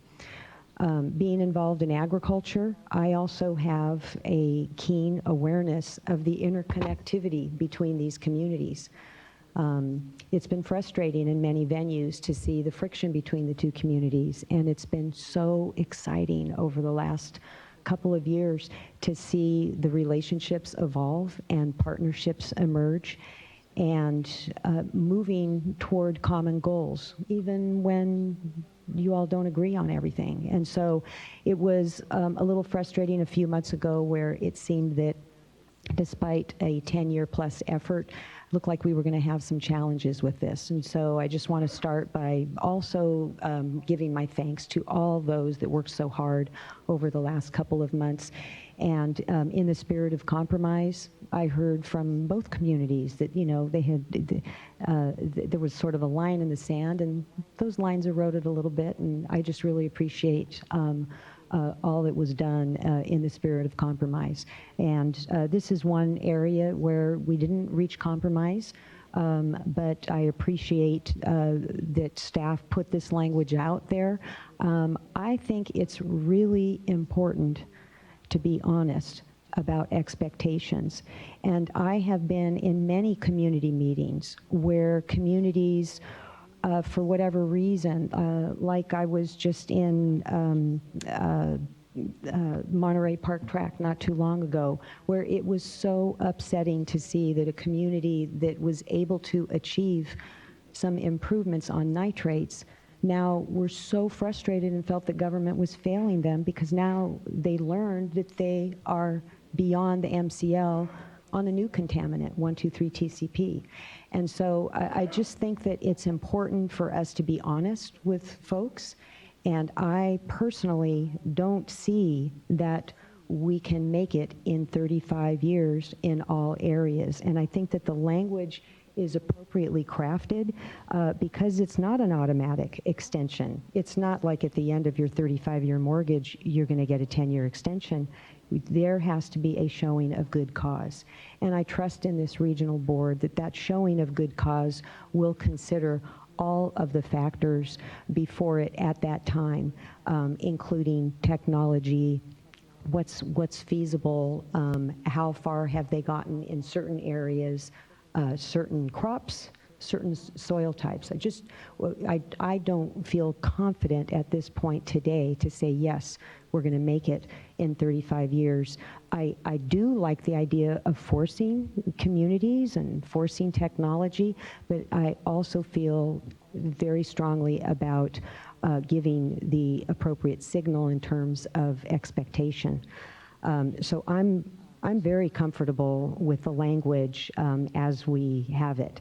And I do want to just take this opportunity to also talk about, there's been some conversation here about vision. And this really is a visionary program. It allows us to get out of the complexity. When you're in that community, you get frustrated. And isn't there a way for us to provide safe drinking water? Why is it taking so long? Why is government taking so long to get through planning and processes?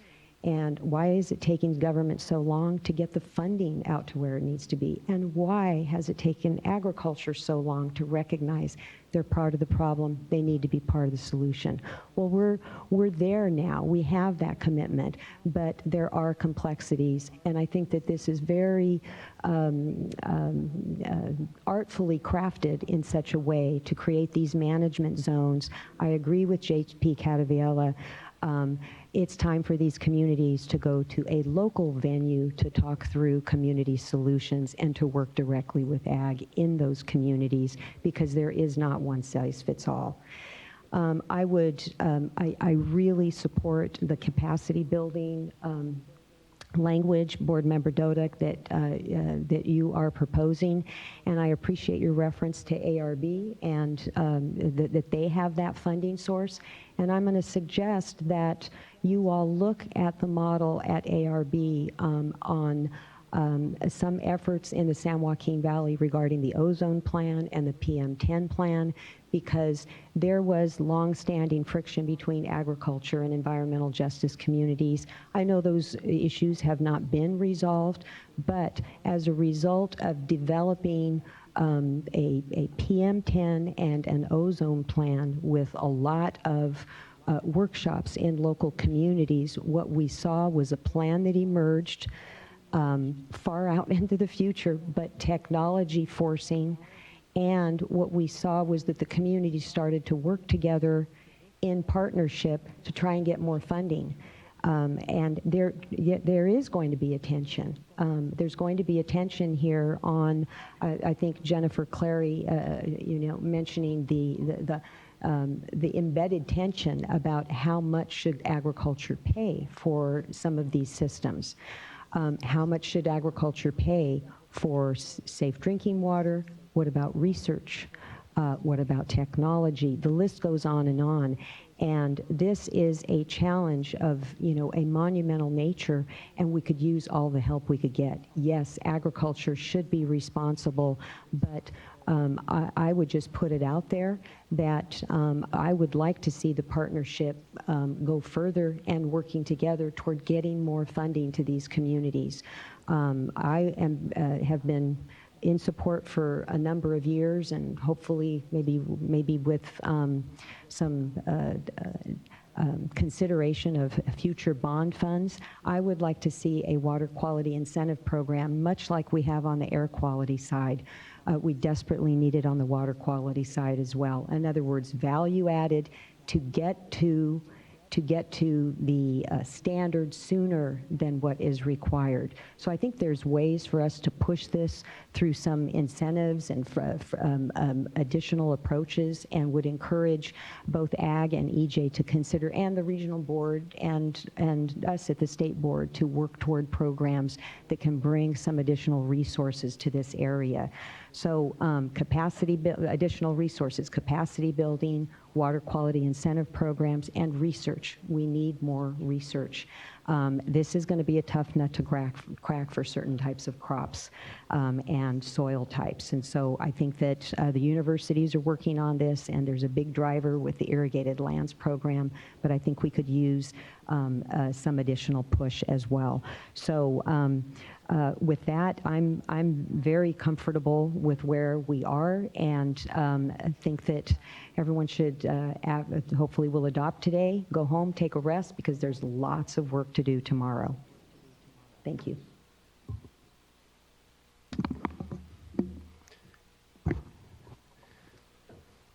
I really wanted to start off by thanking everyone who's been involved with the CV Salts program and its development over the last 13, 14 years, whatever the number of years is. It's really a remarkable effort to try and solve some of the largest challenges that are faced in the Central Valley, both for sustaining agriculture on into the future and also ensuring safe drinking water for our communities that have been so severely impacted by this and will, for all intents and purposes, continue to be on into the foreseeable future. But this, I look at today, hopefully, as the start of change.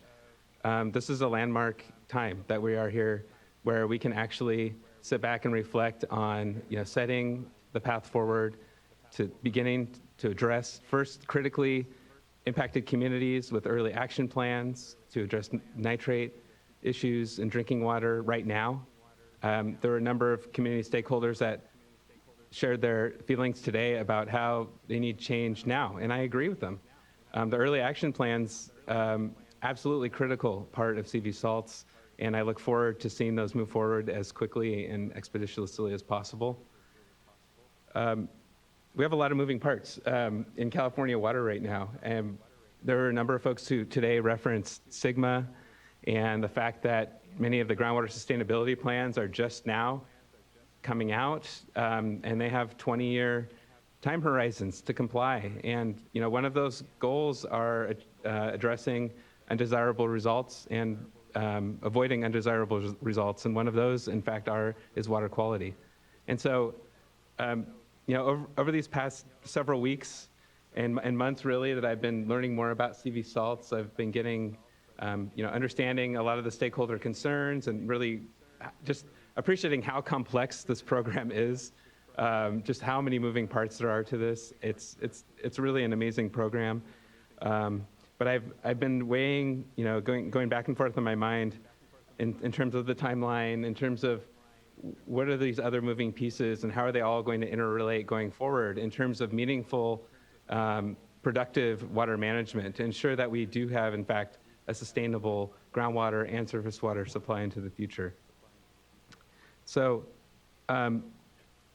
this year also changed with SB 200 and safe and affordable drinking water, and so I appreciate the additional resolution language that includes, of course, close coordination with the Division of Drinking Water, because that was one area that was weighing on my mind in terms of the early action plans, and I appreciate the discharger community for signing up to that, but then how would that work with safe and affordable drinking water now that that is also a reality? So I think there is a commitment across all fronts to work together in collaboration, because we are all on the same team. We're all working towards the same goal, and I'm excited, frankly, for the next several years to see that become a reality, frankly.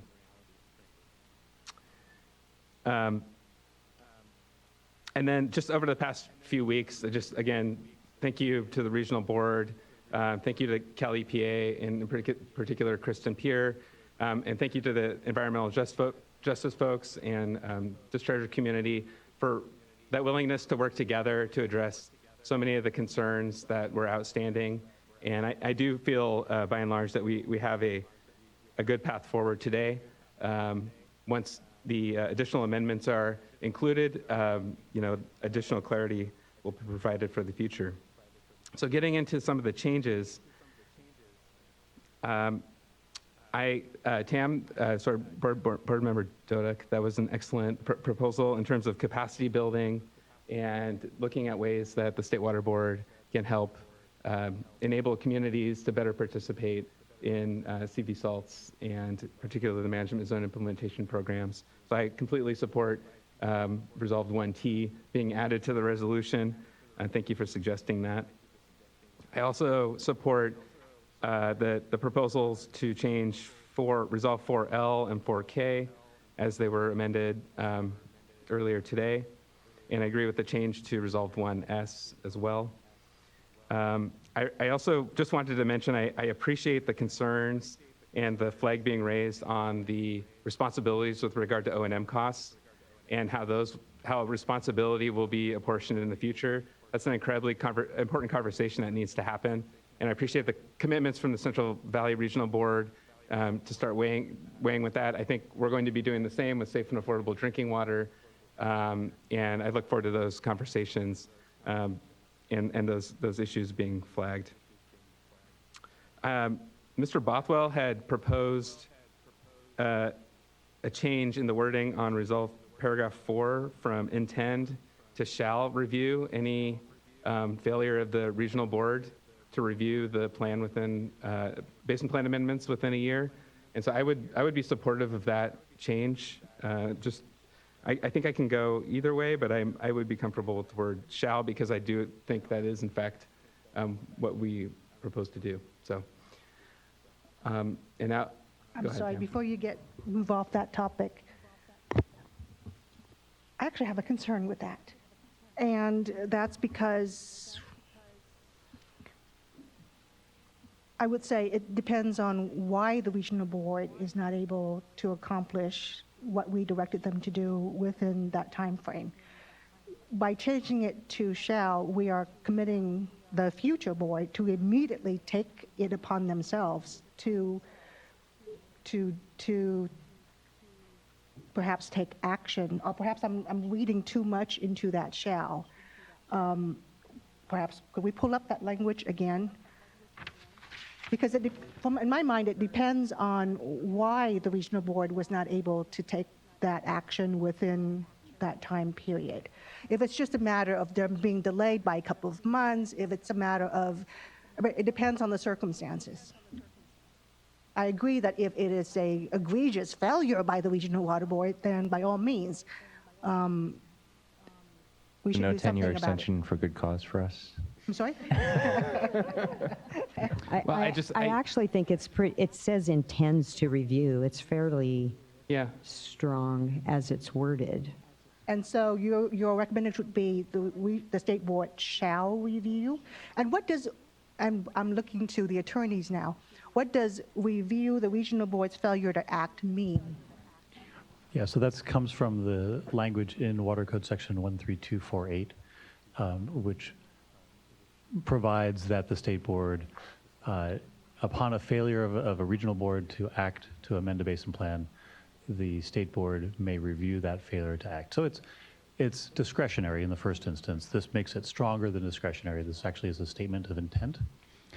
I guess I should tell you as your lawyer that generally speaking, there's a sort of a general rule against legislative bodies committing themselves to do things in the future. I'm not going to tell you that you couldn't change it to will or shall or some version of those, but generally speaking, there is that sort of a principle. Never mind that. What does shall review mean? Could review just merely say calling the executive officer of the regional board up to us and asking what's going on? Why haven't you done this? Do we need to step in?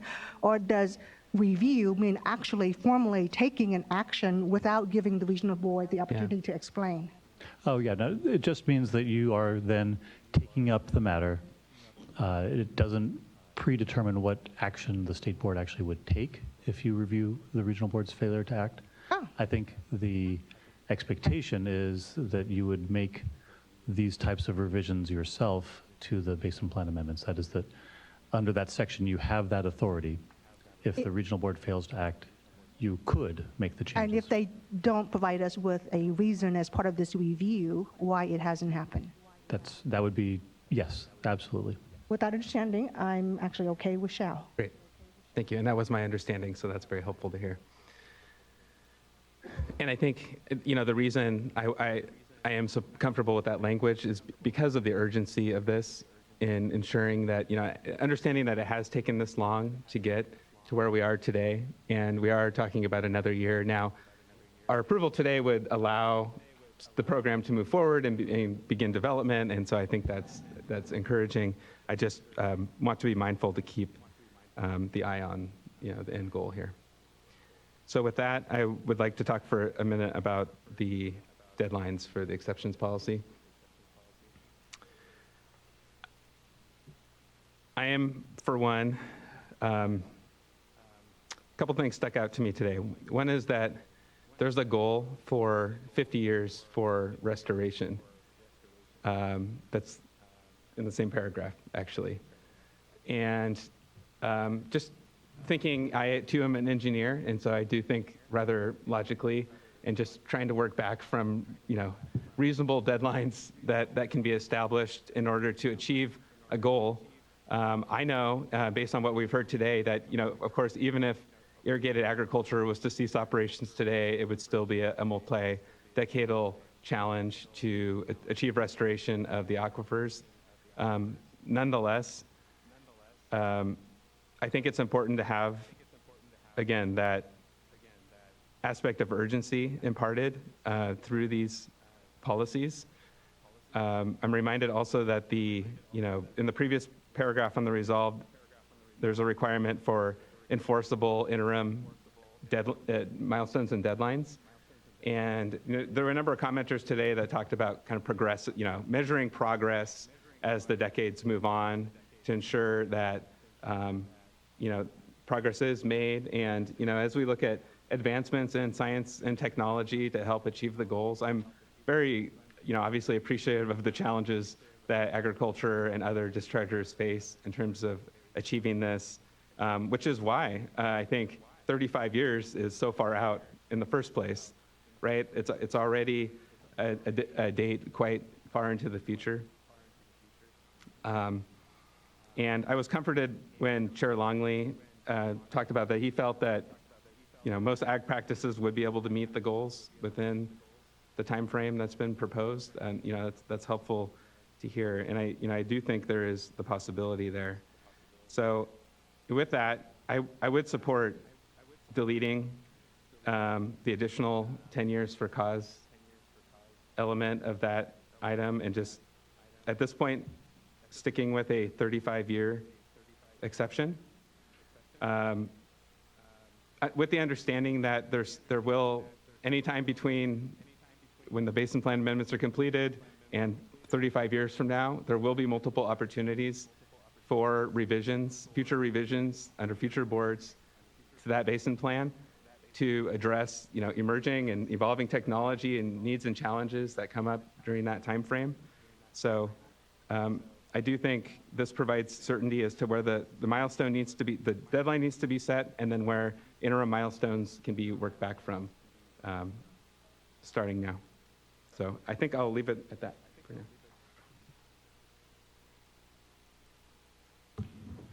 Thank you, Board Member. When it comes to the issue of the timelines, it is 35 years is not an insignificant amount of time. You do look at SGMA and certainly, or the Sustainable Groundwater Management Act, and the 20-year horizon on that is even more ambitious when we talk about water quantity issues, certainly in the valley, let alone the quality issues that we're speaking of here. To the extent that, the short term is really addressed with these early action plans and first addressing the issue in this context of nitrates and drinking water contamination. It is about then, what do we do with this longer time frame? Excuse me. It's sort of a matter of what's realistic and fair, and I would support as well removing the 10-year extension, if for no other reason, to be able to simply have one clean number, to be able to plan to that number. And it is ambitious, though. 35 years is when we're talking about the scope of the challenge around nitrates and nitrates in the groundwater. It is not going to be an easy number to hit, but I think that it is a realistic one. And to the extent that that 10-year extension does seem to kind of, at the end of it, say, well, you can always kind of, and the ability to still yet revise within this 30-year period as we come up to that point, you know, I think, again, I think it warrants it, and would give, I hope, greater certainty to folks, and hopefully, again, create the space where we commit ourselves to then the ambitiousness of those timeframes and the need for everyone to apply themselves to those efforts. Well, I'm not comfortable with it, so I'd probably want to vote on it. But before doing that, what was the time frame before the resolution came before us? What was the time frame that the regional board adopted on this issue? It's 50. 50. So we've gone from 50 to 35 through the proposal that's now before us, as opposed to 50 to 35 with an additional 10 for good cause. So I don't think we spent a lot of time today on the modeling and the science, but before we take action on this, I think it's important for us to understand. I mean, I'm all for an aspirational goal, but I haven't seen any science that makes me comfortable that we're going to be able to attain this standard within 35 years in the basin. So unless we want to parse out, and I don't know to what extent the science is even there to parse out where we think it can be, 35 can be hit, and where we think it couldn't be hit. But I think it's important for us to understand what is the science and the modeling telling us currently. So I what's think in the Mr. record. Bishop has a comment that he maybe wanted to make. So I just, first. and I think it's the same one that Patrick was going to make, which is that this is not about attaining it in the basin. This is about actually technologies to limit the discharge to the water quality standard. The basin, attaining it in the basin is a much longer term. I'm sorry, I misspoke, but we are talking about variations throughout the basin in terms of crop type and soil type. Yeah, I would, you know, kind of expound on what Mr. Bishop said. So the modeling effort that we did do in the Alta Irrigation District was largely a modeling effort focused on restoration of the basin. There is not a clear scientific, I mean, to be perfectly frank, there's not a clear scientific path for hitting 35. There's also not a clear scientific path for hitting 50. It would be a technology forcing a standard that would be in the basin plan either way. And I think that's really the toughest nut to crack here, is that there, you know, I think if there was a technology that we knew about that could be deployed in the ag lands, we could do kind of a regression analysis, or we could do a type of economic analysis on practicability based on crop type and how this could be deployed, and then say, this is a limit of practicability. We can do this. It's going to take 15 years. It's going to take 30 years. It's going to take 70 years. We don't know what it's going to be. To date, and I think this is something that I know when Darren Polhemus was part of the project, he said to date, and from his background in crop science, there is no plant that has been specifically engineered or bred with the goal of taking up nitrate. Perhaps the basin plan amendments that, combined with the East San Joaquin, will result in innovation in that direction. Maybe we hit a biological dead end there too. So there really isn't a scientific certainty about how we would reach either one of those targets. And I think that's one of the areas in which it's really tough to make policy in this respect. And to a certain extent, if we put 35 years out, the reason that we would advocate for absolutely no less than 35 years is because that's generally the planning horizon for major infrastructure investments and for financing major infrastructure investments, which we know are going to need to happen. But with respect to science, the jury's still out. A lot of work is being done. A lot of really good work is being done, but there's no clear answer one way or the other. Talking about plants, not infrastructure. Absolutely, absolutely. I mean, Unless we certainly, want to go hydroponic. yeah, certainly some infrastructure when you're talking about certain drainage systems and things like that, and recall that this is also about POTWs and food processors and dairies and the whole swath of nitrate dischargers in the valley. But the real big source is agriculture, and there's no off-the-shelf thing that we can do that says, well, it's really expensive, but we need to do that. There isn't even the expensive option really for a lot of these areas, particularly when you're talking about water conservation. If you have I know we mentioned this at the hearing back this summer, but extreme water conservation measures can actually result in incremental increases that are higher in the nitrate concentration. What role Sigma is going to play, I think that's one of the areas in which you can have some dilution, as Chair Esquivel said. But the flip side of that is if you try and sync it up with Sigma deadlines, you're not going to really understand what the dynamics are. Even Sigma is finding some new things that, like, researchers are saying, oh, you can basically squish chrome-6 out of clay deposits that might be high in that, or arsenic or other types of constituents if you have compaction in certain areas versus other areas. With that uncertainty, that's really why we projected 50 years out into the future and saw that as reasonable. 35 years would be a lot tougher for folks, but a lot tougher for folks only on the basis that we don't know what we're going to be doing decades into the future. To the extent that that deadline comes back even 15 years sooner, it's going to be tougher. We don't know why it would be tougher or what the economics are going to be, but those 15 years, we know we can use them one way or the other. And I think it's because of that uncertainty in technology and technology development that if this were 35 years without the potential of the regional board reviewing and modifying, should the technology not be as what we hope for, I would be less comfortable with removing the extension. But, and again, to invoke the Air Resources Board, they are known for their technology driving standard setting. And I think, you're right, this is where we are, and I would like to think as positively as possible, to encourage innovation as quickly as possible, to hope that people will plan for the short term with a safety net, that there is an option for the Regional Water Board to modify it if things don't work out the way we hope they will.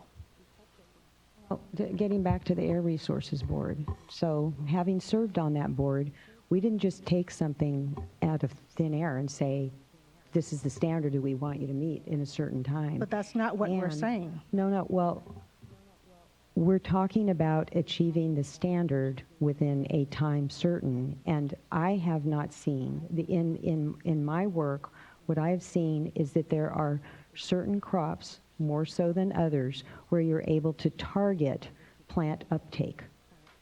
Certain crops, and certainly not all crops. And part of our irrigated lands program includes, we expect, in the East San Joaquin order, we expect the development of coefficients so that we have that information.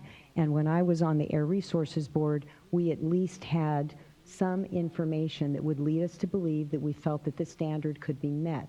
Yes, we would go back and make the adjustments, but we're talking about mechanical and electronic systems, and I have to be honest. I mean, a lot of that industry was not even in California. So not only are we talking about an industry that's in California, it's an industry that's producing food that we rely on, the communities and jobs, and we're talking about biological systems.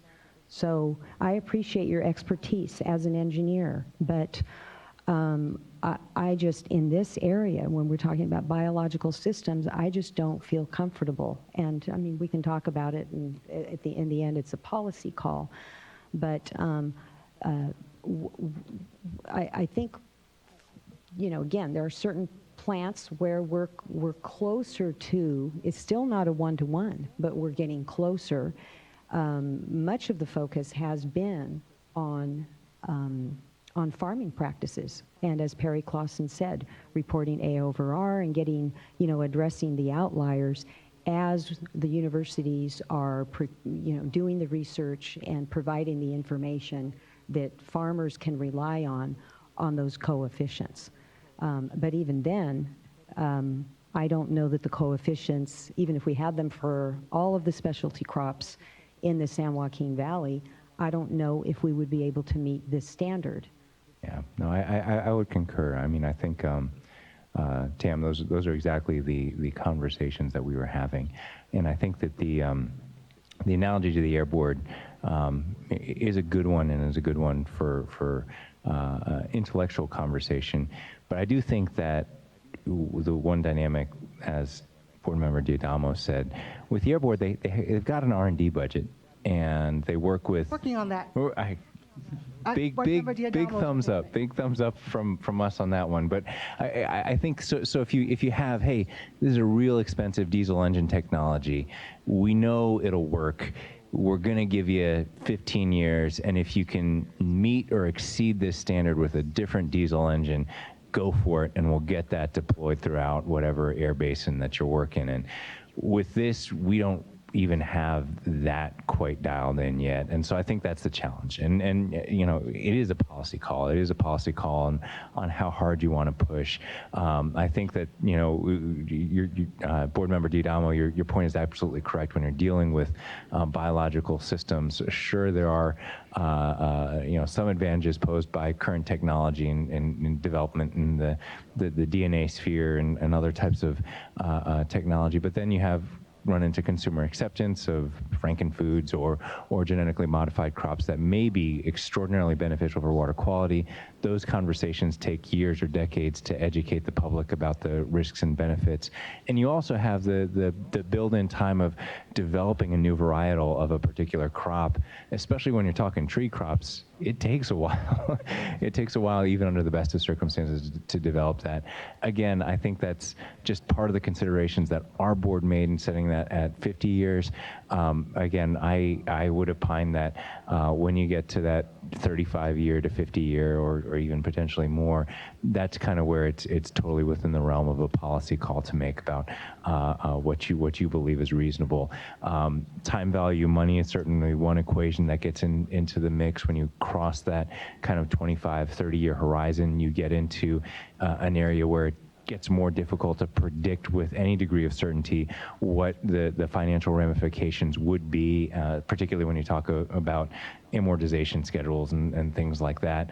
But that's, again, all to say that I'm glad it's you working through that decision rather than me at this point. We worked it through at the regional board, but you know, it's certainly your policy call to make as to what the direction is to the regional board. I don't mean to minimize the difficulty and the challenges and the hardship that everyone will face, whatever decision we made on the timing. I think, you know, I agree it is a policy call, and because of just the need and because of the challenges involved, I, for one, feel very strongly that the sooner we get started, the more ambitious we are in our goals, the hopefully faster we can get there. And I still stand very, very, I still feel very strongly that we move that clause. And if you would like, I would make a motion based on just that clause for now, so that you can vote on that. Yeah, but before you do that, again, going back to the Air Board, I was there in our zero emission vehicle program. We are not driving 10% of the cars in California are not zero emission, far from it. Because we didn't meet the standard. We couldn't meet the standard, and then we had the added problem of consumer acceptance and cost. We had technology reviews. We had, I think it was every 3 years we'd have a technology review because we could see that we were having challenges. So the only, I mean, I can see that this is, we're headed to making a change here that I'm not comfortable with, but the only thing that I can think of to just somehow make, you know, lemonade out of lemons here is, and I wanted to end this on a hopeful note, and I don't have hope with this. I mean, what I fully expect is that I'm going to hear from agriculture saying, what are you guys thinking? And it's going to be another nail in the coffin on people that are in the industry that are saying, you know, farming in California just doesn't make any sense because of adopting something that we don't even have information that shows that we can attain that. And so, I mean, if my colleagues feel that strongly about it, the only thing that I can think of is to require a technology review. So, or I would say before we'd adopt it, let's get a technology review. This is very serious stuff that we're playing with here. And if we have to go forward, then we'll have a report back from the regional board with a technology review. I mean, I would say assume that would be part of your process. It's part of it. I mean, I think it absolutely is. I think, you know, to the extent that those work are underway, some of that work is being conducted under the East San Joaquin. Some of the work was being conducted as part of the management practice evaluation program. One of the reasons we fought to try and keep it in, and it is still in, the East San Joaquin when that petition was being discovered. So we will be reporting on it. We will be reporting on it to the state board when we talk about CV salts under the current formulation.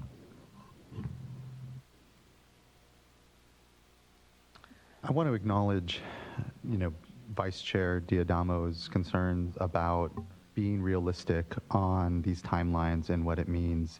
But I think to Mr. Palupa's point, you know, even the 50-year number is kind of, it's, you know, I know you expressed a desire and a feeling that if we are changing it to 35, that it's not based off of something concrete there. But from the comments that I've heard from both the chair and Mr. Palupa, that there has been that sort of, at least, you know, cursory assessment and analysis done, and the 35 years is about that window that we can say is not unreasonable or does not, you know, preclude us somehow here from being successful. And so I'm still in favor of not having the 10-year extension and simply keeping it at the 35, because I think that I think it is doable, and I think that ultimately it can help drive, and it is an unreasonable amount of time. You know, 35 years is significant if I think of my own lifespan, and so, you know, I may not be here for that 35-year moment. So I think that ultimately it can be a fair number, and the ability to still come back and for the regional board to adjust and to continue to have a check-in around what the technology is showing and really where we're going. I am sympathetic to the vice chair's points. They're ones that I also take into consideration here, and I think that we will be moving clear-eyed, hopefully together into what is a no small lift, I know. Yeah, I don't want to. I did not read through this resolution with the expectation that we were going to be at a 35-year period. So I would have to take some time to read through it to see if there's ample opportunity to come in and make an adjustment. I mean, you're coming in every year and every 5 years.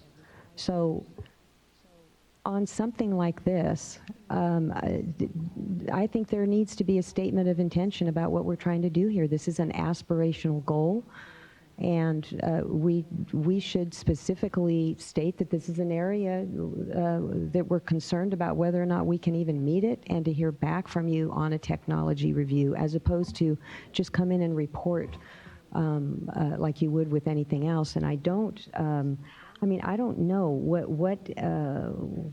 at what point, I'd have to read through the resolution, but at what point, if you see that you're just not going to make it, and you have an expectation by communities that you are going to make it, at what point do you come in and go through another basin plan process?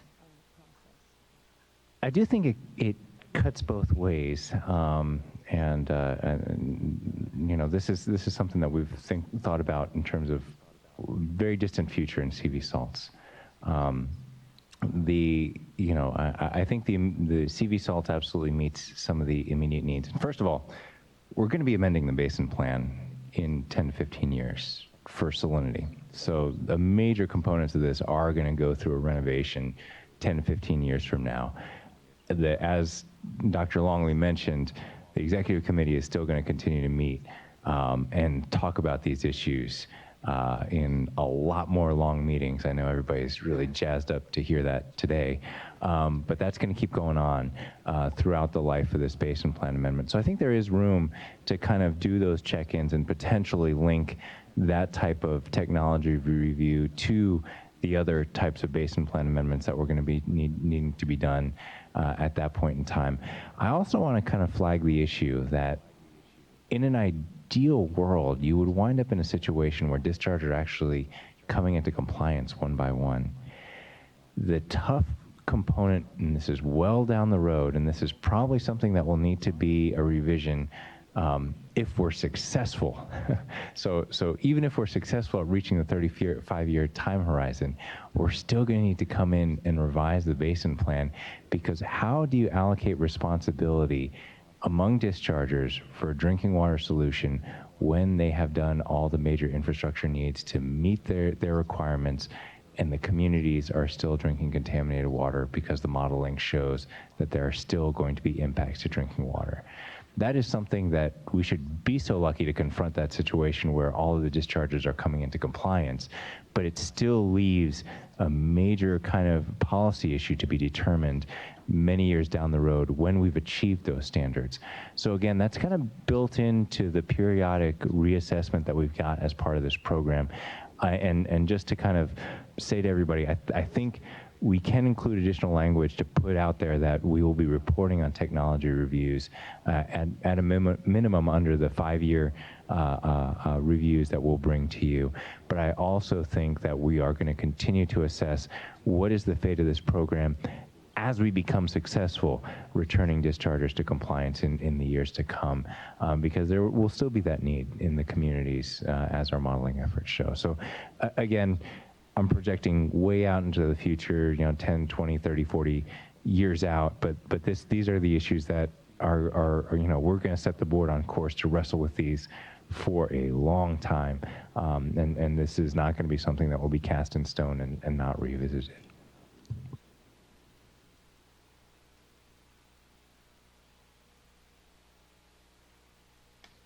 Well, let me do this. If there's no other discussion from my colleagues, I would make a motion to strike out from Resolve 4H the phrase, oh, now I no longer have it in front of me. Could we pull, Ms. Townsend, could we pull up the resolution down to Resolve 4H so I can see the exact language? The actual resolution, yes.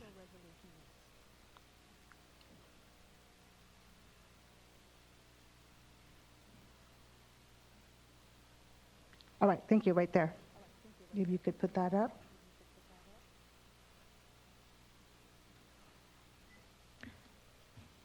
And make it bigger. My motion is to remove lines 1, 2, 3, 4, 5. I believe it's, now she's moved it. 1, 2, 3, 4, 5. Resolve 4H, line 5. Remove the comma with the opportunity for 1 10-year extension for good cause. Yes, leaving the period.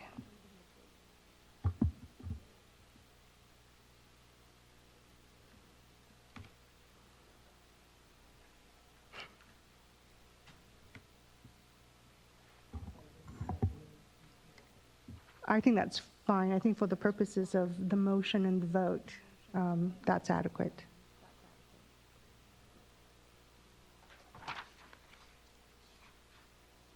That's just the motion to remove the clause for now.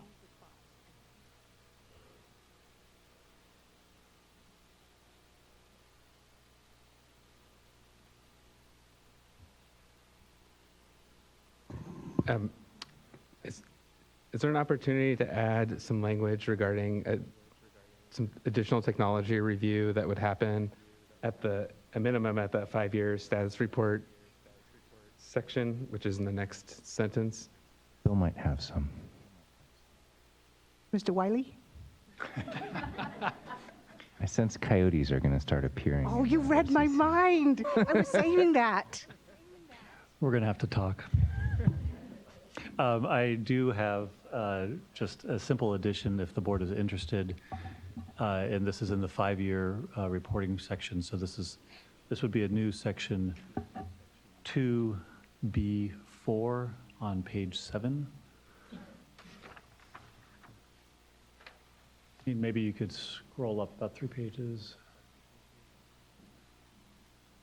Right. So right after, toward the top there, it's paragraph B3. It would be a new 4, and it could be a review of technological advances in reducing nitrate discharges. It's very simple, but calling it out that it's actually part of the 5-year report back to the state board. Okay, yeah, just given oh, go ahead. Do you want to amend I your will motion? amend my motion to include that addition of 2B4. Okay. And just given the conversation today, and thank you, Board Member Diadamo, for your comments, I do appreciate the challenges that in terms of technology, in terms of agriculture, and actually being able to meet these ambitious goals that are set out. So I am hopeful that as the information becomes better available, as we understand the science better in terms of what's truly achievable, whether it's 35 years, whether it's a shorter time period, which is, of course, the goal, as short as practicable, as has been the discussion today, or if it ends up being a longer time frame just due to feasibility and the interest that we all have, of course, in supporting agriculture in the Central Valley, then I would hope that we can be responsive to those circumstances when they pop up. So in light of that, I would second the motion. Can I make a friendly suggestion course, to the always. motion? I was writing my own language for what you just, Mr. Wiley, what you had just mentioned.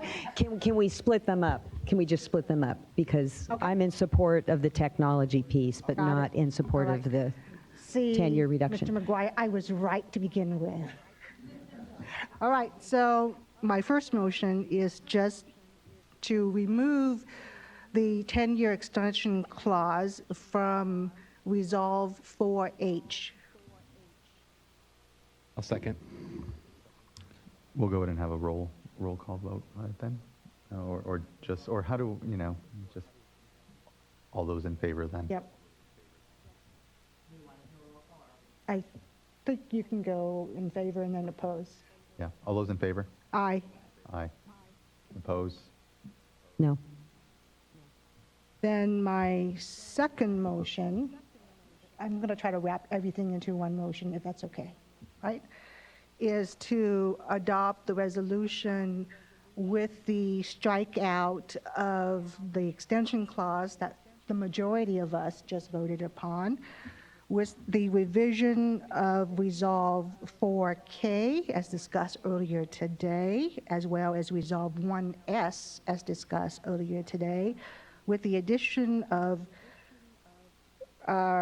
Resolve 4L, which is the easy one, the addition of Resolve 1T for TAM, the amendment that Board Member McGuire made with respect to Resolve 4, changing the language from intend to shall review the regional board failure to act, and with the addition of a new 2B4.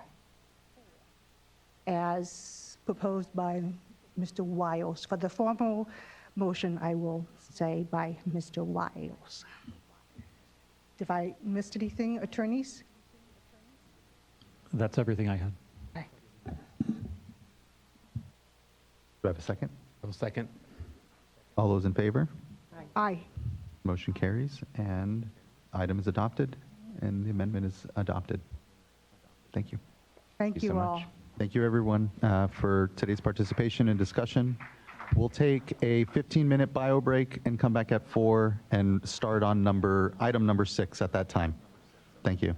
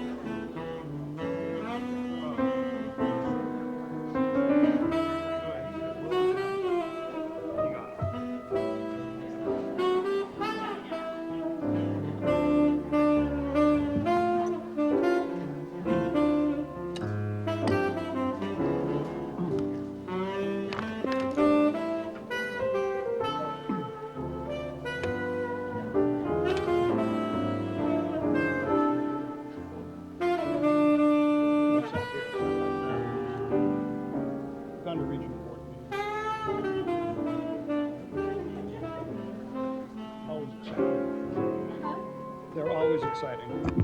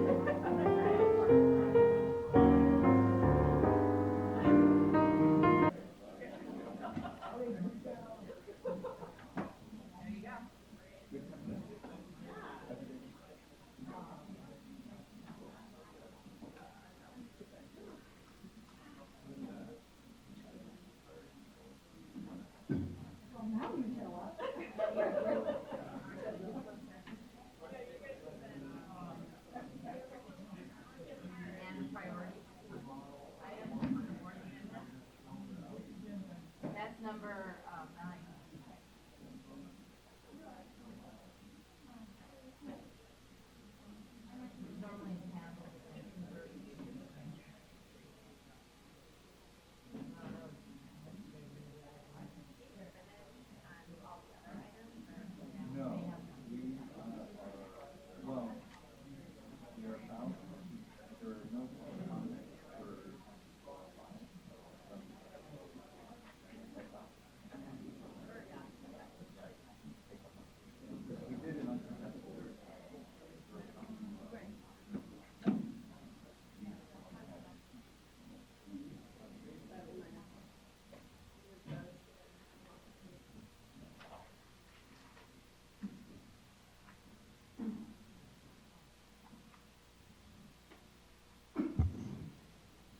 We'll go ahead and start early here. We're a couple minutes early, but I would like to welcome everyone back. And items number 4 and 5, which are from the Division of Financial Assistance. Item 4 is the consideration of a proposed resolution to amend the Water Recycling Funding Program guidelines. And number 5 was a consideration for a proposed resolution to amend Proposition 1 Stormwater Grant Program guidelines and Round 2 funding solicitation. There are no current speaker cards on those, so we will I will entertain a motion to take those up just together now.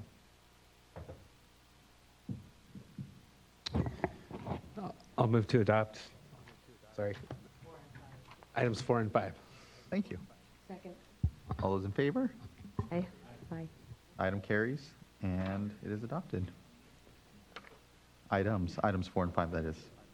That brings us to informational item number 6, testing and remediation of lead in drinking water at licensed child care centers. Mr. Polhamus, would you like to take us away?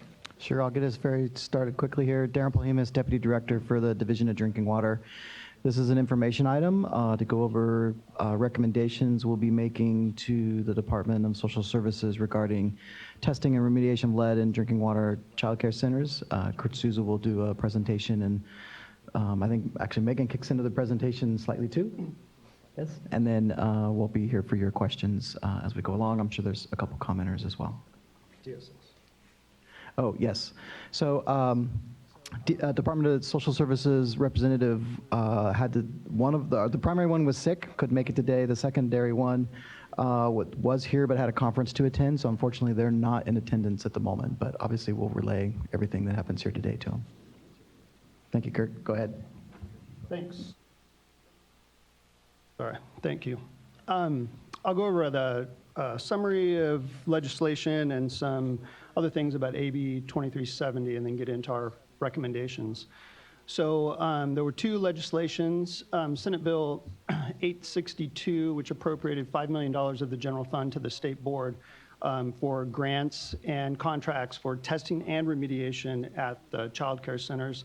DFA is taking care of that, and Megan will have something at the end on that, on our $5 million general fund money. Assembly Bill 2370 is the legislation for Department of Social Services. It requires that all centers constructed before January 1st, 2010 to test for drinking water. The initial testing is between January 1st, 2020 and January 1st, 2023, and every 5 years after. And Department of Social Services is required to adopt regulations.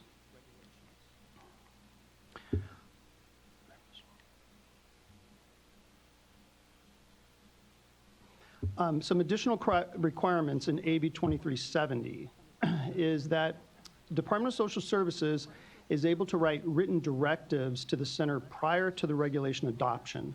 And those directives are supposed to be done by January 1st, 2020. The regulations do not have to be done until January 1st, 2021. So there will be a year period where there will only be directives. For the Division of Drinking Water, we are required to consult with Department of Social Services regarding the directives and the regulations, including a recommendation for the action level for lead. We're focusing our recommendations on the sampling. We are to facilitate the electronic data submittal from certified labs. We are to post our data, the data online, and give back to Department of Social Services the data and showing the elevated lead levels. And the Division of Financial Assistance is responsible for providing the grants for the $5 million from AB 862. Department of Social Services started a stakeholder process at stakeholder group meetings in late 2018. These are the groups that have been regularly attending approximately monthly meetings since then. Oops. Now to Division of Drinking Water, our basic outline of this presentation is our technical recommendations, including the action level recommendation, our sampling recommendations, and then some information on the data intake. Sorry. Oops, this thing moves fast. So some lead legislation history. It started all the way back in 1974 with the Safe Drinking Water Act setting an MCLG, which is a goal of 0 lead. So the EPA has been after this for a long time. They set a lead and copper rule in 1991, which actually last week a new revision of the lead and copper rule came out. It's a draft. In 1992, we had a California Lead Safe in Schools Protection Act, which required a lot of sampling in the schools. In 2006, there was an original guidance document from US EPA specifically sampling for schools and daycare. In 2010, there was the lead-free law, and 2016 and 17 was the lead service line inventory, which was required in California. In 2017, we had the school sampling program, which is completing, which just completed this summer, and we're getting the last of the data in now. So to do some investigating, and before we made some final recommendations, we did some background searches. We looked at 24 states and Washington, D.C. have some active sampling programs for schools, and some include childcare. We interviewed the director of operations of Chicago schools. He was very helpful. He's responsible for over 400 schools sampling. Gave us a lot of information on some on how to do the sampling, some do's and don'ts, and lessons learned. Spoke to our counterparts in Arizona on their school sampling program. And the next slide shows a summary of the 24 states in Washington, D.C. that have done this, and most states use US EPA's guidance, their 3Ts guidance. The 3Ts was actually the initial publication was 2006, but there has been an amendment in 2018. So here's the data from the states, and I actually got an email yesterday with a website called simplewaterdata.com, and it actually gave a grade to all the states who have school programs, and we got the best grade of all the states. So that was nice. Washington, D.C. had a little better grade than us, but they have a very aggressive program because they had some severe problems several years ago, but I thought that was nice. This on the right-hand side shows how many states use the 3Ts guidance, the action level that they are using, and then what size sample they're using. As you can see, our school sampling was actually lead and copper rule sampling, so we use the lead and copper rule as opposed to the 3Ts. And the water systems conducted the sampling, which I think is a big benefit. So the first thing we did was the state board gave an action level recommendation to DSS on February 25th, 2019. It was requested in late 2018 that we look at it. We derived our recommendations from OEA's uncertainty factors using CDC's blood level of 5. And you kind of do some calculations. If you have any questions, our toxicologist is in the room and he could answer those. We also did a DLR detection level research of laboratories, how many laboratories could produce a lower detection limit. The final recommendation for us, and the slide got cut off, but our final recommendation is 5 parts per billion for the action level, using US EPA method 200.8, which produces a DLR of 1 part per billion for lead. Oh, there you go. So this is our final recommendations. Gotcha. So this is our final recommendation. Right now, our detection limit for reporting for lead is 5. So this will lower the detection limit for reporting, which is significant, so you can see how many samples are between 5 and 1. The technology now is there for that. When the lead and copper rule was done in 1991, couldn't really do that. So for our draft recommendations, we based them on US EPA's 3 Ts, which the 3 Ts stand for training, testing, and taking action for reducing lead in drinking water. It is specifically for schools and child care centers. It requires a first draw, which means the water sits stagnant for 8 to 18 hours, and then you take the first 250 milliliter sample. It's considered the worst case sample because it's been sitting there all night. The current version of 2018 does not have an action level. The initial version in 2006 had a 20 part per billion action level. So EPA eliminated the 20 and just basically left it up to whoever was sampling to create their own action level, which is interesting, but that's what they did. That is why a lot of the states had 20 in that action level column. Some of them are still using the 20 and others using the 15, which is in the lead and copper rule. During the construction of these recommendations, the Division of Drinking Water put together a technical advisory group, which included Environmental Working Group, Clean Water Action, the Nutrition Policy Institute, and several water systems, DFA, and Department of Social Services. I'd like to thank like Aqua, AWWA, CMUA, and CWA for providing us names of water systems that would help us. They were really instrumental in helping us with the recommendations. They gave us a lot of practical knowledge that they learned during the schools program. We had people specifically that worked on the schools program come into our meetings, and they were a big help in constructing those. Oops. So here are some of the highlights of the draft recommendations. It requires all sampling all outlets that are used for drinking and cooking. It's not a representative sample, we're doing all of them. It uses a qualified third-party sampler, so the centers don't have to do their own sampling. They're going to hire somebody out. The sampler would contact the laboratory and be responsible for the chain of custodies and the labeling of the bottles, mailing them and stuff like that. The child care center would be responsible for creating a map and labeling all the drinking water outlets, so when the sampler arrives, they can take all the samples, and they would collect what we would consider first draw samples. It's the worst case sampling, 250 milliliters of the first water exiting the outlet after a stagnation period of 8 to 18 hours with no water use. And we put in there on Tuesday, Wednesday, Thursday, Friday, or even Saturday morning, so you kind of skip that 2-day weekend period where you would have a longer stagnation period. Some other just items that are in there, the sampler needs to arrive before anyone gets there. They're going to have to meet, obviously, one staff person before the children and other parents and stuff arrive, so there's no water being used at the facility, that there's no water indoor or outdoor use.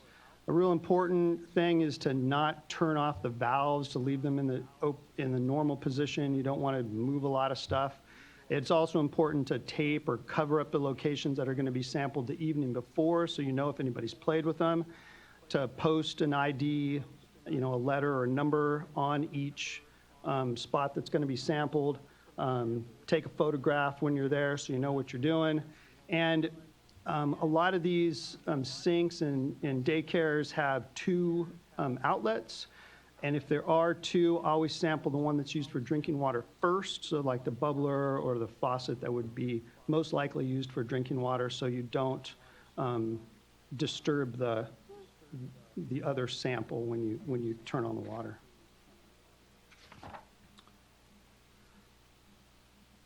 The final part here is the lab that is used needs to use method 200.8, which is the 1 part per billion. reporting limit. Test results that are less than the action level, there's no further action, but test results that are greater than the action level, the legislation actually directs the center to stop using that faucet for drinking water purposes. And then in the recommendations, we ask for a corrective action plan using the 3Ts guidance. And that will more than likely be replacing the fixture and removing it from service and replacing it. There are other actions you can take. That's probably the most likely. If an outlet is replaced or other corrective action is taken, our recommendations are to do post-corrective action sampling, which would be a first draw sample, the 250 milliliters, and then also allow the faucet to flow for 30 seconds and take a second sample. That is in the 3Ts guidance. It basically tells you what's at the faucet and also what's in the building. So you can get a better idea of where your lead may be.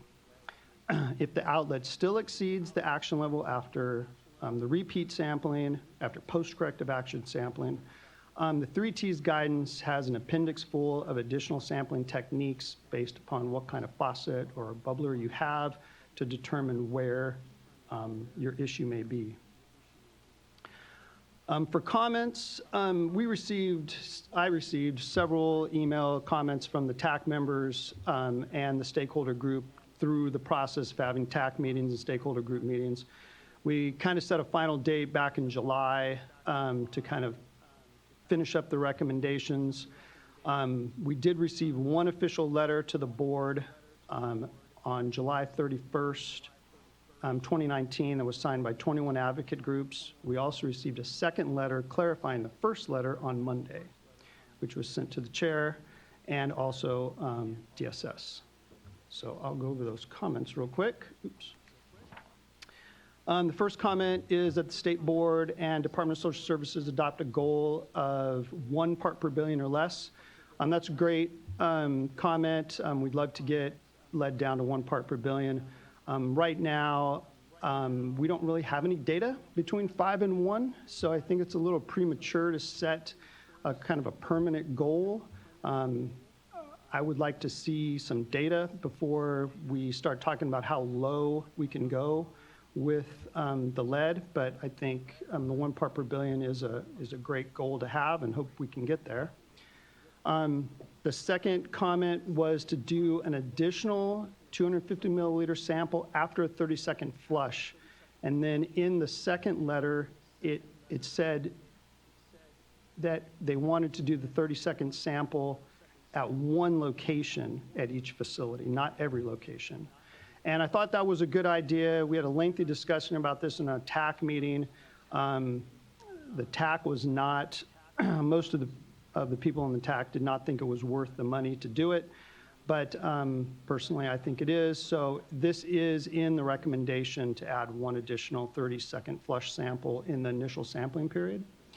The third is that as Department of Social Services finalizes their regulations, which will be in late 2020, that the board have another info item and discuss the protocols and the data that was collected. We can do that if the board wishes to have it on their calendar. The next one is the board develop best practices for reducing lead as close to 1 as possible.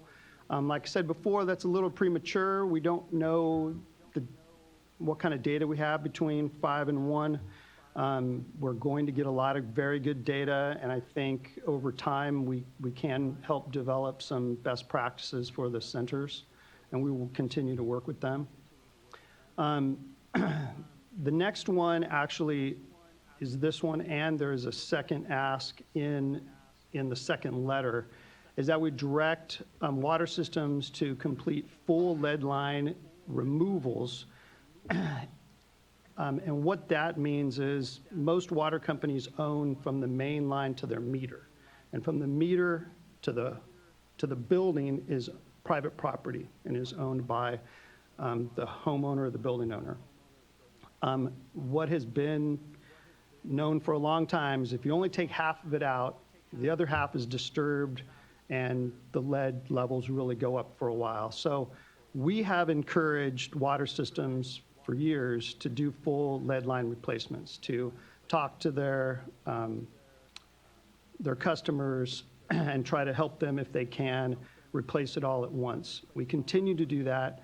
We've also put in our frequently asked questions, and we are also going to be sending a letter to the water systems that have identified lead service lines, this recommendation. We're also going to ask them to prioritize schools and childcare centers if there's lead lines going to schools or childcare centers. There are only 30 water systems with identified lead service lines at this time. 6 of them actually have lines. 24 of them have goosenecks or pigtails, the smaller parts. So out of 3,000 systems. So that's pretty good. We may get more because a lot of them have unknowns, which they're still looking at. And we'll see come April or May 2020 is when we'll get the final data. And the final one is that new fixtures that are purchased by the centers meet these standards. One is Standard 61 or NSF Standard 61 and 372. 372 is the lead-free standard. That's the 0.25% lead. So all faucets have to meet that. So it would be stamped on your box when you buy a faucet. NSF Standard 61 is actually a leaching standard. So that's when NSF actually takes a faucet and puts water through it, lets it sit for the 8 hours, takes a sample, and they determine how much it leaches. So just because it's lead-free doesn't mean it doesn't leach lead. It still does.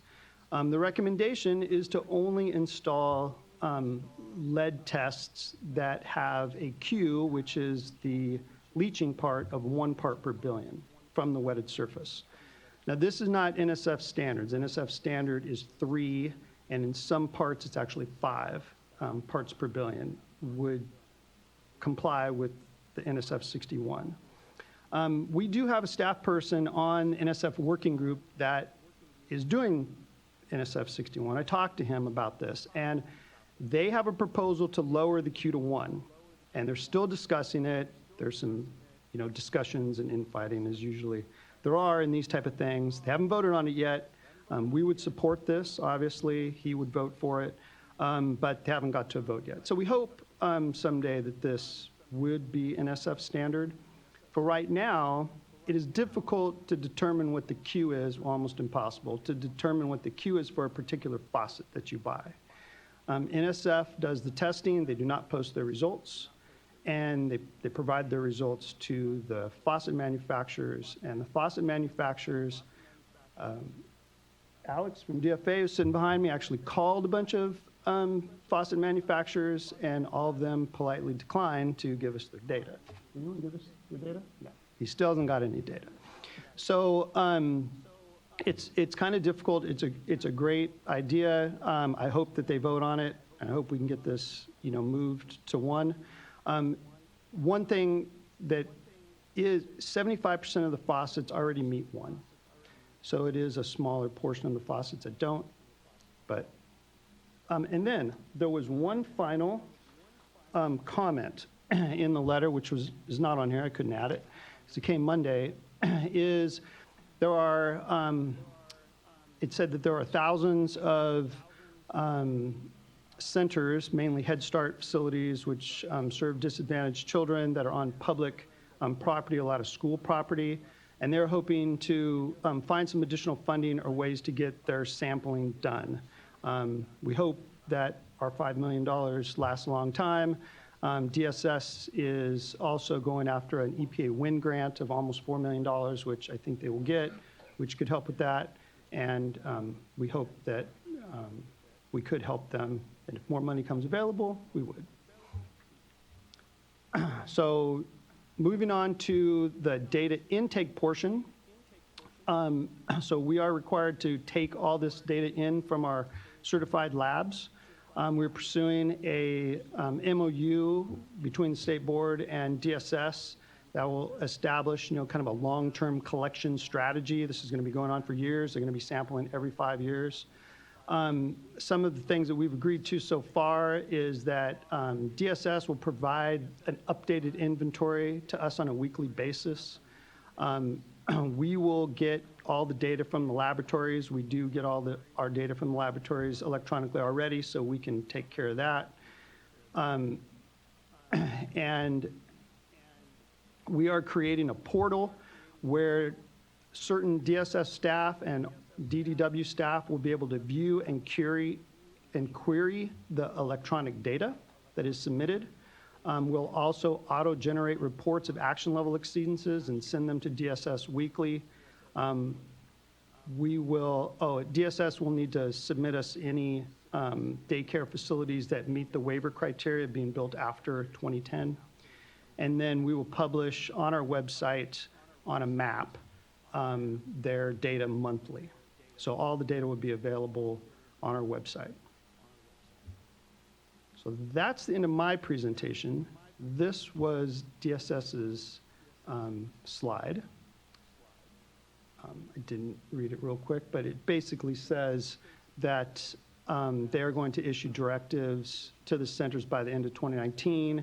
They will then work on the regulation package, which is supposed to be done by January 1st, 2021. They'll continue to work with the task force and the stakeholder groups that they have, and they have their timeline there at the bottom. So I'll pass this on to Megan.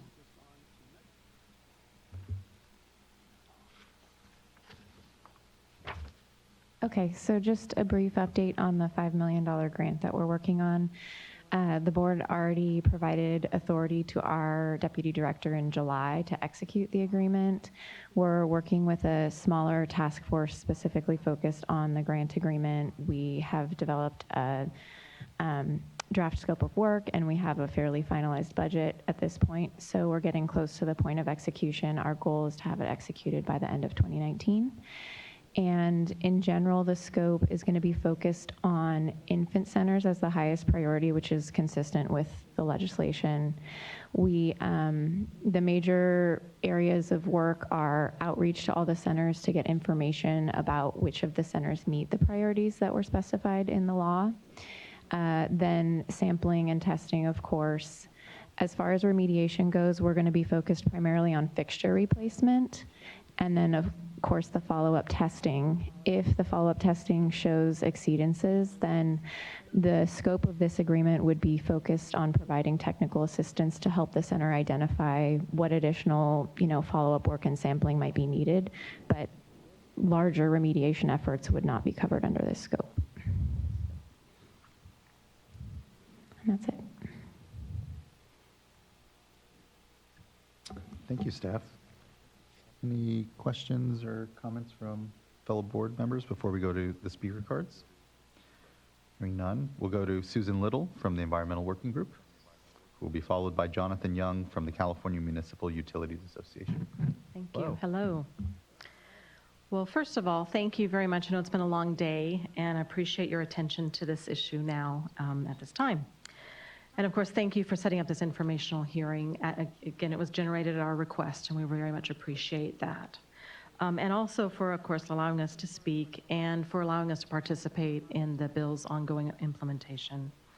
And of course, have to call out board and Department of Social Services staff who've worked, I have to say it tirelessly, because again, we're get a lot of email traffic on weekends even, with us, that we've been working over many months to carry out the bill's mandate. And I'm glad to say that we've been able to accomplish in our conversations a couple main things, key things that we think are very helpful, in that we've established the 1 part per billion detection level as something that we're going to be including in the program, and of course agreeing to the third-party sampler to ensure that the samples are valid. I think that those are two very key points that we were able to come together on and agree to. So EWG was a sponsor of AB 2370, and in the process of working on that bill was encouraged that the bill received unanimous support by the legislature, as well as a budget allocation, which we've discussed, of the $5 million to begin its implementation.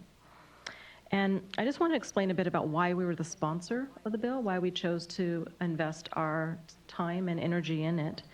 And that was essentially because there's such a strong scientific consensus concerning the damage that lead causes to young children.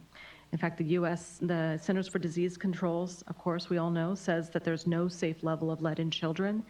And that's because all the studies over decades and decades that lead has been studied are consistently coming to the conclusion that even minute amount of lead that amounts that when we were growing up as children were not considered a concern really by most folks, we're finding over and over again that those exposures are negative, they're harmful, and they're irreversible.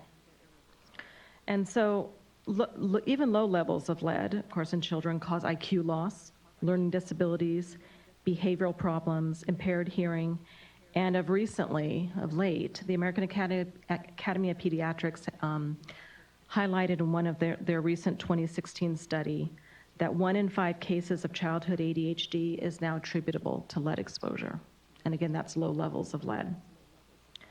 In this same report, the AAP demonstrates that almost 24 million children nationwide experience IQ loss due to these low levels of lead. And these low levels of lead are levels that even today would not cause case management or any action by a doctor. That would be below the 5 micrograms per deciliter of blood lead, that the 24 million children are experiencing IQ at levels below that. So, damage from lead exposure, of course, is most severe during a child's first 6 years of life. And this is because that's when the brain is developing the most rapidly and the blood-brain barrier isn't yet formed. So they don't have the protection. And unlike adults, who we absorb about 5 to 10% or so of the lead we ingest, children absorb 50% of that lead. And if the children have a poor diet, if they're not drinking a lot of milk and getting a lot of calcium, their bodies will absorb that lead faster because our bodies treat lead like calcium. So it just absorbs it much faster. And as a result, low-income children are most at risk. And just to throw this out here, that in California, 88% of children who are actually lead poisoned, who have the highest levels of lead exposure, come from low-income families. They're all on Medi-Cal. And of course, I mentioned the damage from lead exposure is permanent, it's irreversible, and studies have shown now that even decades later, after even moderate levels of lead exposure, people experience lower educational levels and income levels. The good news, of course, is that lead's damage is preventable. And that brings us to the question of where does lead exposure come from? And we all know that lead paint is, of course, a huge culprit in our environment. But interesting that the US EPA says that 20% of children's lead exposure is coming from water. And if a child is an infant drinking formula mixed with water, 85% of their lead exposure comes from that water in the formula. And because of the damage that lead, we now know is just irrefutable that lead is causing, the US EPA, of course, we mentioned before, has in the past set a maximum contaminant level goal of 0 for lead in water. And our OEHA has set a public health goal of 0.2 part per billion. And of course, of late, the American Academy of Pediatrics has recommended that children's drinking water contain no more than 1 part per billion lead. And so we and all of our organizations are hoping that we can get, as a state, to the point where we can reduce the lead in children's drinking water to under 1 part per billion, to just get it out.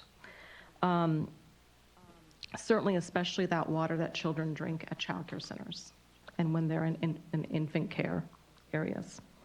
But we need to be sure that AB 2370 can move forward successfully and that centers can be successful in trying to get the lead out of their water. And so along those lines, we have asked that the Water Board and the department both just adopt a goal of reducing lead in the center's drinking water to under 1 part per billion. And many of the recommendations put forward in the proposal today we have been we've been on board with, such as the 1 part per billion detection level and third-party samplers, and some of the criteria we've developed around those, what those who those samplers should be. And there's other details that we've worked through with staff and are pleased with. However, but in order to meet this goal, the 1 part per billion, we know that it's not just on the child care centers themselves. It's more of a systemic problem overall. And one of the issues, however, with regard to what the centers can do, is ensure that those faucets that they install, they replace, have the least amount of lead as possible. That is what sets them up for success. That's the easiest thing that they can do to meet the requirements of the bill and to just eliminate lead, just get that potential for exposure out of their facility.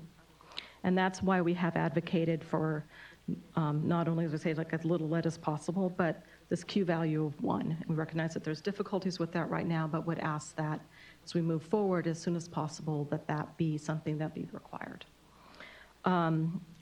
We have also asked, given that the water agencies are going to be replacing their lead service lines soon, that they be very careful about how this is done, and that when they're to identify those child care centers that are along the lines of these, in the routes of these lead service lines, and be sure to, at the minimum, notify those child care centers that their water is coming from those lines so they can take action and do what they can to prevent the children from drinking any contaminated water. And then also, ideally, to just move ahead and help those child care centers do full lead line replacement at that facility, because we know that those lines are going to just fail if they're not failing already. And of course, in order to address these issues, we want the board and DSS to work with the centers to come up with plans on how to reduce that lead exposure. And as part of spending the $5 million, we have asked also that the contractor come up with some best practices for identifying how centers can reduce lead levels below 1 part per billion. What can they do voluntarily? What tools available to them or activities can they do to try to get lower under the 5 part per billion action level? And then we certainly agree to staff's suggestion that, and kind of agreement with our request, basically, that centers, when doing the first round of sampling, do 1 additional sample at the end of that so that they can get just a little more information about the water coming into their facility. And then, of course, we've asked the board and DSS just to continue to monitor and evaluate the test results and update sampling protocols and department directives even as information comes through, because we know we'll be getting a lot of, we don't know what we're going to be seeing, and just to make those adjustments. And then finally, as Kurt had mentioned, that it's come to our attention that there's potentially several thousand state and federally funded, publicly funded centers, both infant, toddler, and preschool centers on school property that will be subject to this testing, which of course we want them to do, but that they will have to be pulling from Head Start funds or Title V funds to be able to do this testing. And so we just ask the board's help in trying to figure out the best way to ensure that that testing can happen with as little expense as possible on those centers. So again, thank you very much for all of your help on this and your partnership in making this happen. And we just appreciate our ongoing work together. Thank you. Very much. Next is Jonathan Young from the California Municipal Utilities Association, followed by Laura Dehan from CalPERG, and lastly, Jennifer Clary, Water Action. Good afternoon, Chair and board members. Jonathan Young with the California Municipal Utilities Association. I want to thank you for allowing us to provide comment today. As you know, the legislation does not explicitly have a role for water agencies in it, and also water agencies' duties typically just go up to the meter. So we especially want to thank staff for forming the TAC and allowing our members to be part of it. I'm making these comments in addition to CMUA and the Association of California Water Agencies. So that's all I want to say is just thank you for including water agencies in the process and allowing us to use our expertise for the public good. And we look forward to working with the board and the Department of Social Services in the future on these regulations. So thank you. Appreciate that.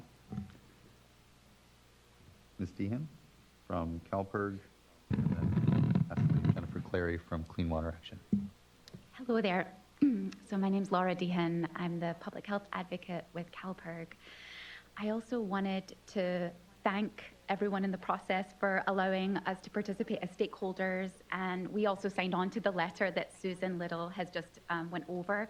The one thing that I wanted to say today, in addition to thank you, is just really to underscore why we really want to see the inclusion of a goal of 1 part per billion. It's amazing to me that lead is still so endemic in our society that it's in the taps, in the water fountains, in the pipes in our buildings, even though it's 2019. And we've known for so long that lead is a very, very toxic substance, and yet it's been leaching into our water all these years. And clearly, the research that Susan laid out that was included in the American Academy of Pediatric recommendation, their study from 2016, is a compilation of many different, a lot of different research that shows the health effect of very, very low levels of lead. And that a lot of that research really happened in just the last 10 years or so. And yet we're still using action levels from decades ago, like the lead and copper rule from the early 90s. We know, we've been doing work with local school districts as they've been working to get lead out of the water locally. And it's amazing how the action level is communicating to them that anything below that is nothing to worry about, that it's probably safe, when that's just not true. There's no safe level of lead. And tiny, tiny amounts are affecting children every day right now. And we've got to stop that. And I think one really important step will be setting a goal and communicating a message to the public overall, to people running daycare centers, to parents sending their kids to daycare centers, to states around the country who are looking to California to see what this process is, one of the first of its kind in the country, to see what people are doing. And it's an opportunity for us to set that goal, that vision of where we're going. And what we really want is safe drinking water for all children as fast as possible. And so I think waiting to see what the data shows might be interesting, but I don't think there's a need to wait. I think that we can set the goal right now because we know we want to protect children now. So that's why we're really in support of establishing that 1 part per billion goal. Thank you. Thank you. Ms. Clary? Hi, Jennifer Clary, Clean Water Action. I'm here on behalf of my colleague, Andrea Ventura, who knows more about this than I do. But I will say, I wrote a paper on lead poisoning when I was in my high school chemistry class, and that was 1975. So it seems like we shouldn't still be talking about it. So I support everything everyone says. I think you guys are doing the best you can. But, the lead and copper will just screwed us over because it means you guys are operating without a health-based standard. So we need to set a goal, and 1 seems like a really good goal. I know it's tough to meet because it's hard to get rid of that residual lead out of the system. But gosh, that's what a goal is for. Weren't we just talking about aspirational goals? Dee Dee, I know you'll follow me on this one. Well, this one I'll support. There you go. No, I mean, it's different. It's about money. It's not about technology. Exactly. So, and I think that also we can't let the legislature keep driving our lead agenda. And so I think you as a board need to take hold of it and say, this is how we're going to protect Californians from lead in drinking water. And this is a good place to start. And I really admire all the work that's been done and look forward to having someone else do it for me in future. Thank you. Thank you, Ms. Clary, for your continued leadership. Questions, thoughts, board members? Yeah. You're fresh. I know. All right. Okay, I should keep in mind that everyone else has been at this and not go too long.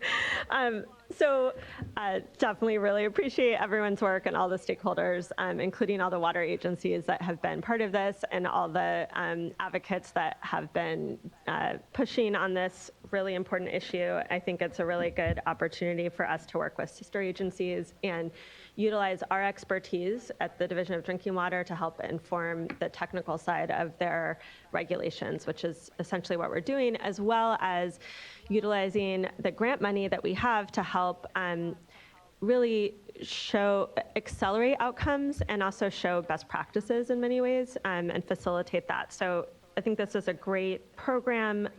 Questions I have are, so will you just, and Kurt, maybe you can, I think you said this in your comments, but I just want to make sure I caught it. In terms of the lead service line replacement, it sounded like there were just a few where you know that's the case and that you are concerned about potential problems if they weren't doing full lead removal and that you were encouraging them to do that. But can you just maybe give more detail about how that concern's being addressed?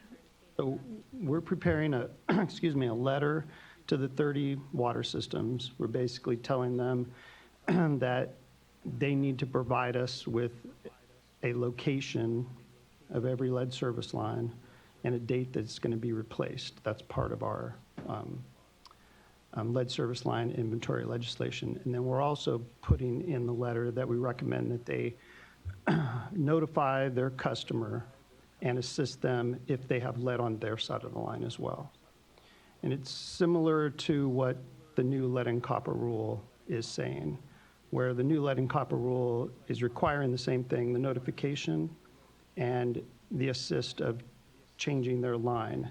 But the lead and copper rule says that if your customer refuses to change their line, you can't do anything about it. But we're going the same path, trying to get rid of them. Yeah, is there, I don't know that I fully understand the challenge, why, so systems may not be doing full lead line replacement, they might just be doing partial, and how that might impact childcare. Yeah, let me try to help. So there are two owners of the line from the street to the building. So you're and it's talking the about the lateral. private line. The water system doesn't own it. They may participate in that. That's at their choice. They're not required to. So it's really a property issue in what they own and don't own. It is widely talked about amongst all the water systems and at the conferences and stuff. So it's very widely known amongst the water systems that this is a very dangerous problem. And I think all of them will, full-heartedly accept that they need to work with the property owner when they're doing the lead line replacement and help the property owner identify what they have and work with them to try to see if they can't coordinate a replacement and the like. So it's just that we do get stuck with the legalities of who owns what. I see, so by partial, you mean just the part that they own? Yes, the water system will completely remove lead from their system. That is our requirement. Okay, and are we is there a way to allow them to determine whether there's a childcare facility on that service line? Yeah, usually you just look right there and it's the building that the line's going to, so it would be pretty obvious, yes. Okay, so, and I guess I'm just wondering if we know there's sensitive populations, obviously childcare facilities are them, that's why we're focusing on this, that in our request and letter to water systems that we emphasize, it sounds like the idea is to say no matter who's on the other end of the line, they should be notified and. Correct. Okay. Yeah, I mean, Great. we want the same care given to homeowners with children in the home and everything, and that's probably where you're going to find most of them is our most likely cause. Usually correct me if I'm wrong, usually the lead service lines are smaller diameter service lines, not your larger commercial ones. So if they're in a commercial building, it tends to be a different piping material oftentimes. But what we're going to emphasize, though, is that they prioritize their lead service line replacement programs to address the sensitive population, the daycares first, as they contemplate their plans on how they're going to move about their system and do the replacements. Okay. So, I think just to not take too long, because I know everyone's had a long day, it seems to me that it's pretty clear that no lead is safe. We are, I think, adopted a detection level standard that allows us to go down to 1 part per billion, which is great.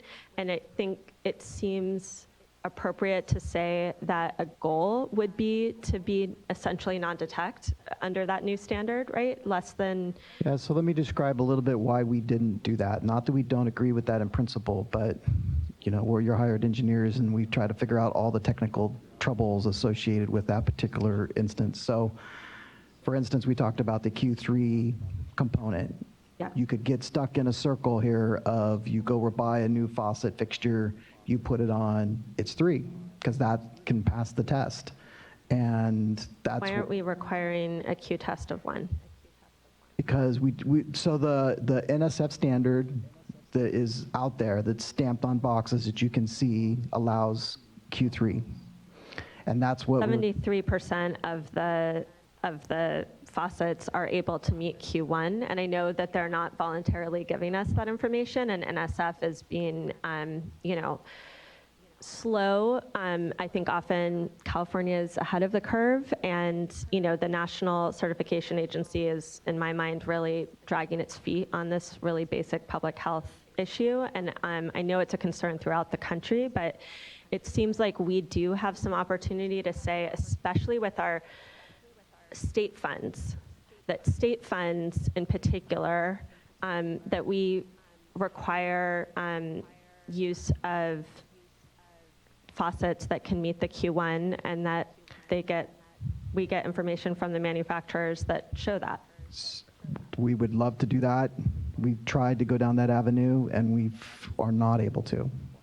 They will not release the information to us. So you would be basically playing Home Depot lottery, hoping that you got a 70% faucet and that you put that on and that it tested out, because you're just not going to know. There's no way to know. We've tried to figure out every possible way. If there was a way to figure it out, could we get the information? Even that presents a lot of problems, because I myself have tried to go find a particular model of a Kohler faucet at a Home Depot, and they changed, it's one serial number off. Is that the same model? Is it the same batch? It's not.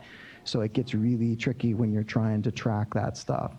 So we do need to pressure NSF to go to Q1. That would solve all our problems much quicker. It would make it a doable type of component. So the reason we didn't say the goal is because we just didn't want people to get stuck in a circle.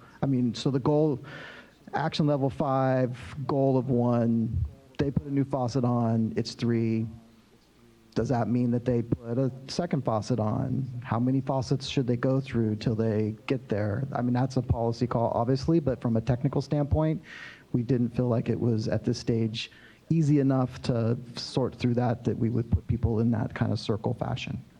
Yeah, on the other hand, we're using state funds to put in replacement fixtures that aren't safe, right? And I think that's really fundamentally concerning for the state. And I think if we have the opportunity to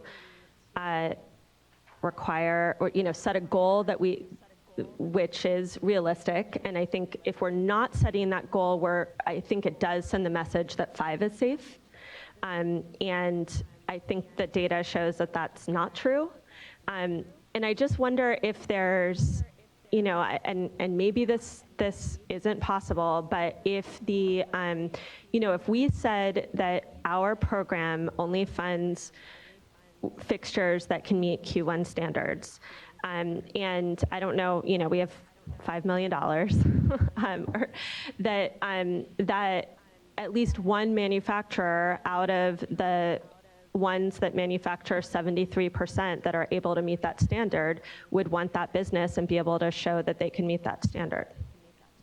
So, that was the context that we described to the manufacturers when we contacted them, was that we have a $5 million grant program and we wanted to consider the possibility of this restriction to those types of faucets, and none of them agreed to release the data. Yeah, that may be different than saying that may be partially because they don't want us to set the standard, basically. So once the standard is set and they are competing for a market, that may change. Absolutely, yes. Yeah. Anyway, I guess I would say the two things on the two things that I wanted to highlight is I definitely think we should be setting a goal of one. I think even just the public health message to daycares is that they should be trying for that. I think given that we know that this, 5 isn't safe and even 3 isn't safe, that we shouldn't be basically sending the message that it is or even funding things that we know might be that.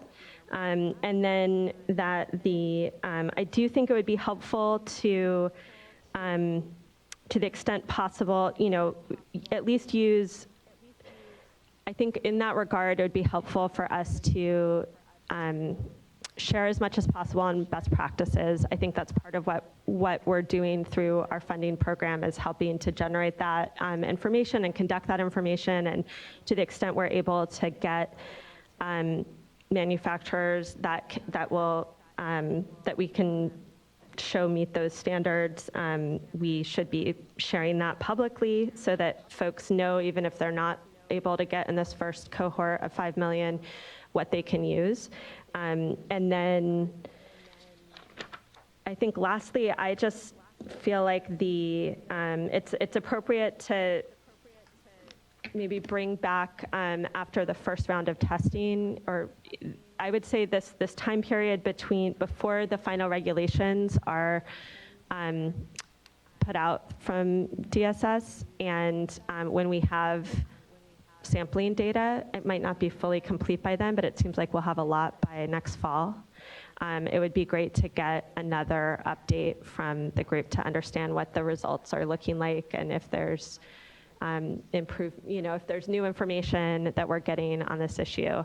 And I guess I would look to recommendations on how we're able to make sure that we're sending that message and being a leader on children's health and safe drinking water in California, and not sort of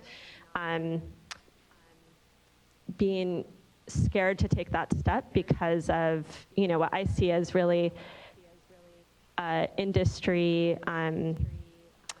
pushback against disclosing data on what they're able to, what different manufacturing is able to do. I think that we shouldn't have to wait for NSF to push that. I think if we as states are taking that lead, that it's easier for then NSF and others to say, well, we should do this because California requires the standard or prefers the standard and is using that for their program. So those are my kind of main issues that I wanted to see in this, and interested in what other board members think. I just have one follow-up question for you. So we're using the term goal, but then the statute uses the term action level, and that's what they use in lead and copper rules. So are you thinking of goal as being something different than the action level? Yeah, I think so. I mean, I think action level at this point is a different meaning. It'd be great to be able to have the action level be one, but I think at this point, even just the relatively unenforceable goal of saying it sets forward what our expectations are, and especially when we're dealing with a program where we're with childcare facilities are trying to figure out what to do to protect kids. I think it's helpful to put that out there rather than being silent on it. And I think at this point still the action level is where, but to me that's a whole nother discussion as to, and I think this is a good starting point for the action level, given that we haven't been able to do testing down to 1 before, and that we're just starting to get more data. So if language-wise, I'm interpreting what you're saying is that we will set an encouragement goal to please try to meet 1 parts per billion, but it's at your discretion. Yeah, so it's not an Try as action many level. times as you want, but as long as you're under 5, you're good. I mean, we're going to have to craft some language in the recommendation along that line.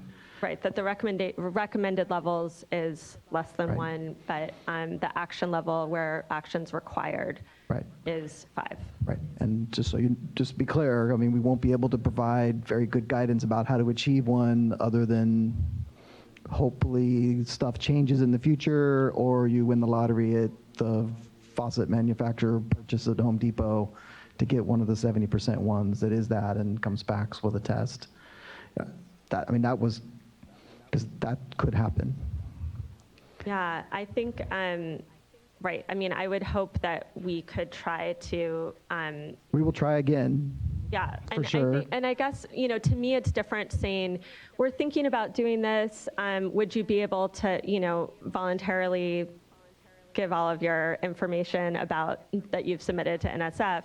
I think it is another thing when we're saying, you know, this is a requirement that we have in California, and this is the market, the level that, you know, folks are going to have to do, where it's a more done deal. And, you know, maybe it still doesn't work, but it seems like that should be the,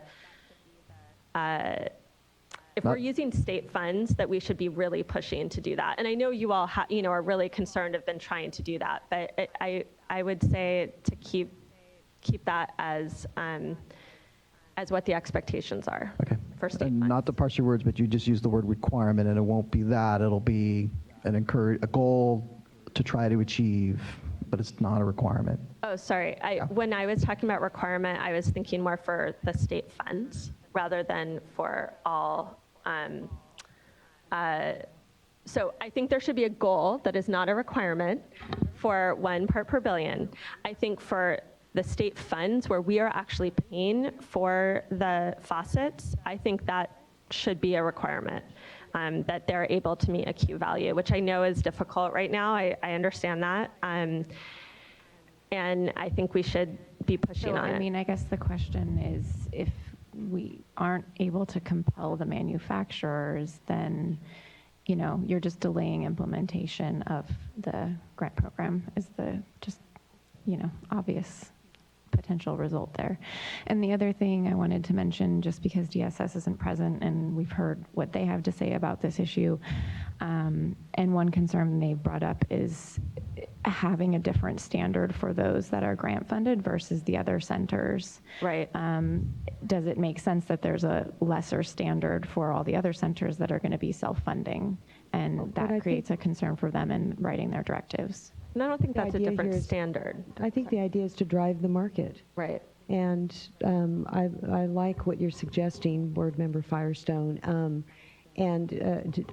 I just haven't focused enough on this program to be able to get a sense. It looks like, you know, what comes first, the chicken or the egg, and we're trying to maybe get it going. If NSF isn't going to move, then what could we do in the meantime? And if we're not able to distribute the funds, I suppose you could come back to us and we could have a conversation at that point. But I like the idea, and if I just don't know enough about the pot of money, if it's enough to really provide that incentive for movement. And from a practical perspective, well, I like the idea and I do support it. I'm a bit concerned about the faucets that are not being replaced and the continuation of the poor conditions and high, you know, concentrations. Right, I agree. But if we can't get NSF to move, then this would be sort of, I guess the idea would be put pressure on a phased-in approach. If, again, I don't know what's the total amount of It's $5 million, and I'm sure I the mean, plumbing industry is a billion-dollar industry, so Right. we're not going to even really get them to pay attention. But are there other states that we could work with on this approach? well, we're lucky enough to, like Kurt mentioned, we have one of our own staff members that sits on the panel that will hopefully vote for this and is, you know, trying to push them in that way. Right. I think, so I get, you know, our one grant isn't going to change the plumbing industry. But I do think if California is setting this expectation that helps in the national discussion, especially NSF. There's kind of a battle going on right now, right, about whether they're going to require this. And so far, the industry has been winning that. And I think the more that states can say, look, this is our expectation, that will help. And I guess I would also say, I don't think it's a matter of a different standard. I think it's a matter of us saying with our funding, we're going to make sure that we're able to get information about and provide the best options out there, and that for everybody else, this is what the goals are, and to the extent we're able to get that information, even just one manufacturer that can show that, since 73% are able to meet it, then that's then something that all the other folks that aren't able to get money from our grant can. Yeah, so let me clarify that. That's not 75% of the manufacturers, that's 75% of the faucets that are manufactured. Right, so yeah, it's, agreed. some manufacturers will have Yes. Q1, Q2, Q3, okay. Right, so, but still 75% of the faucets that are out there. So you'd think that we should be able to get information on at least one of those that actually meets that standard, and say that that's what we'll fund and that's what we expect. That's the goal we think everyone should be trying to meet. And to the extent we're able to have specific information from manufacturers on what meets that standard, making that public and just, distributing it through these networks so that they can also get that.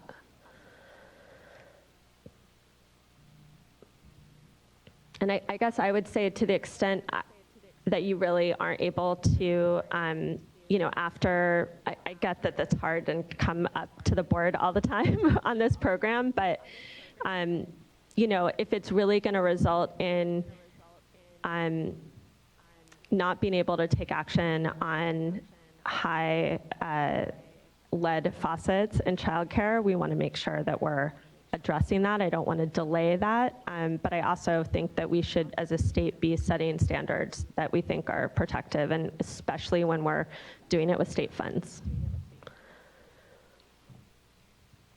So I'm not an expert on this, but I do think that what you're saying is that we are not going to distribute any funds because no one has a Q1 standard that they can show. So in the short term, we are not going to distribute any funds. That might change in a few months, but I think that the board needs to recognize that no one can come to us today and say, we've met the Q1 standard. I think that 75% of the faucets meet the Q1 standards. But they just haven't been willing to say which ones. They're choosing not to tell us which models of theirs have met the Q1 or Q2 or Q3. They're not going to release, chose not to release the data to us. So yes, we would not be able to buy faucets at this point to replace with our grant funds unless one of them steps forward and changes their mind. I'm going to show my ignorance here, and we have no way of compelling that information? No way to know.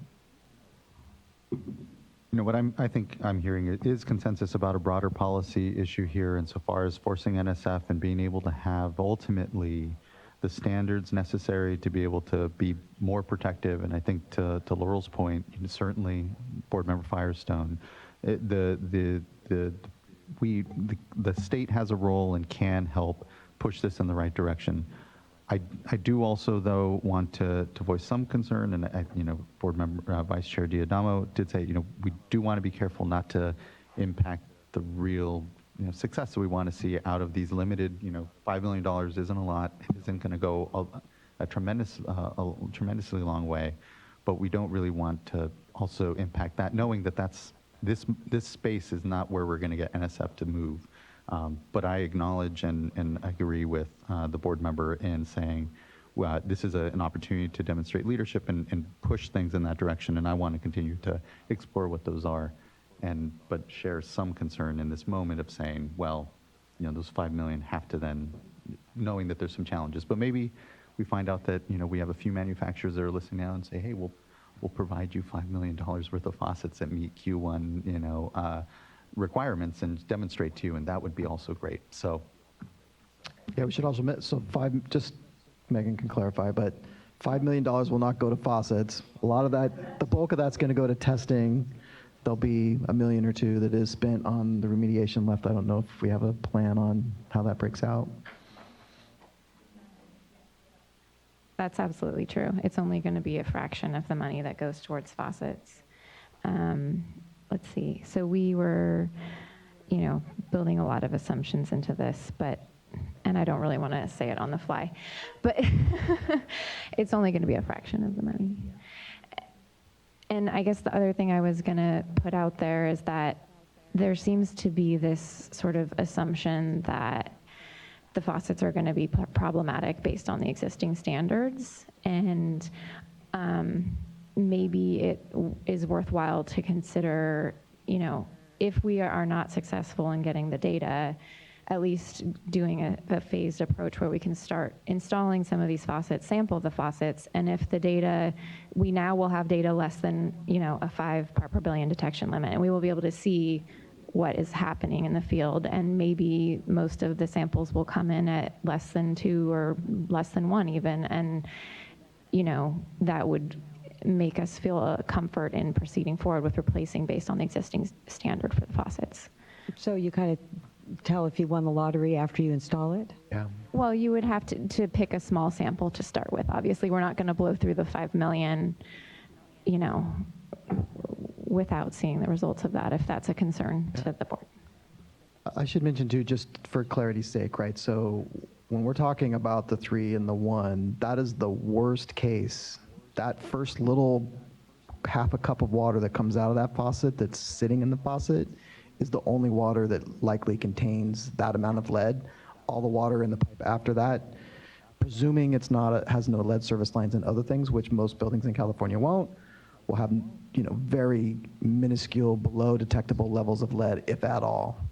So, in a way, it's that very first draw, and if everybody runs their faucets for 10 seconds before they start using any water, you almost eliminate the problem there. But of course, we want to make sure that that isn't even an issue and that it's gone. So I don't want people to walk away thinking that, oh my gosh, the faucet is continuously flowing 3 parts per billion lead the entire time I'm using it. That's definitely not the case. This is a scenario of very worst case at that very instant of turning it on. Do you know if those home test kits that they provide, like at Home Depot, what's the level?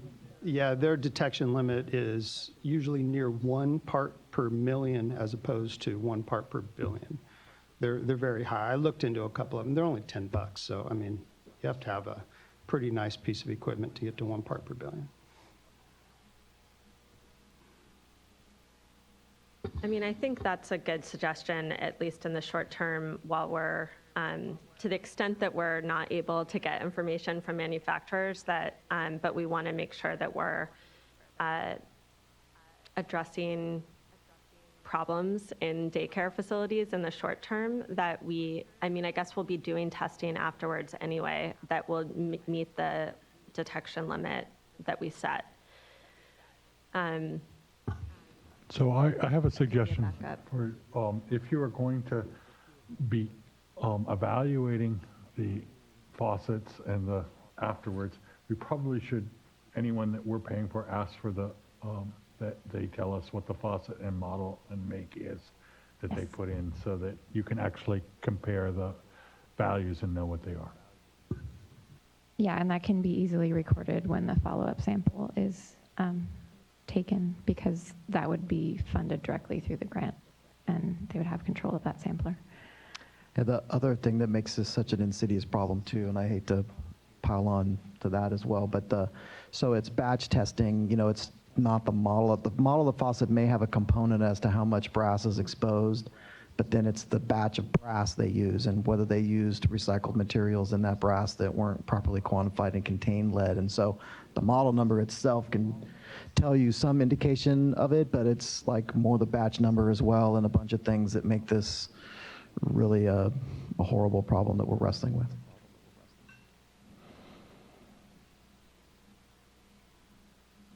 Well, thank you. Any further discussion? This was an informational item, so there's no board action. Just thank you, staff, and thank you, Yeah, and I think board just members. coming back after we have more test results and. Yeah, no, we would love definitely want to just an share the test update results once on- we get farther along, and we'll do that for sure. And we will modify our recommendation letter to include a goal of 1 part per billion and as an encouragement goal that we would like everybody to achieve, and then we'll send that guidance to DSS. Great. And, to the extent that we are able to get information in the future from manufacturers on Q tests or other best practices or best products, I'd really encourage us to make sure that we're making that available on our website and to all the sites that are participating in this, because I know it's something they're concerned about and they want access to. And schools in general, I think, that are really doing all of this testing want to figure out if they're going to replace things, what they can replace it with that will be the most protective. So appreciate that. Thank you, staff. Appreciate that. Thank you so much for the discussion, everyone. With that, we move to board member reports. Actually, we do have 2 items, and with apologies, unless, do you have We to don't- already? yeah, those Oh, were adopted thank before you. you came back. Bless you, thank you. We snuck those in before we started this item. Ah, perfect. In that case, why don't I start, since I have just one short item to report. I had the opportunity to spend a couple of days with Restore the Delta in the Delta and also in Stockton. And actually, that's given me a lot of ideas, one of which led to the community capacity suggestion today. The other suggestions, or the other things that I've discussed with Ms. Sobek and will be following up on, is, in Stockton, there is also an issue of homeless encampments, trash, E. coli, and all that. And so it coincides, I think, with some of the discussions Board Member Firestone and I have been having with the Regional Water Board, and looking to see, given that we did do a workshop type item, what is the next step? What are things that we can explore? How do we build the local partnership that we need in order to address the issue, not just from the Water Board perspective, because it's a much bigger issue than we can deal with, but obviously we have a role with respect to sanitation, with respect to trash, with respect to just public health. So that's an area I'll be exploring. And then the third item that came out of my result in this visit with Restore the Delta is the issue of HABs, harmful algal blooms, which we all know about, and the frustration that they endured, last summer when there was there were many outbreaks, but they were not able to get the local health officers and departments to do noticings, to make public postings of these situations, especially in areas where there were homeless encampments, where people were in the water. And so I flagged to Ms. Sobek and will be following up on whether or not there is something we can do at the state board level to encourage local agencies, but where necessary, encourage the regional water board to do the posting if through coordination with the local, somehow that is not happening, because that is a public health issue. And hopefully there'll be, I should never say there's an easy fix, because there never is an easy fix, but hopefully there is a quick way that we can approach this and provide some guidance to the regional boards before next summer. Oh, and one more thing that I learned during my tour, there is a Sandhill Crane Festival occurring in Lodi. Since you all went out and did the River Parkway cleanup, thank you. My next plug will be for the Sandhill Crane Festival in Lodi it starts on November 1st, which is a Friday, and ends on Sunday. There will be workshops, seminars, and tours also being offered of a variety of kind, from photography to various birding type activities. So I would encourage you to check those out as well. I will be going Sunday. Fantastic. I'll quickly jump in. Since our last board meeting, I had the pleasure and opportunity to speak at the ribbon cutting for the Pure Monterey water project. It's a water recycling project. It's not unlike a number of projects we see developing out in the state or already have been developed. It's a cooperative agreement between the urban side and the ag side to help with both water quality challenges, but also water quantity challenges in the region there. And so, great innovative project, and glad to be able to be there and represent the board. We provided $15 million, I think, in direct grants, and then a $200 million loan. So, between that and the approval processes and permitting role that the boards played, it was nice to be able to go and celebrate with the community. Additionally, then that following week, that was on the 4th, or sorry, where am I? The 3rd, no, yes, October 4th. And then also spoke on a webinar with USEPA on the human right to water and the work that the state has done around its very innovative programs and trying to, and now with SB 200 as well, kind of being able to share with other states what we're doing here in California. We had, I think, somewhere between like 800 or so people registered for the webinar. It was myself, Susanna from Community Water Center, and then Carolina from OEHA. And it was a really, really great event. And it was nice to have that acknowledgement from USCPA about our programs. And then also went then to another ribbon cutting for another water recycling treatment plant, this time in Carson. And this was the Carson Regional Recycled Water Advanced Purification Center. And this was that partnership, and board member McGuire was there as well, and board member or Chair Munoz from the Regional Water Quality, the LA Regional Water Quality Control Board also spoke. But this is a partnership between LA County SAN and then also the Metropolitan Water District. And again, really innovative and great projects. It was good to see a number, the water recycling community isn't the largest, obviously, in the state, but it was good to see them all kind of twice. And, hopefully there's far more ribbon cuttings to come because they really do, I think for me, certainly represent some of the more innovative projects out there when we talk about our water resilience portfolio and how the state's going to really adapt to the challenges of climate change. So that's about it. I'll go next, since you just mentioned climate change. So I was on a climate smart ag tour last week that CDFA put on. So they received funding through the Cap and Trade program. I know we've heard about a piece of that funding, their water use efficiency grants that they provide, but this was focused on alternative manure management. So they have that program, and then they also have for water use efficiency, they also have another, well, it's not water use efficiency, it's another component that encourages use of cover crops. And so it was a good group. There were several people from the resources agency there, and the governor's office was also represented. And what I learned about it is just that some of these programs are more expensive than others. It's great that they have a funding source and a incentive-based program through CDFA. Again, another plug for us to have, programs of this nature.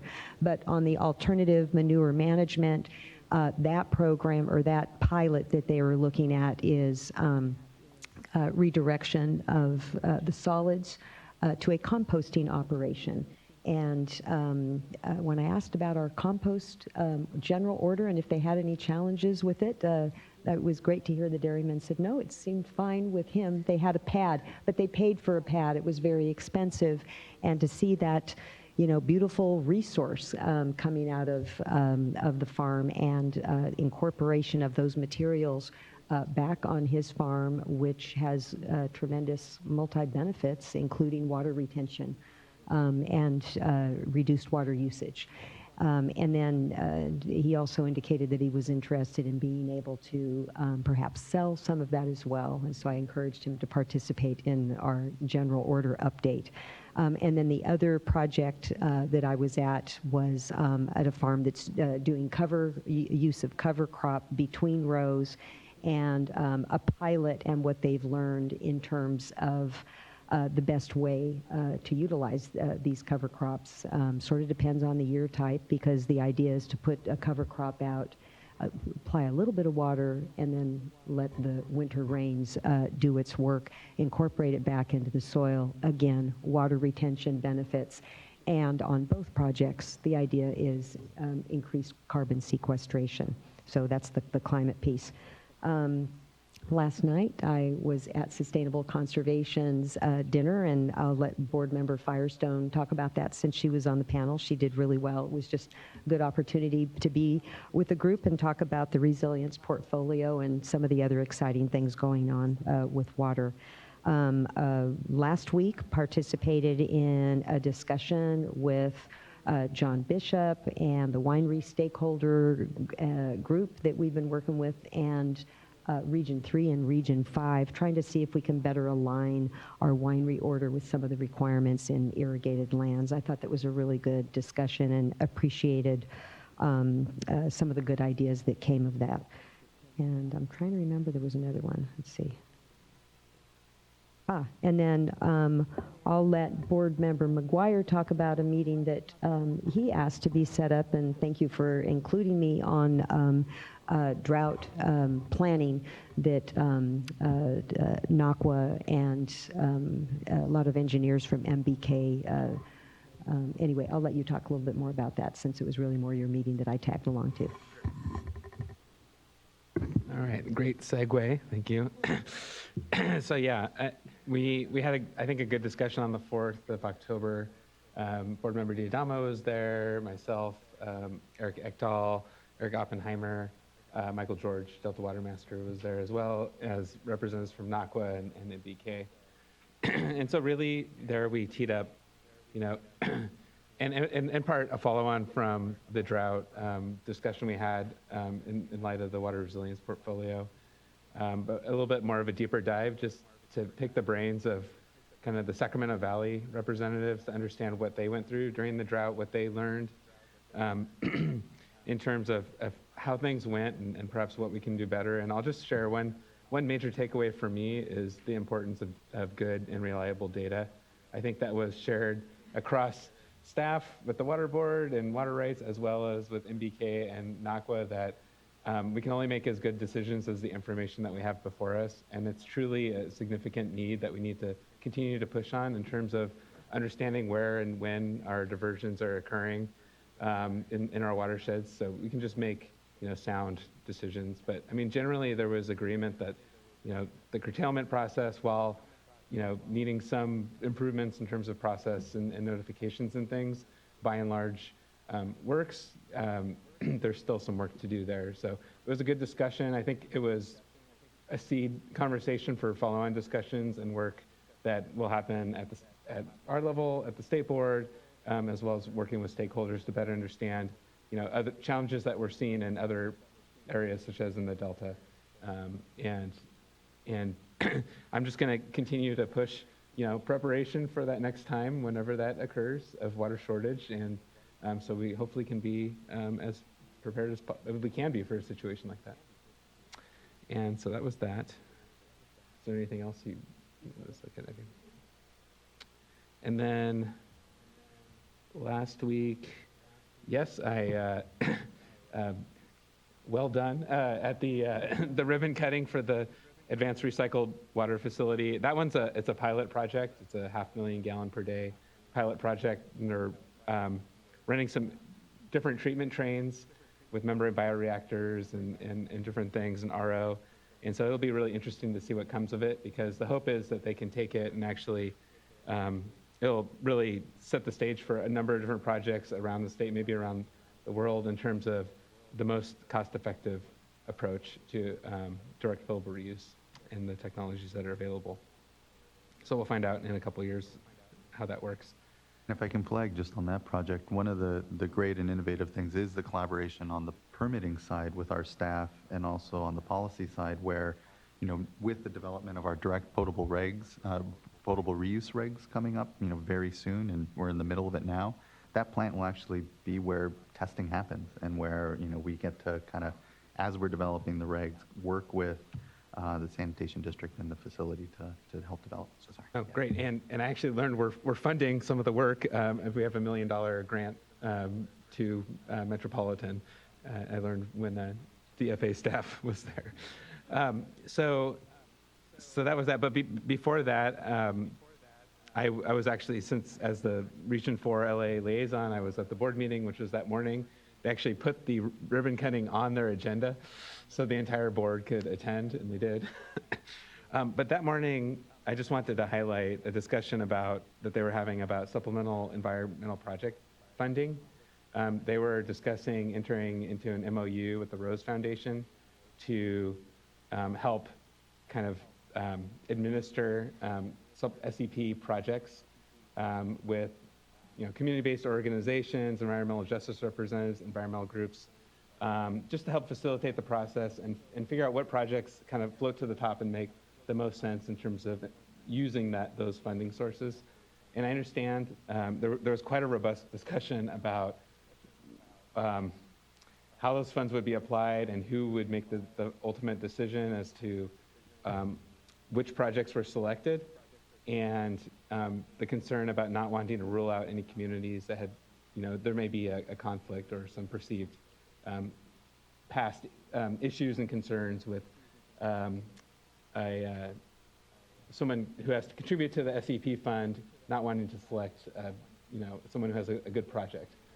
And so that input was something I was thinking about, and I learned that Region 5 has been working with the Rose Foundation for quite some time, and they have a successful program. So I just want to flag that. I didn't have a takeaway other than I'm going to look into that more so I can just better understand how this arrangement has worked in other regions and how it might be applied more broadly just going forward.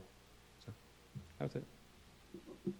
So we'd be happy to get together with Yvonne and you and any of the other board members and look into these.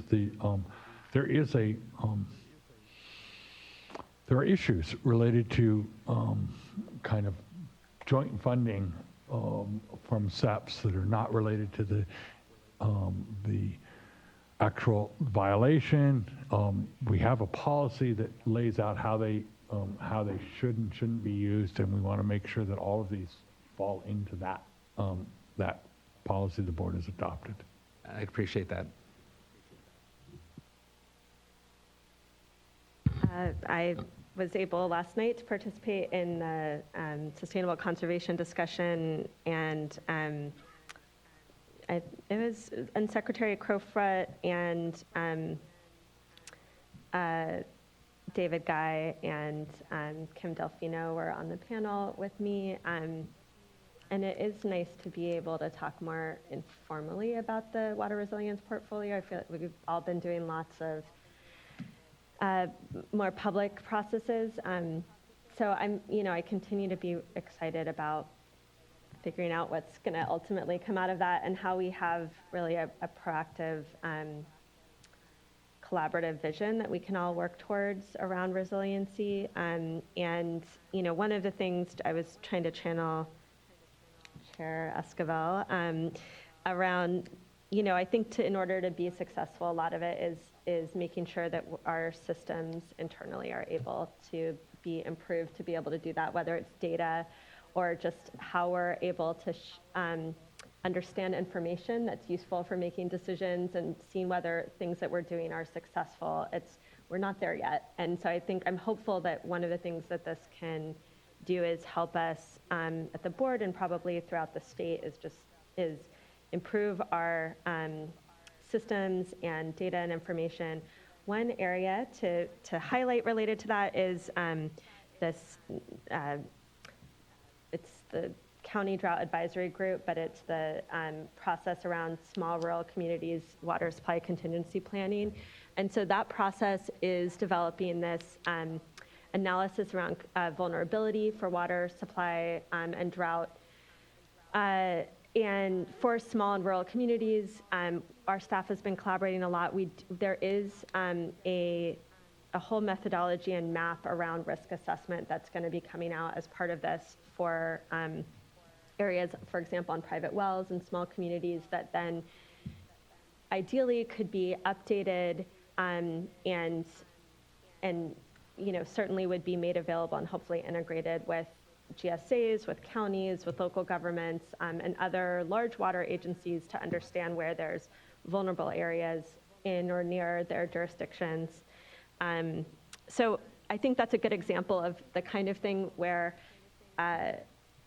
we don't have great information now. We need to be developing this. This is an effort that will start doing that, and I think that will help everyone be able to do a better job of preparing for droughts and improving outcomes and improving resiliency. So that's one example of that I'm excited about, and I think those recommendations are moving along, and this map and initial analysis is, it's all going to be finalized by the end of the year, but there's drafts going around now, and so appreciate everyone's involvement in that. Was able to visit water keepers down in San Diego because that is an area I'm the regional liaison and learned a lot, which is great. I didn't know a lot about San Diego, honestly, so I've been learning a lot around that. And then I think coming up, I'm trying to make sure that I get to visit, and I think Sean, you may be joining me, but for the desal plant tour in Carlsbad, and also hoping to get down to Imperial and do an ag tour with Imperial Irrigation District, and also some of the EJ and environmental groups in Coachella and Imperial Valleys. So those are things looking forward to in the future through the end of the year. That's it. Very productive board as always. And I really do mean, thanks for the great work that you're all doing in the communities, being out there. I know I hear a lot of feedback from folks and really appreciate just the real-time commitment that they see from all us fellow board members out there, and the real benefit I think that it has to our success in trying to do what it is that we do here. And so just thank you for all that. We have an executive director's report, I think, unless you want to. Actually, I have a quick request from Ms. Sobek. Having looked through quickly the report, there hasn't seemed to be much update, and maybe there isn't anything to update, but I would appreciate perhaps if you could have staff shoot me an email or something on the status of the dredging, the statewide dredging permit effort, as well as the mercury effort as involving managing mercury in reservoirs. And I think those are the two things. And the So reason I can asked- give you that one right now, because Okay. I pulled the staff to focus on toxicity. Until that's done, they're not working on the statewide mercury effort, and that has been because of the priority scheme. And the first one was on suction dredge Yes. mining? Okay, and we'll get an update to you on that. Yes. The reason is I'm doing a Headwaters tour with Ms. Elizabeth Martin on Friday, and I believe the topic will come up.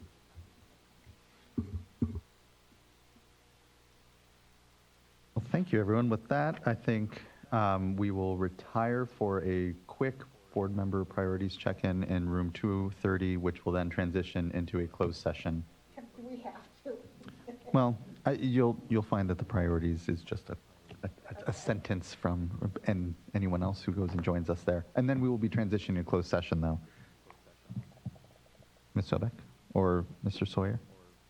We can put off the closed session if necessary. In fact, one of the necessary staff Is not here. Okay. would have to be Then we called will home and put have off, to pick up a we will child. put off the closed session and also put off the board priorities. Thank you, Mr. Sawyer. Second, check in with Ms. Sobek, and she will tell you whatever it is that we were going to say at that moment, and which wasn't too much, so don't feel like that. Yes. And with that, then, we are adjourned. And thank you, everyone, for a good day. It was a good day. Thank you.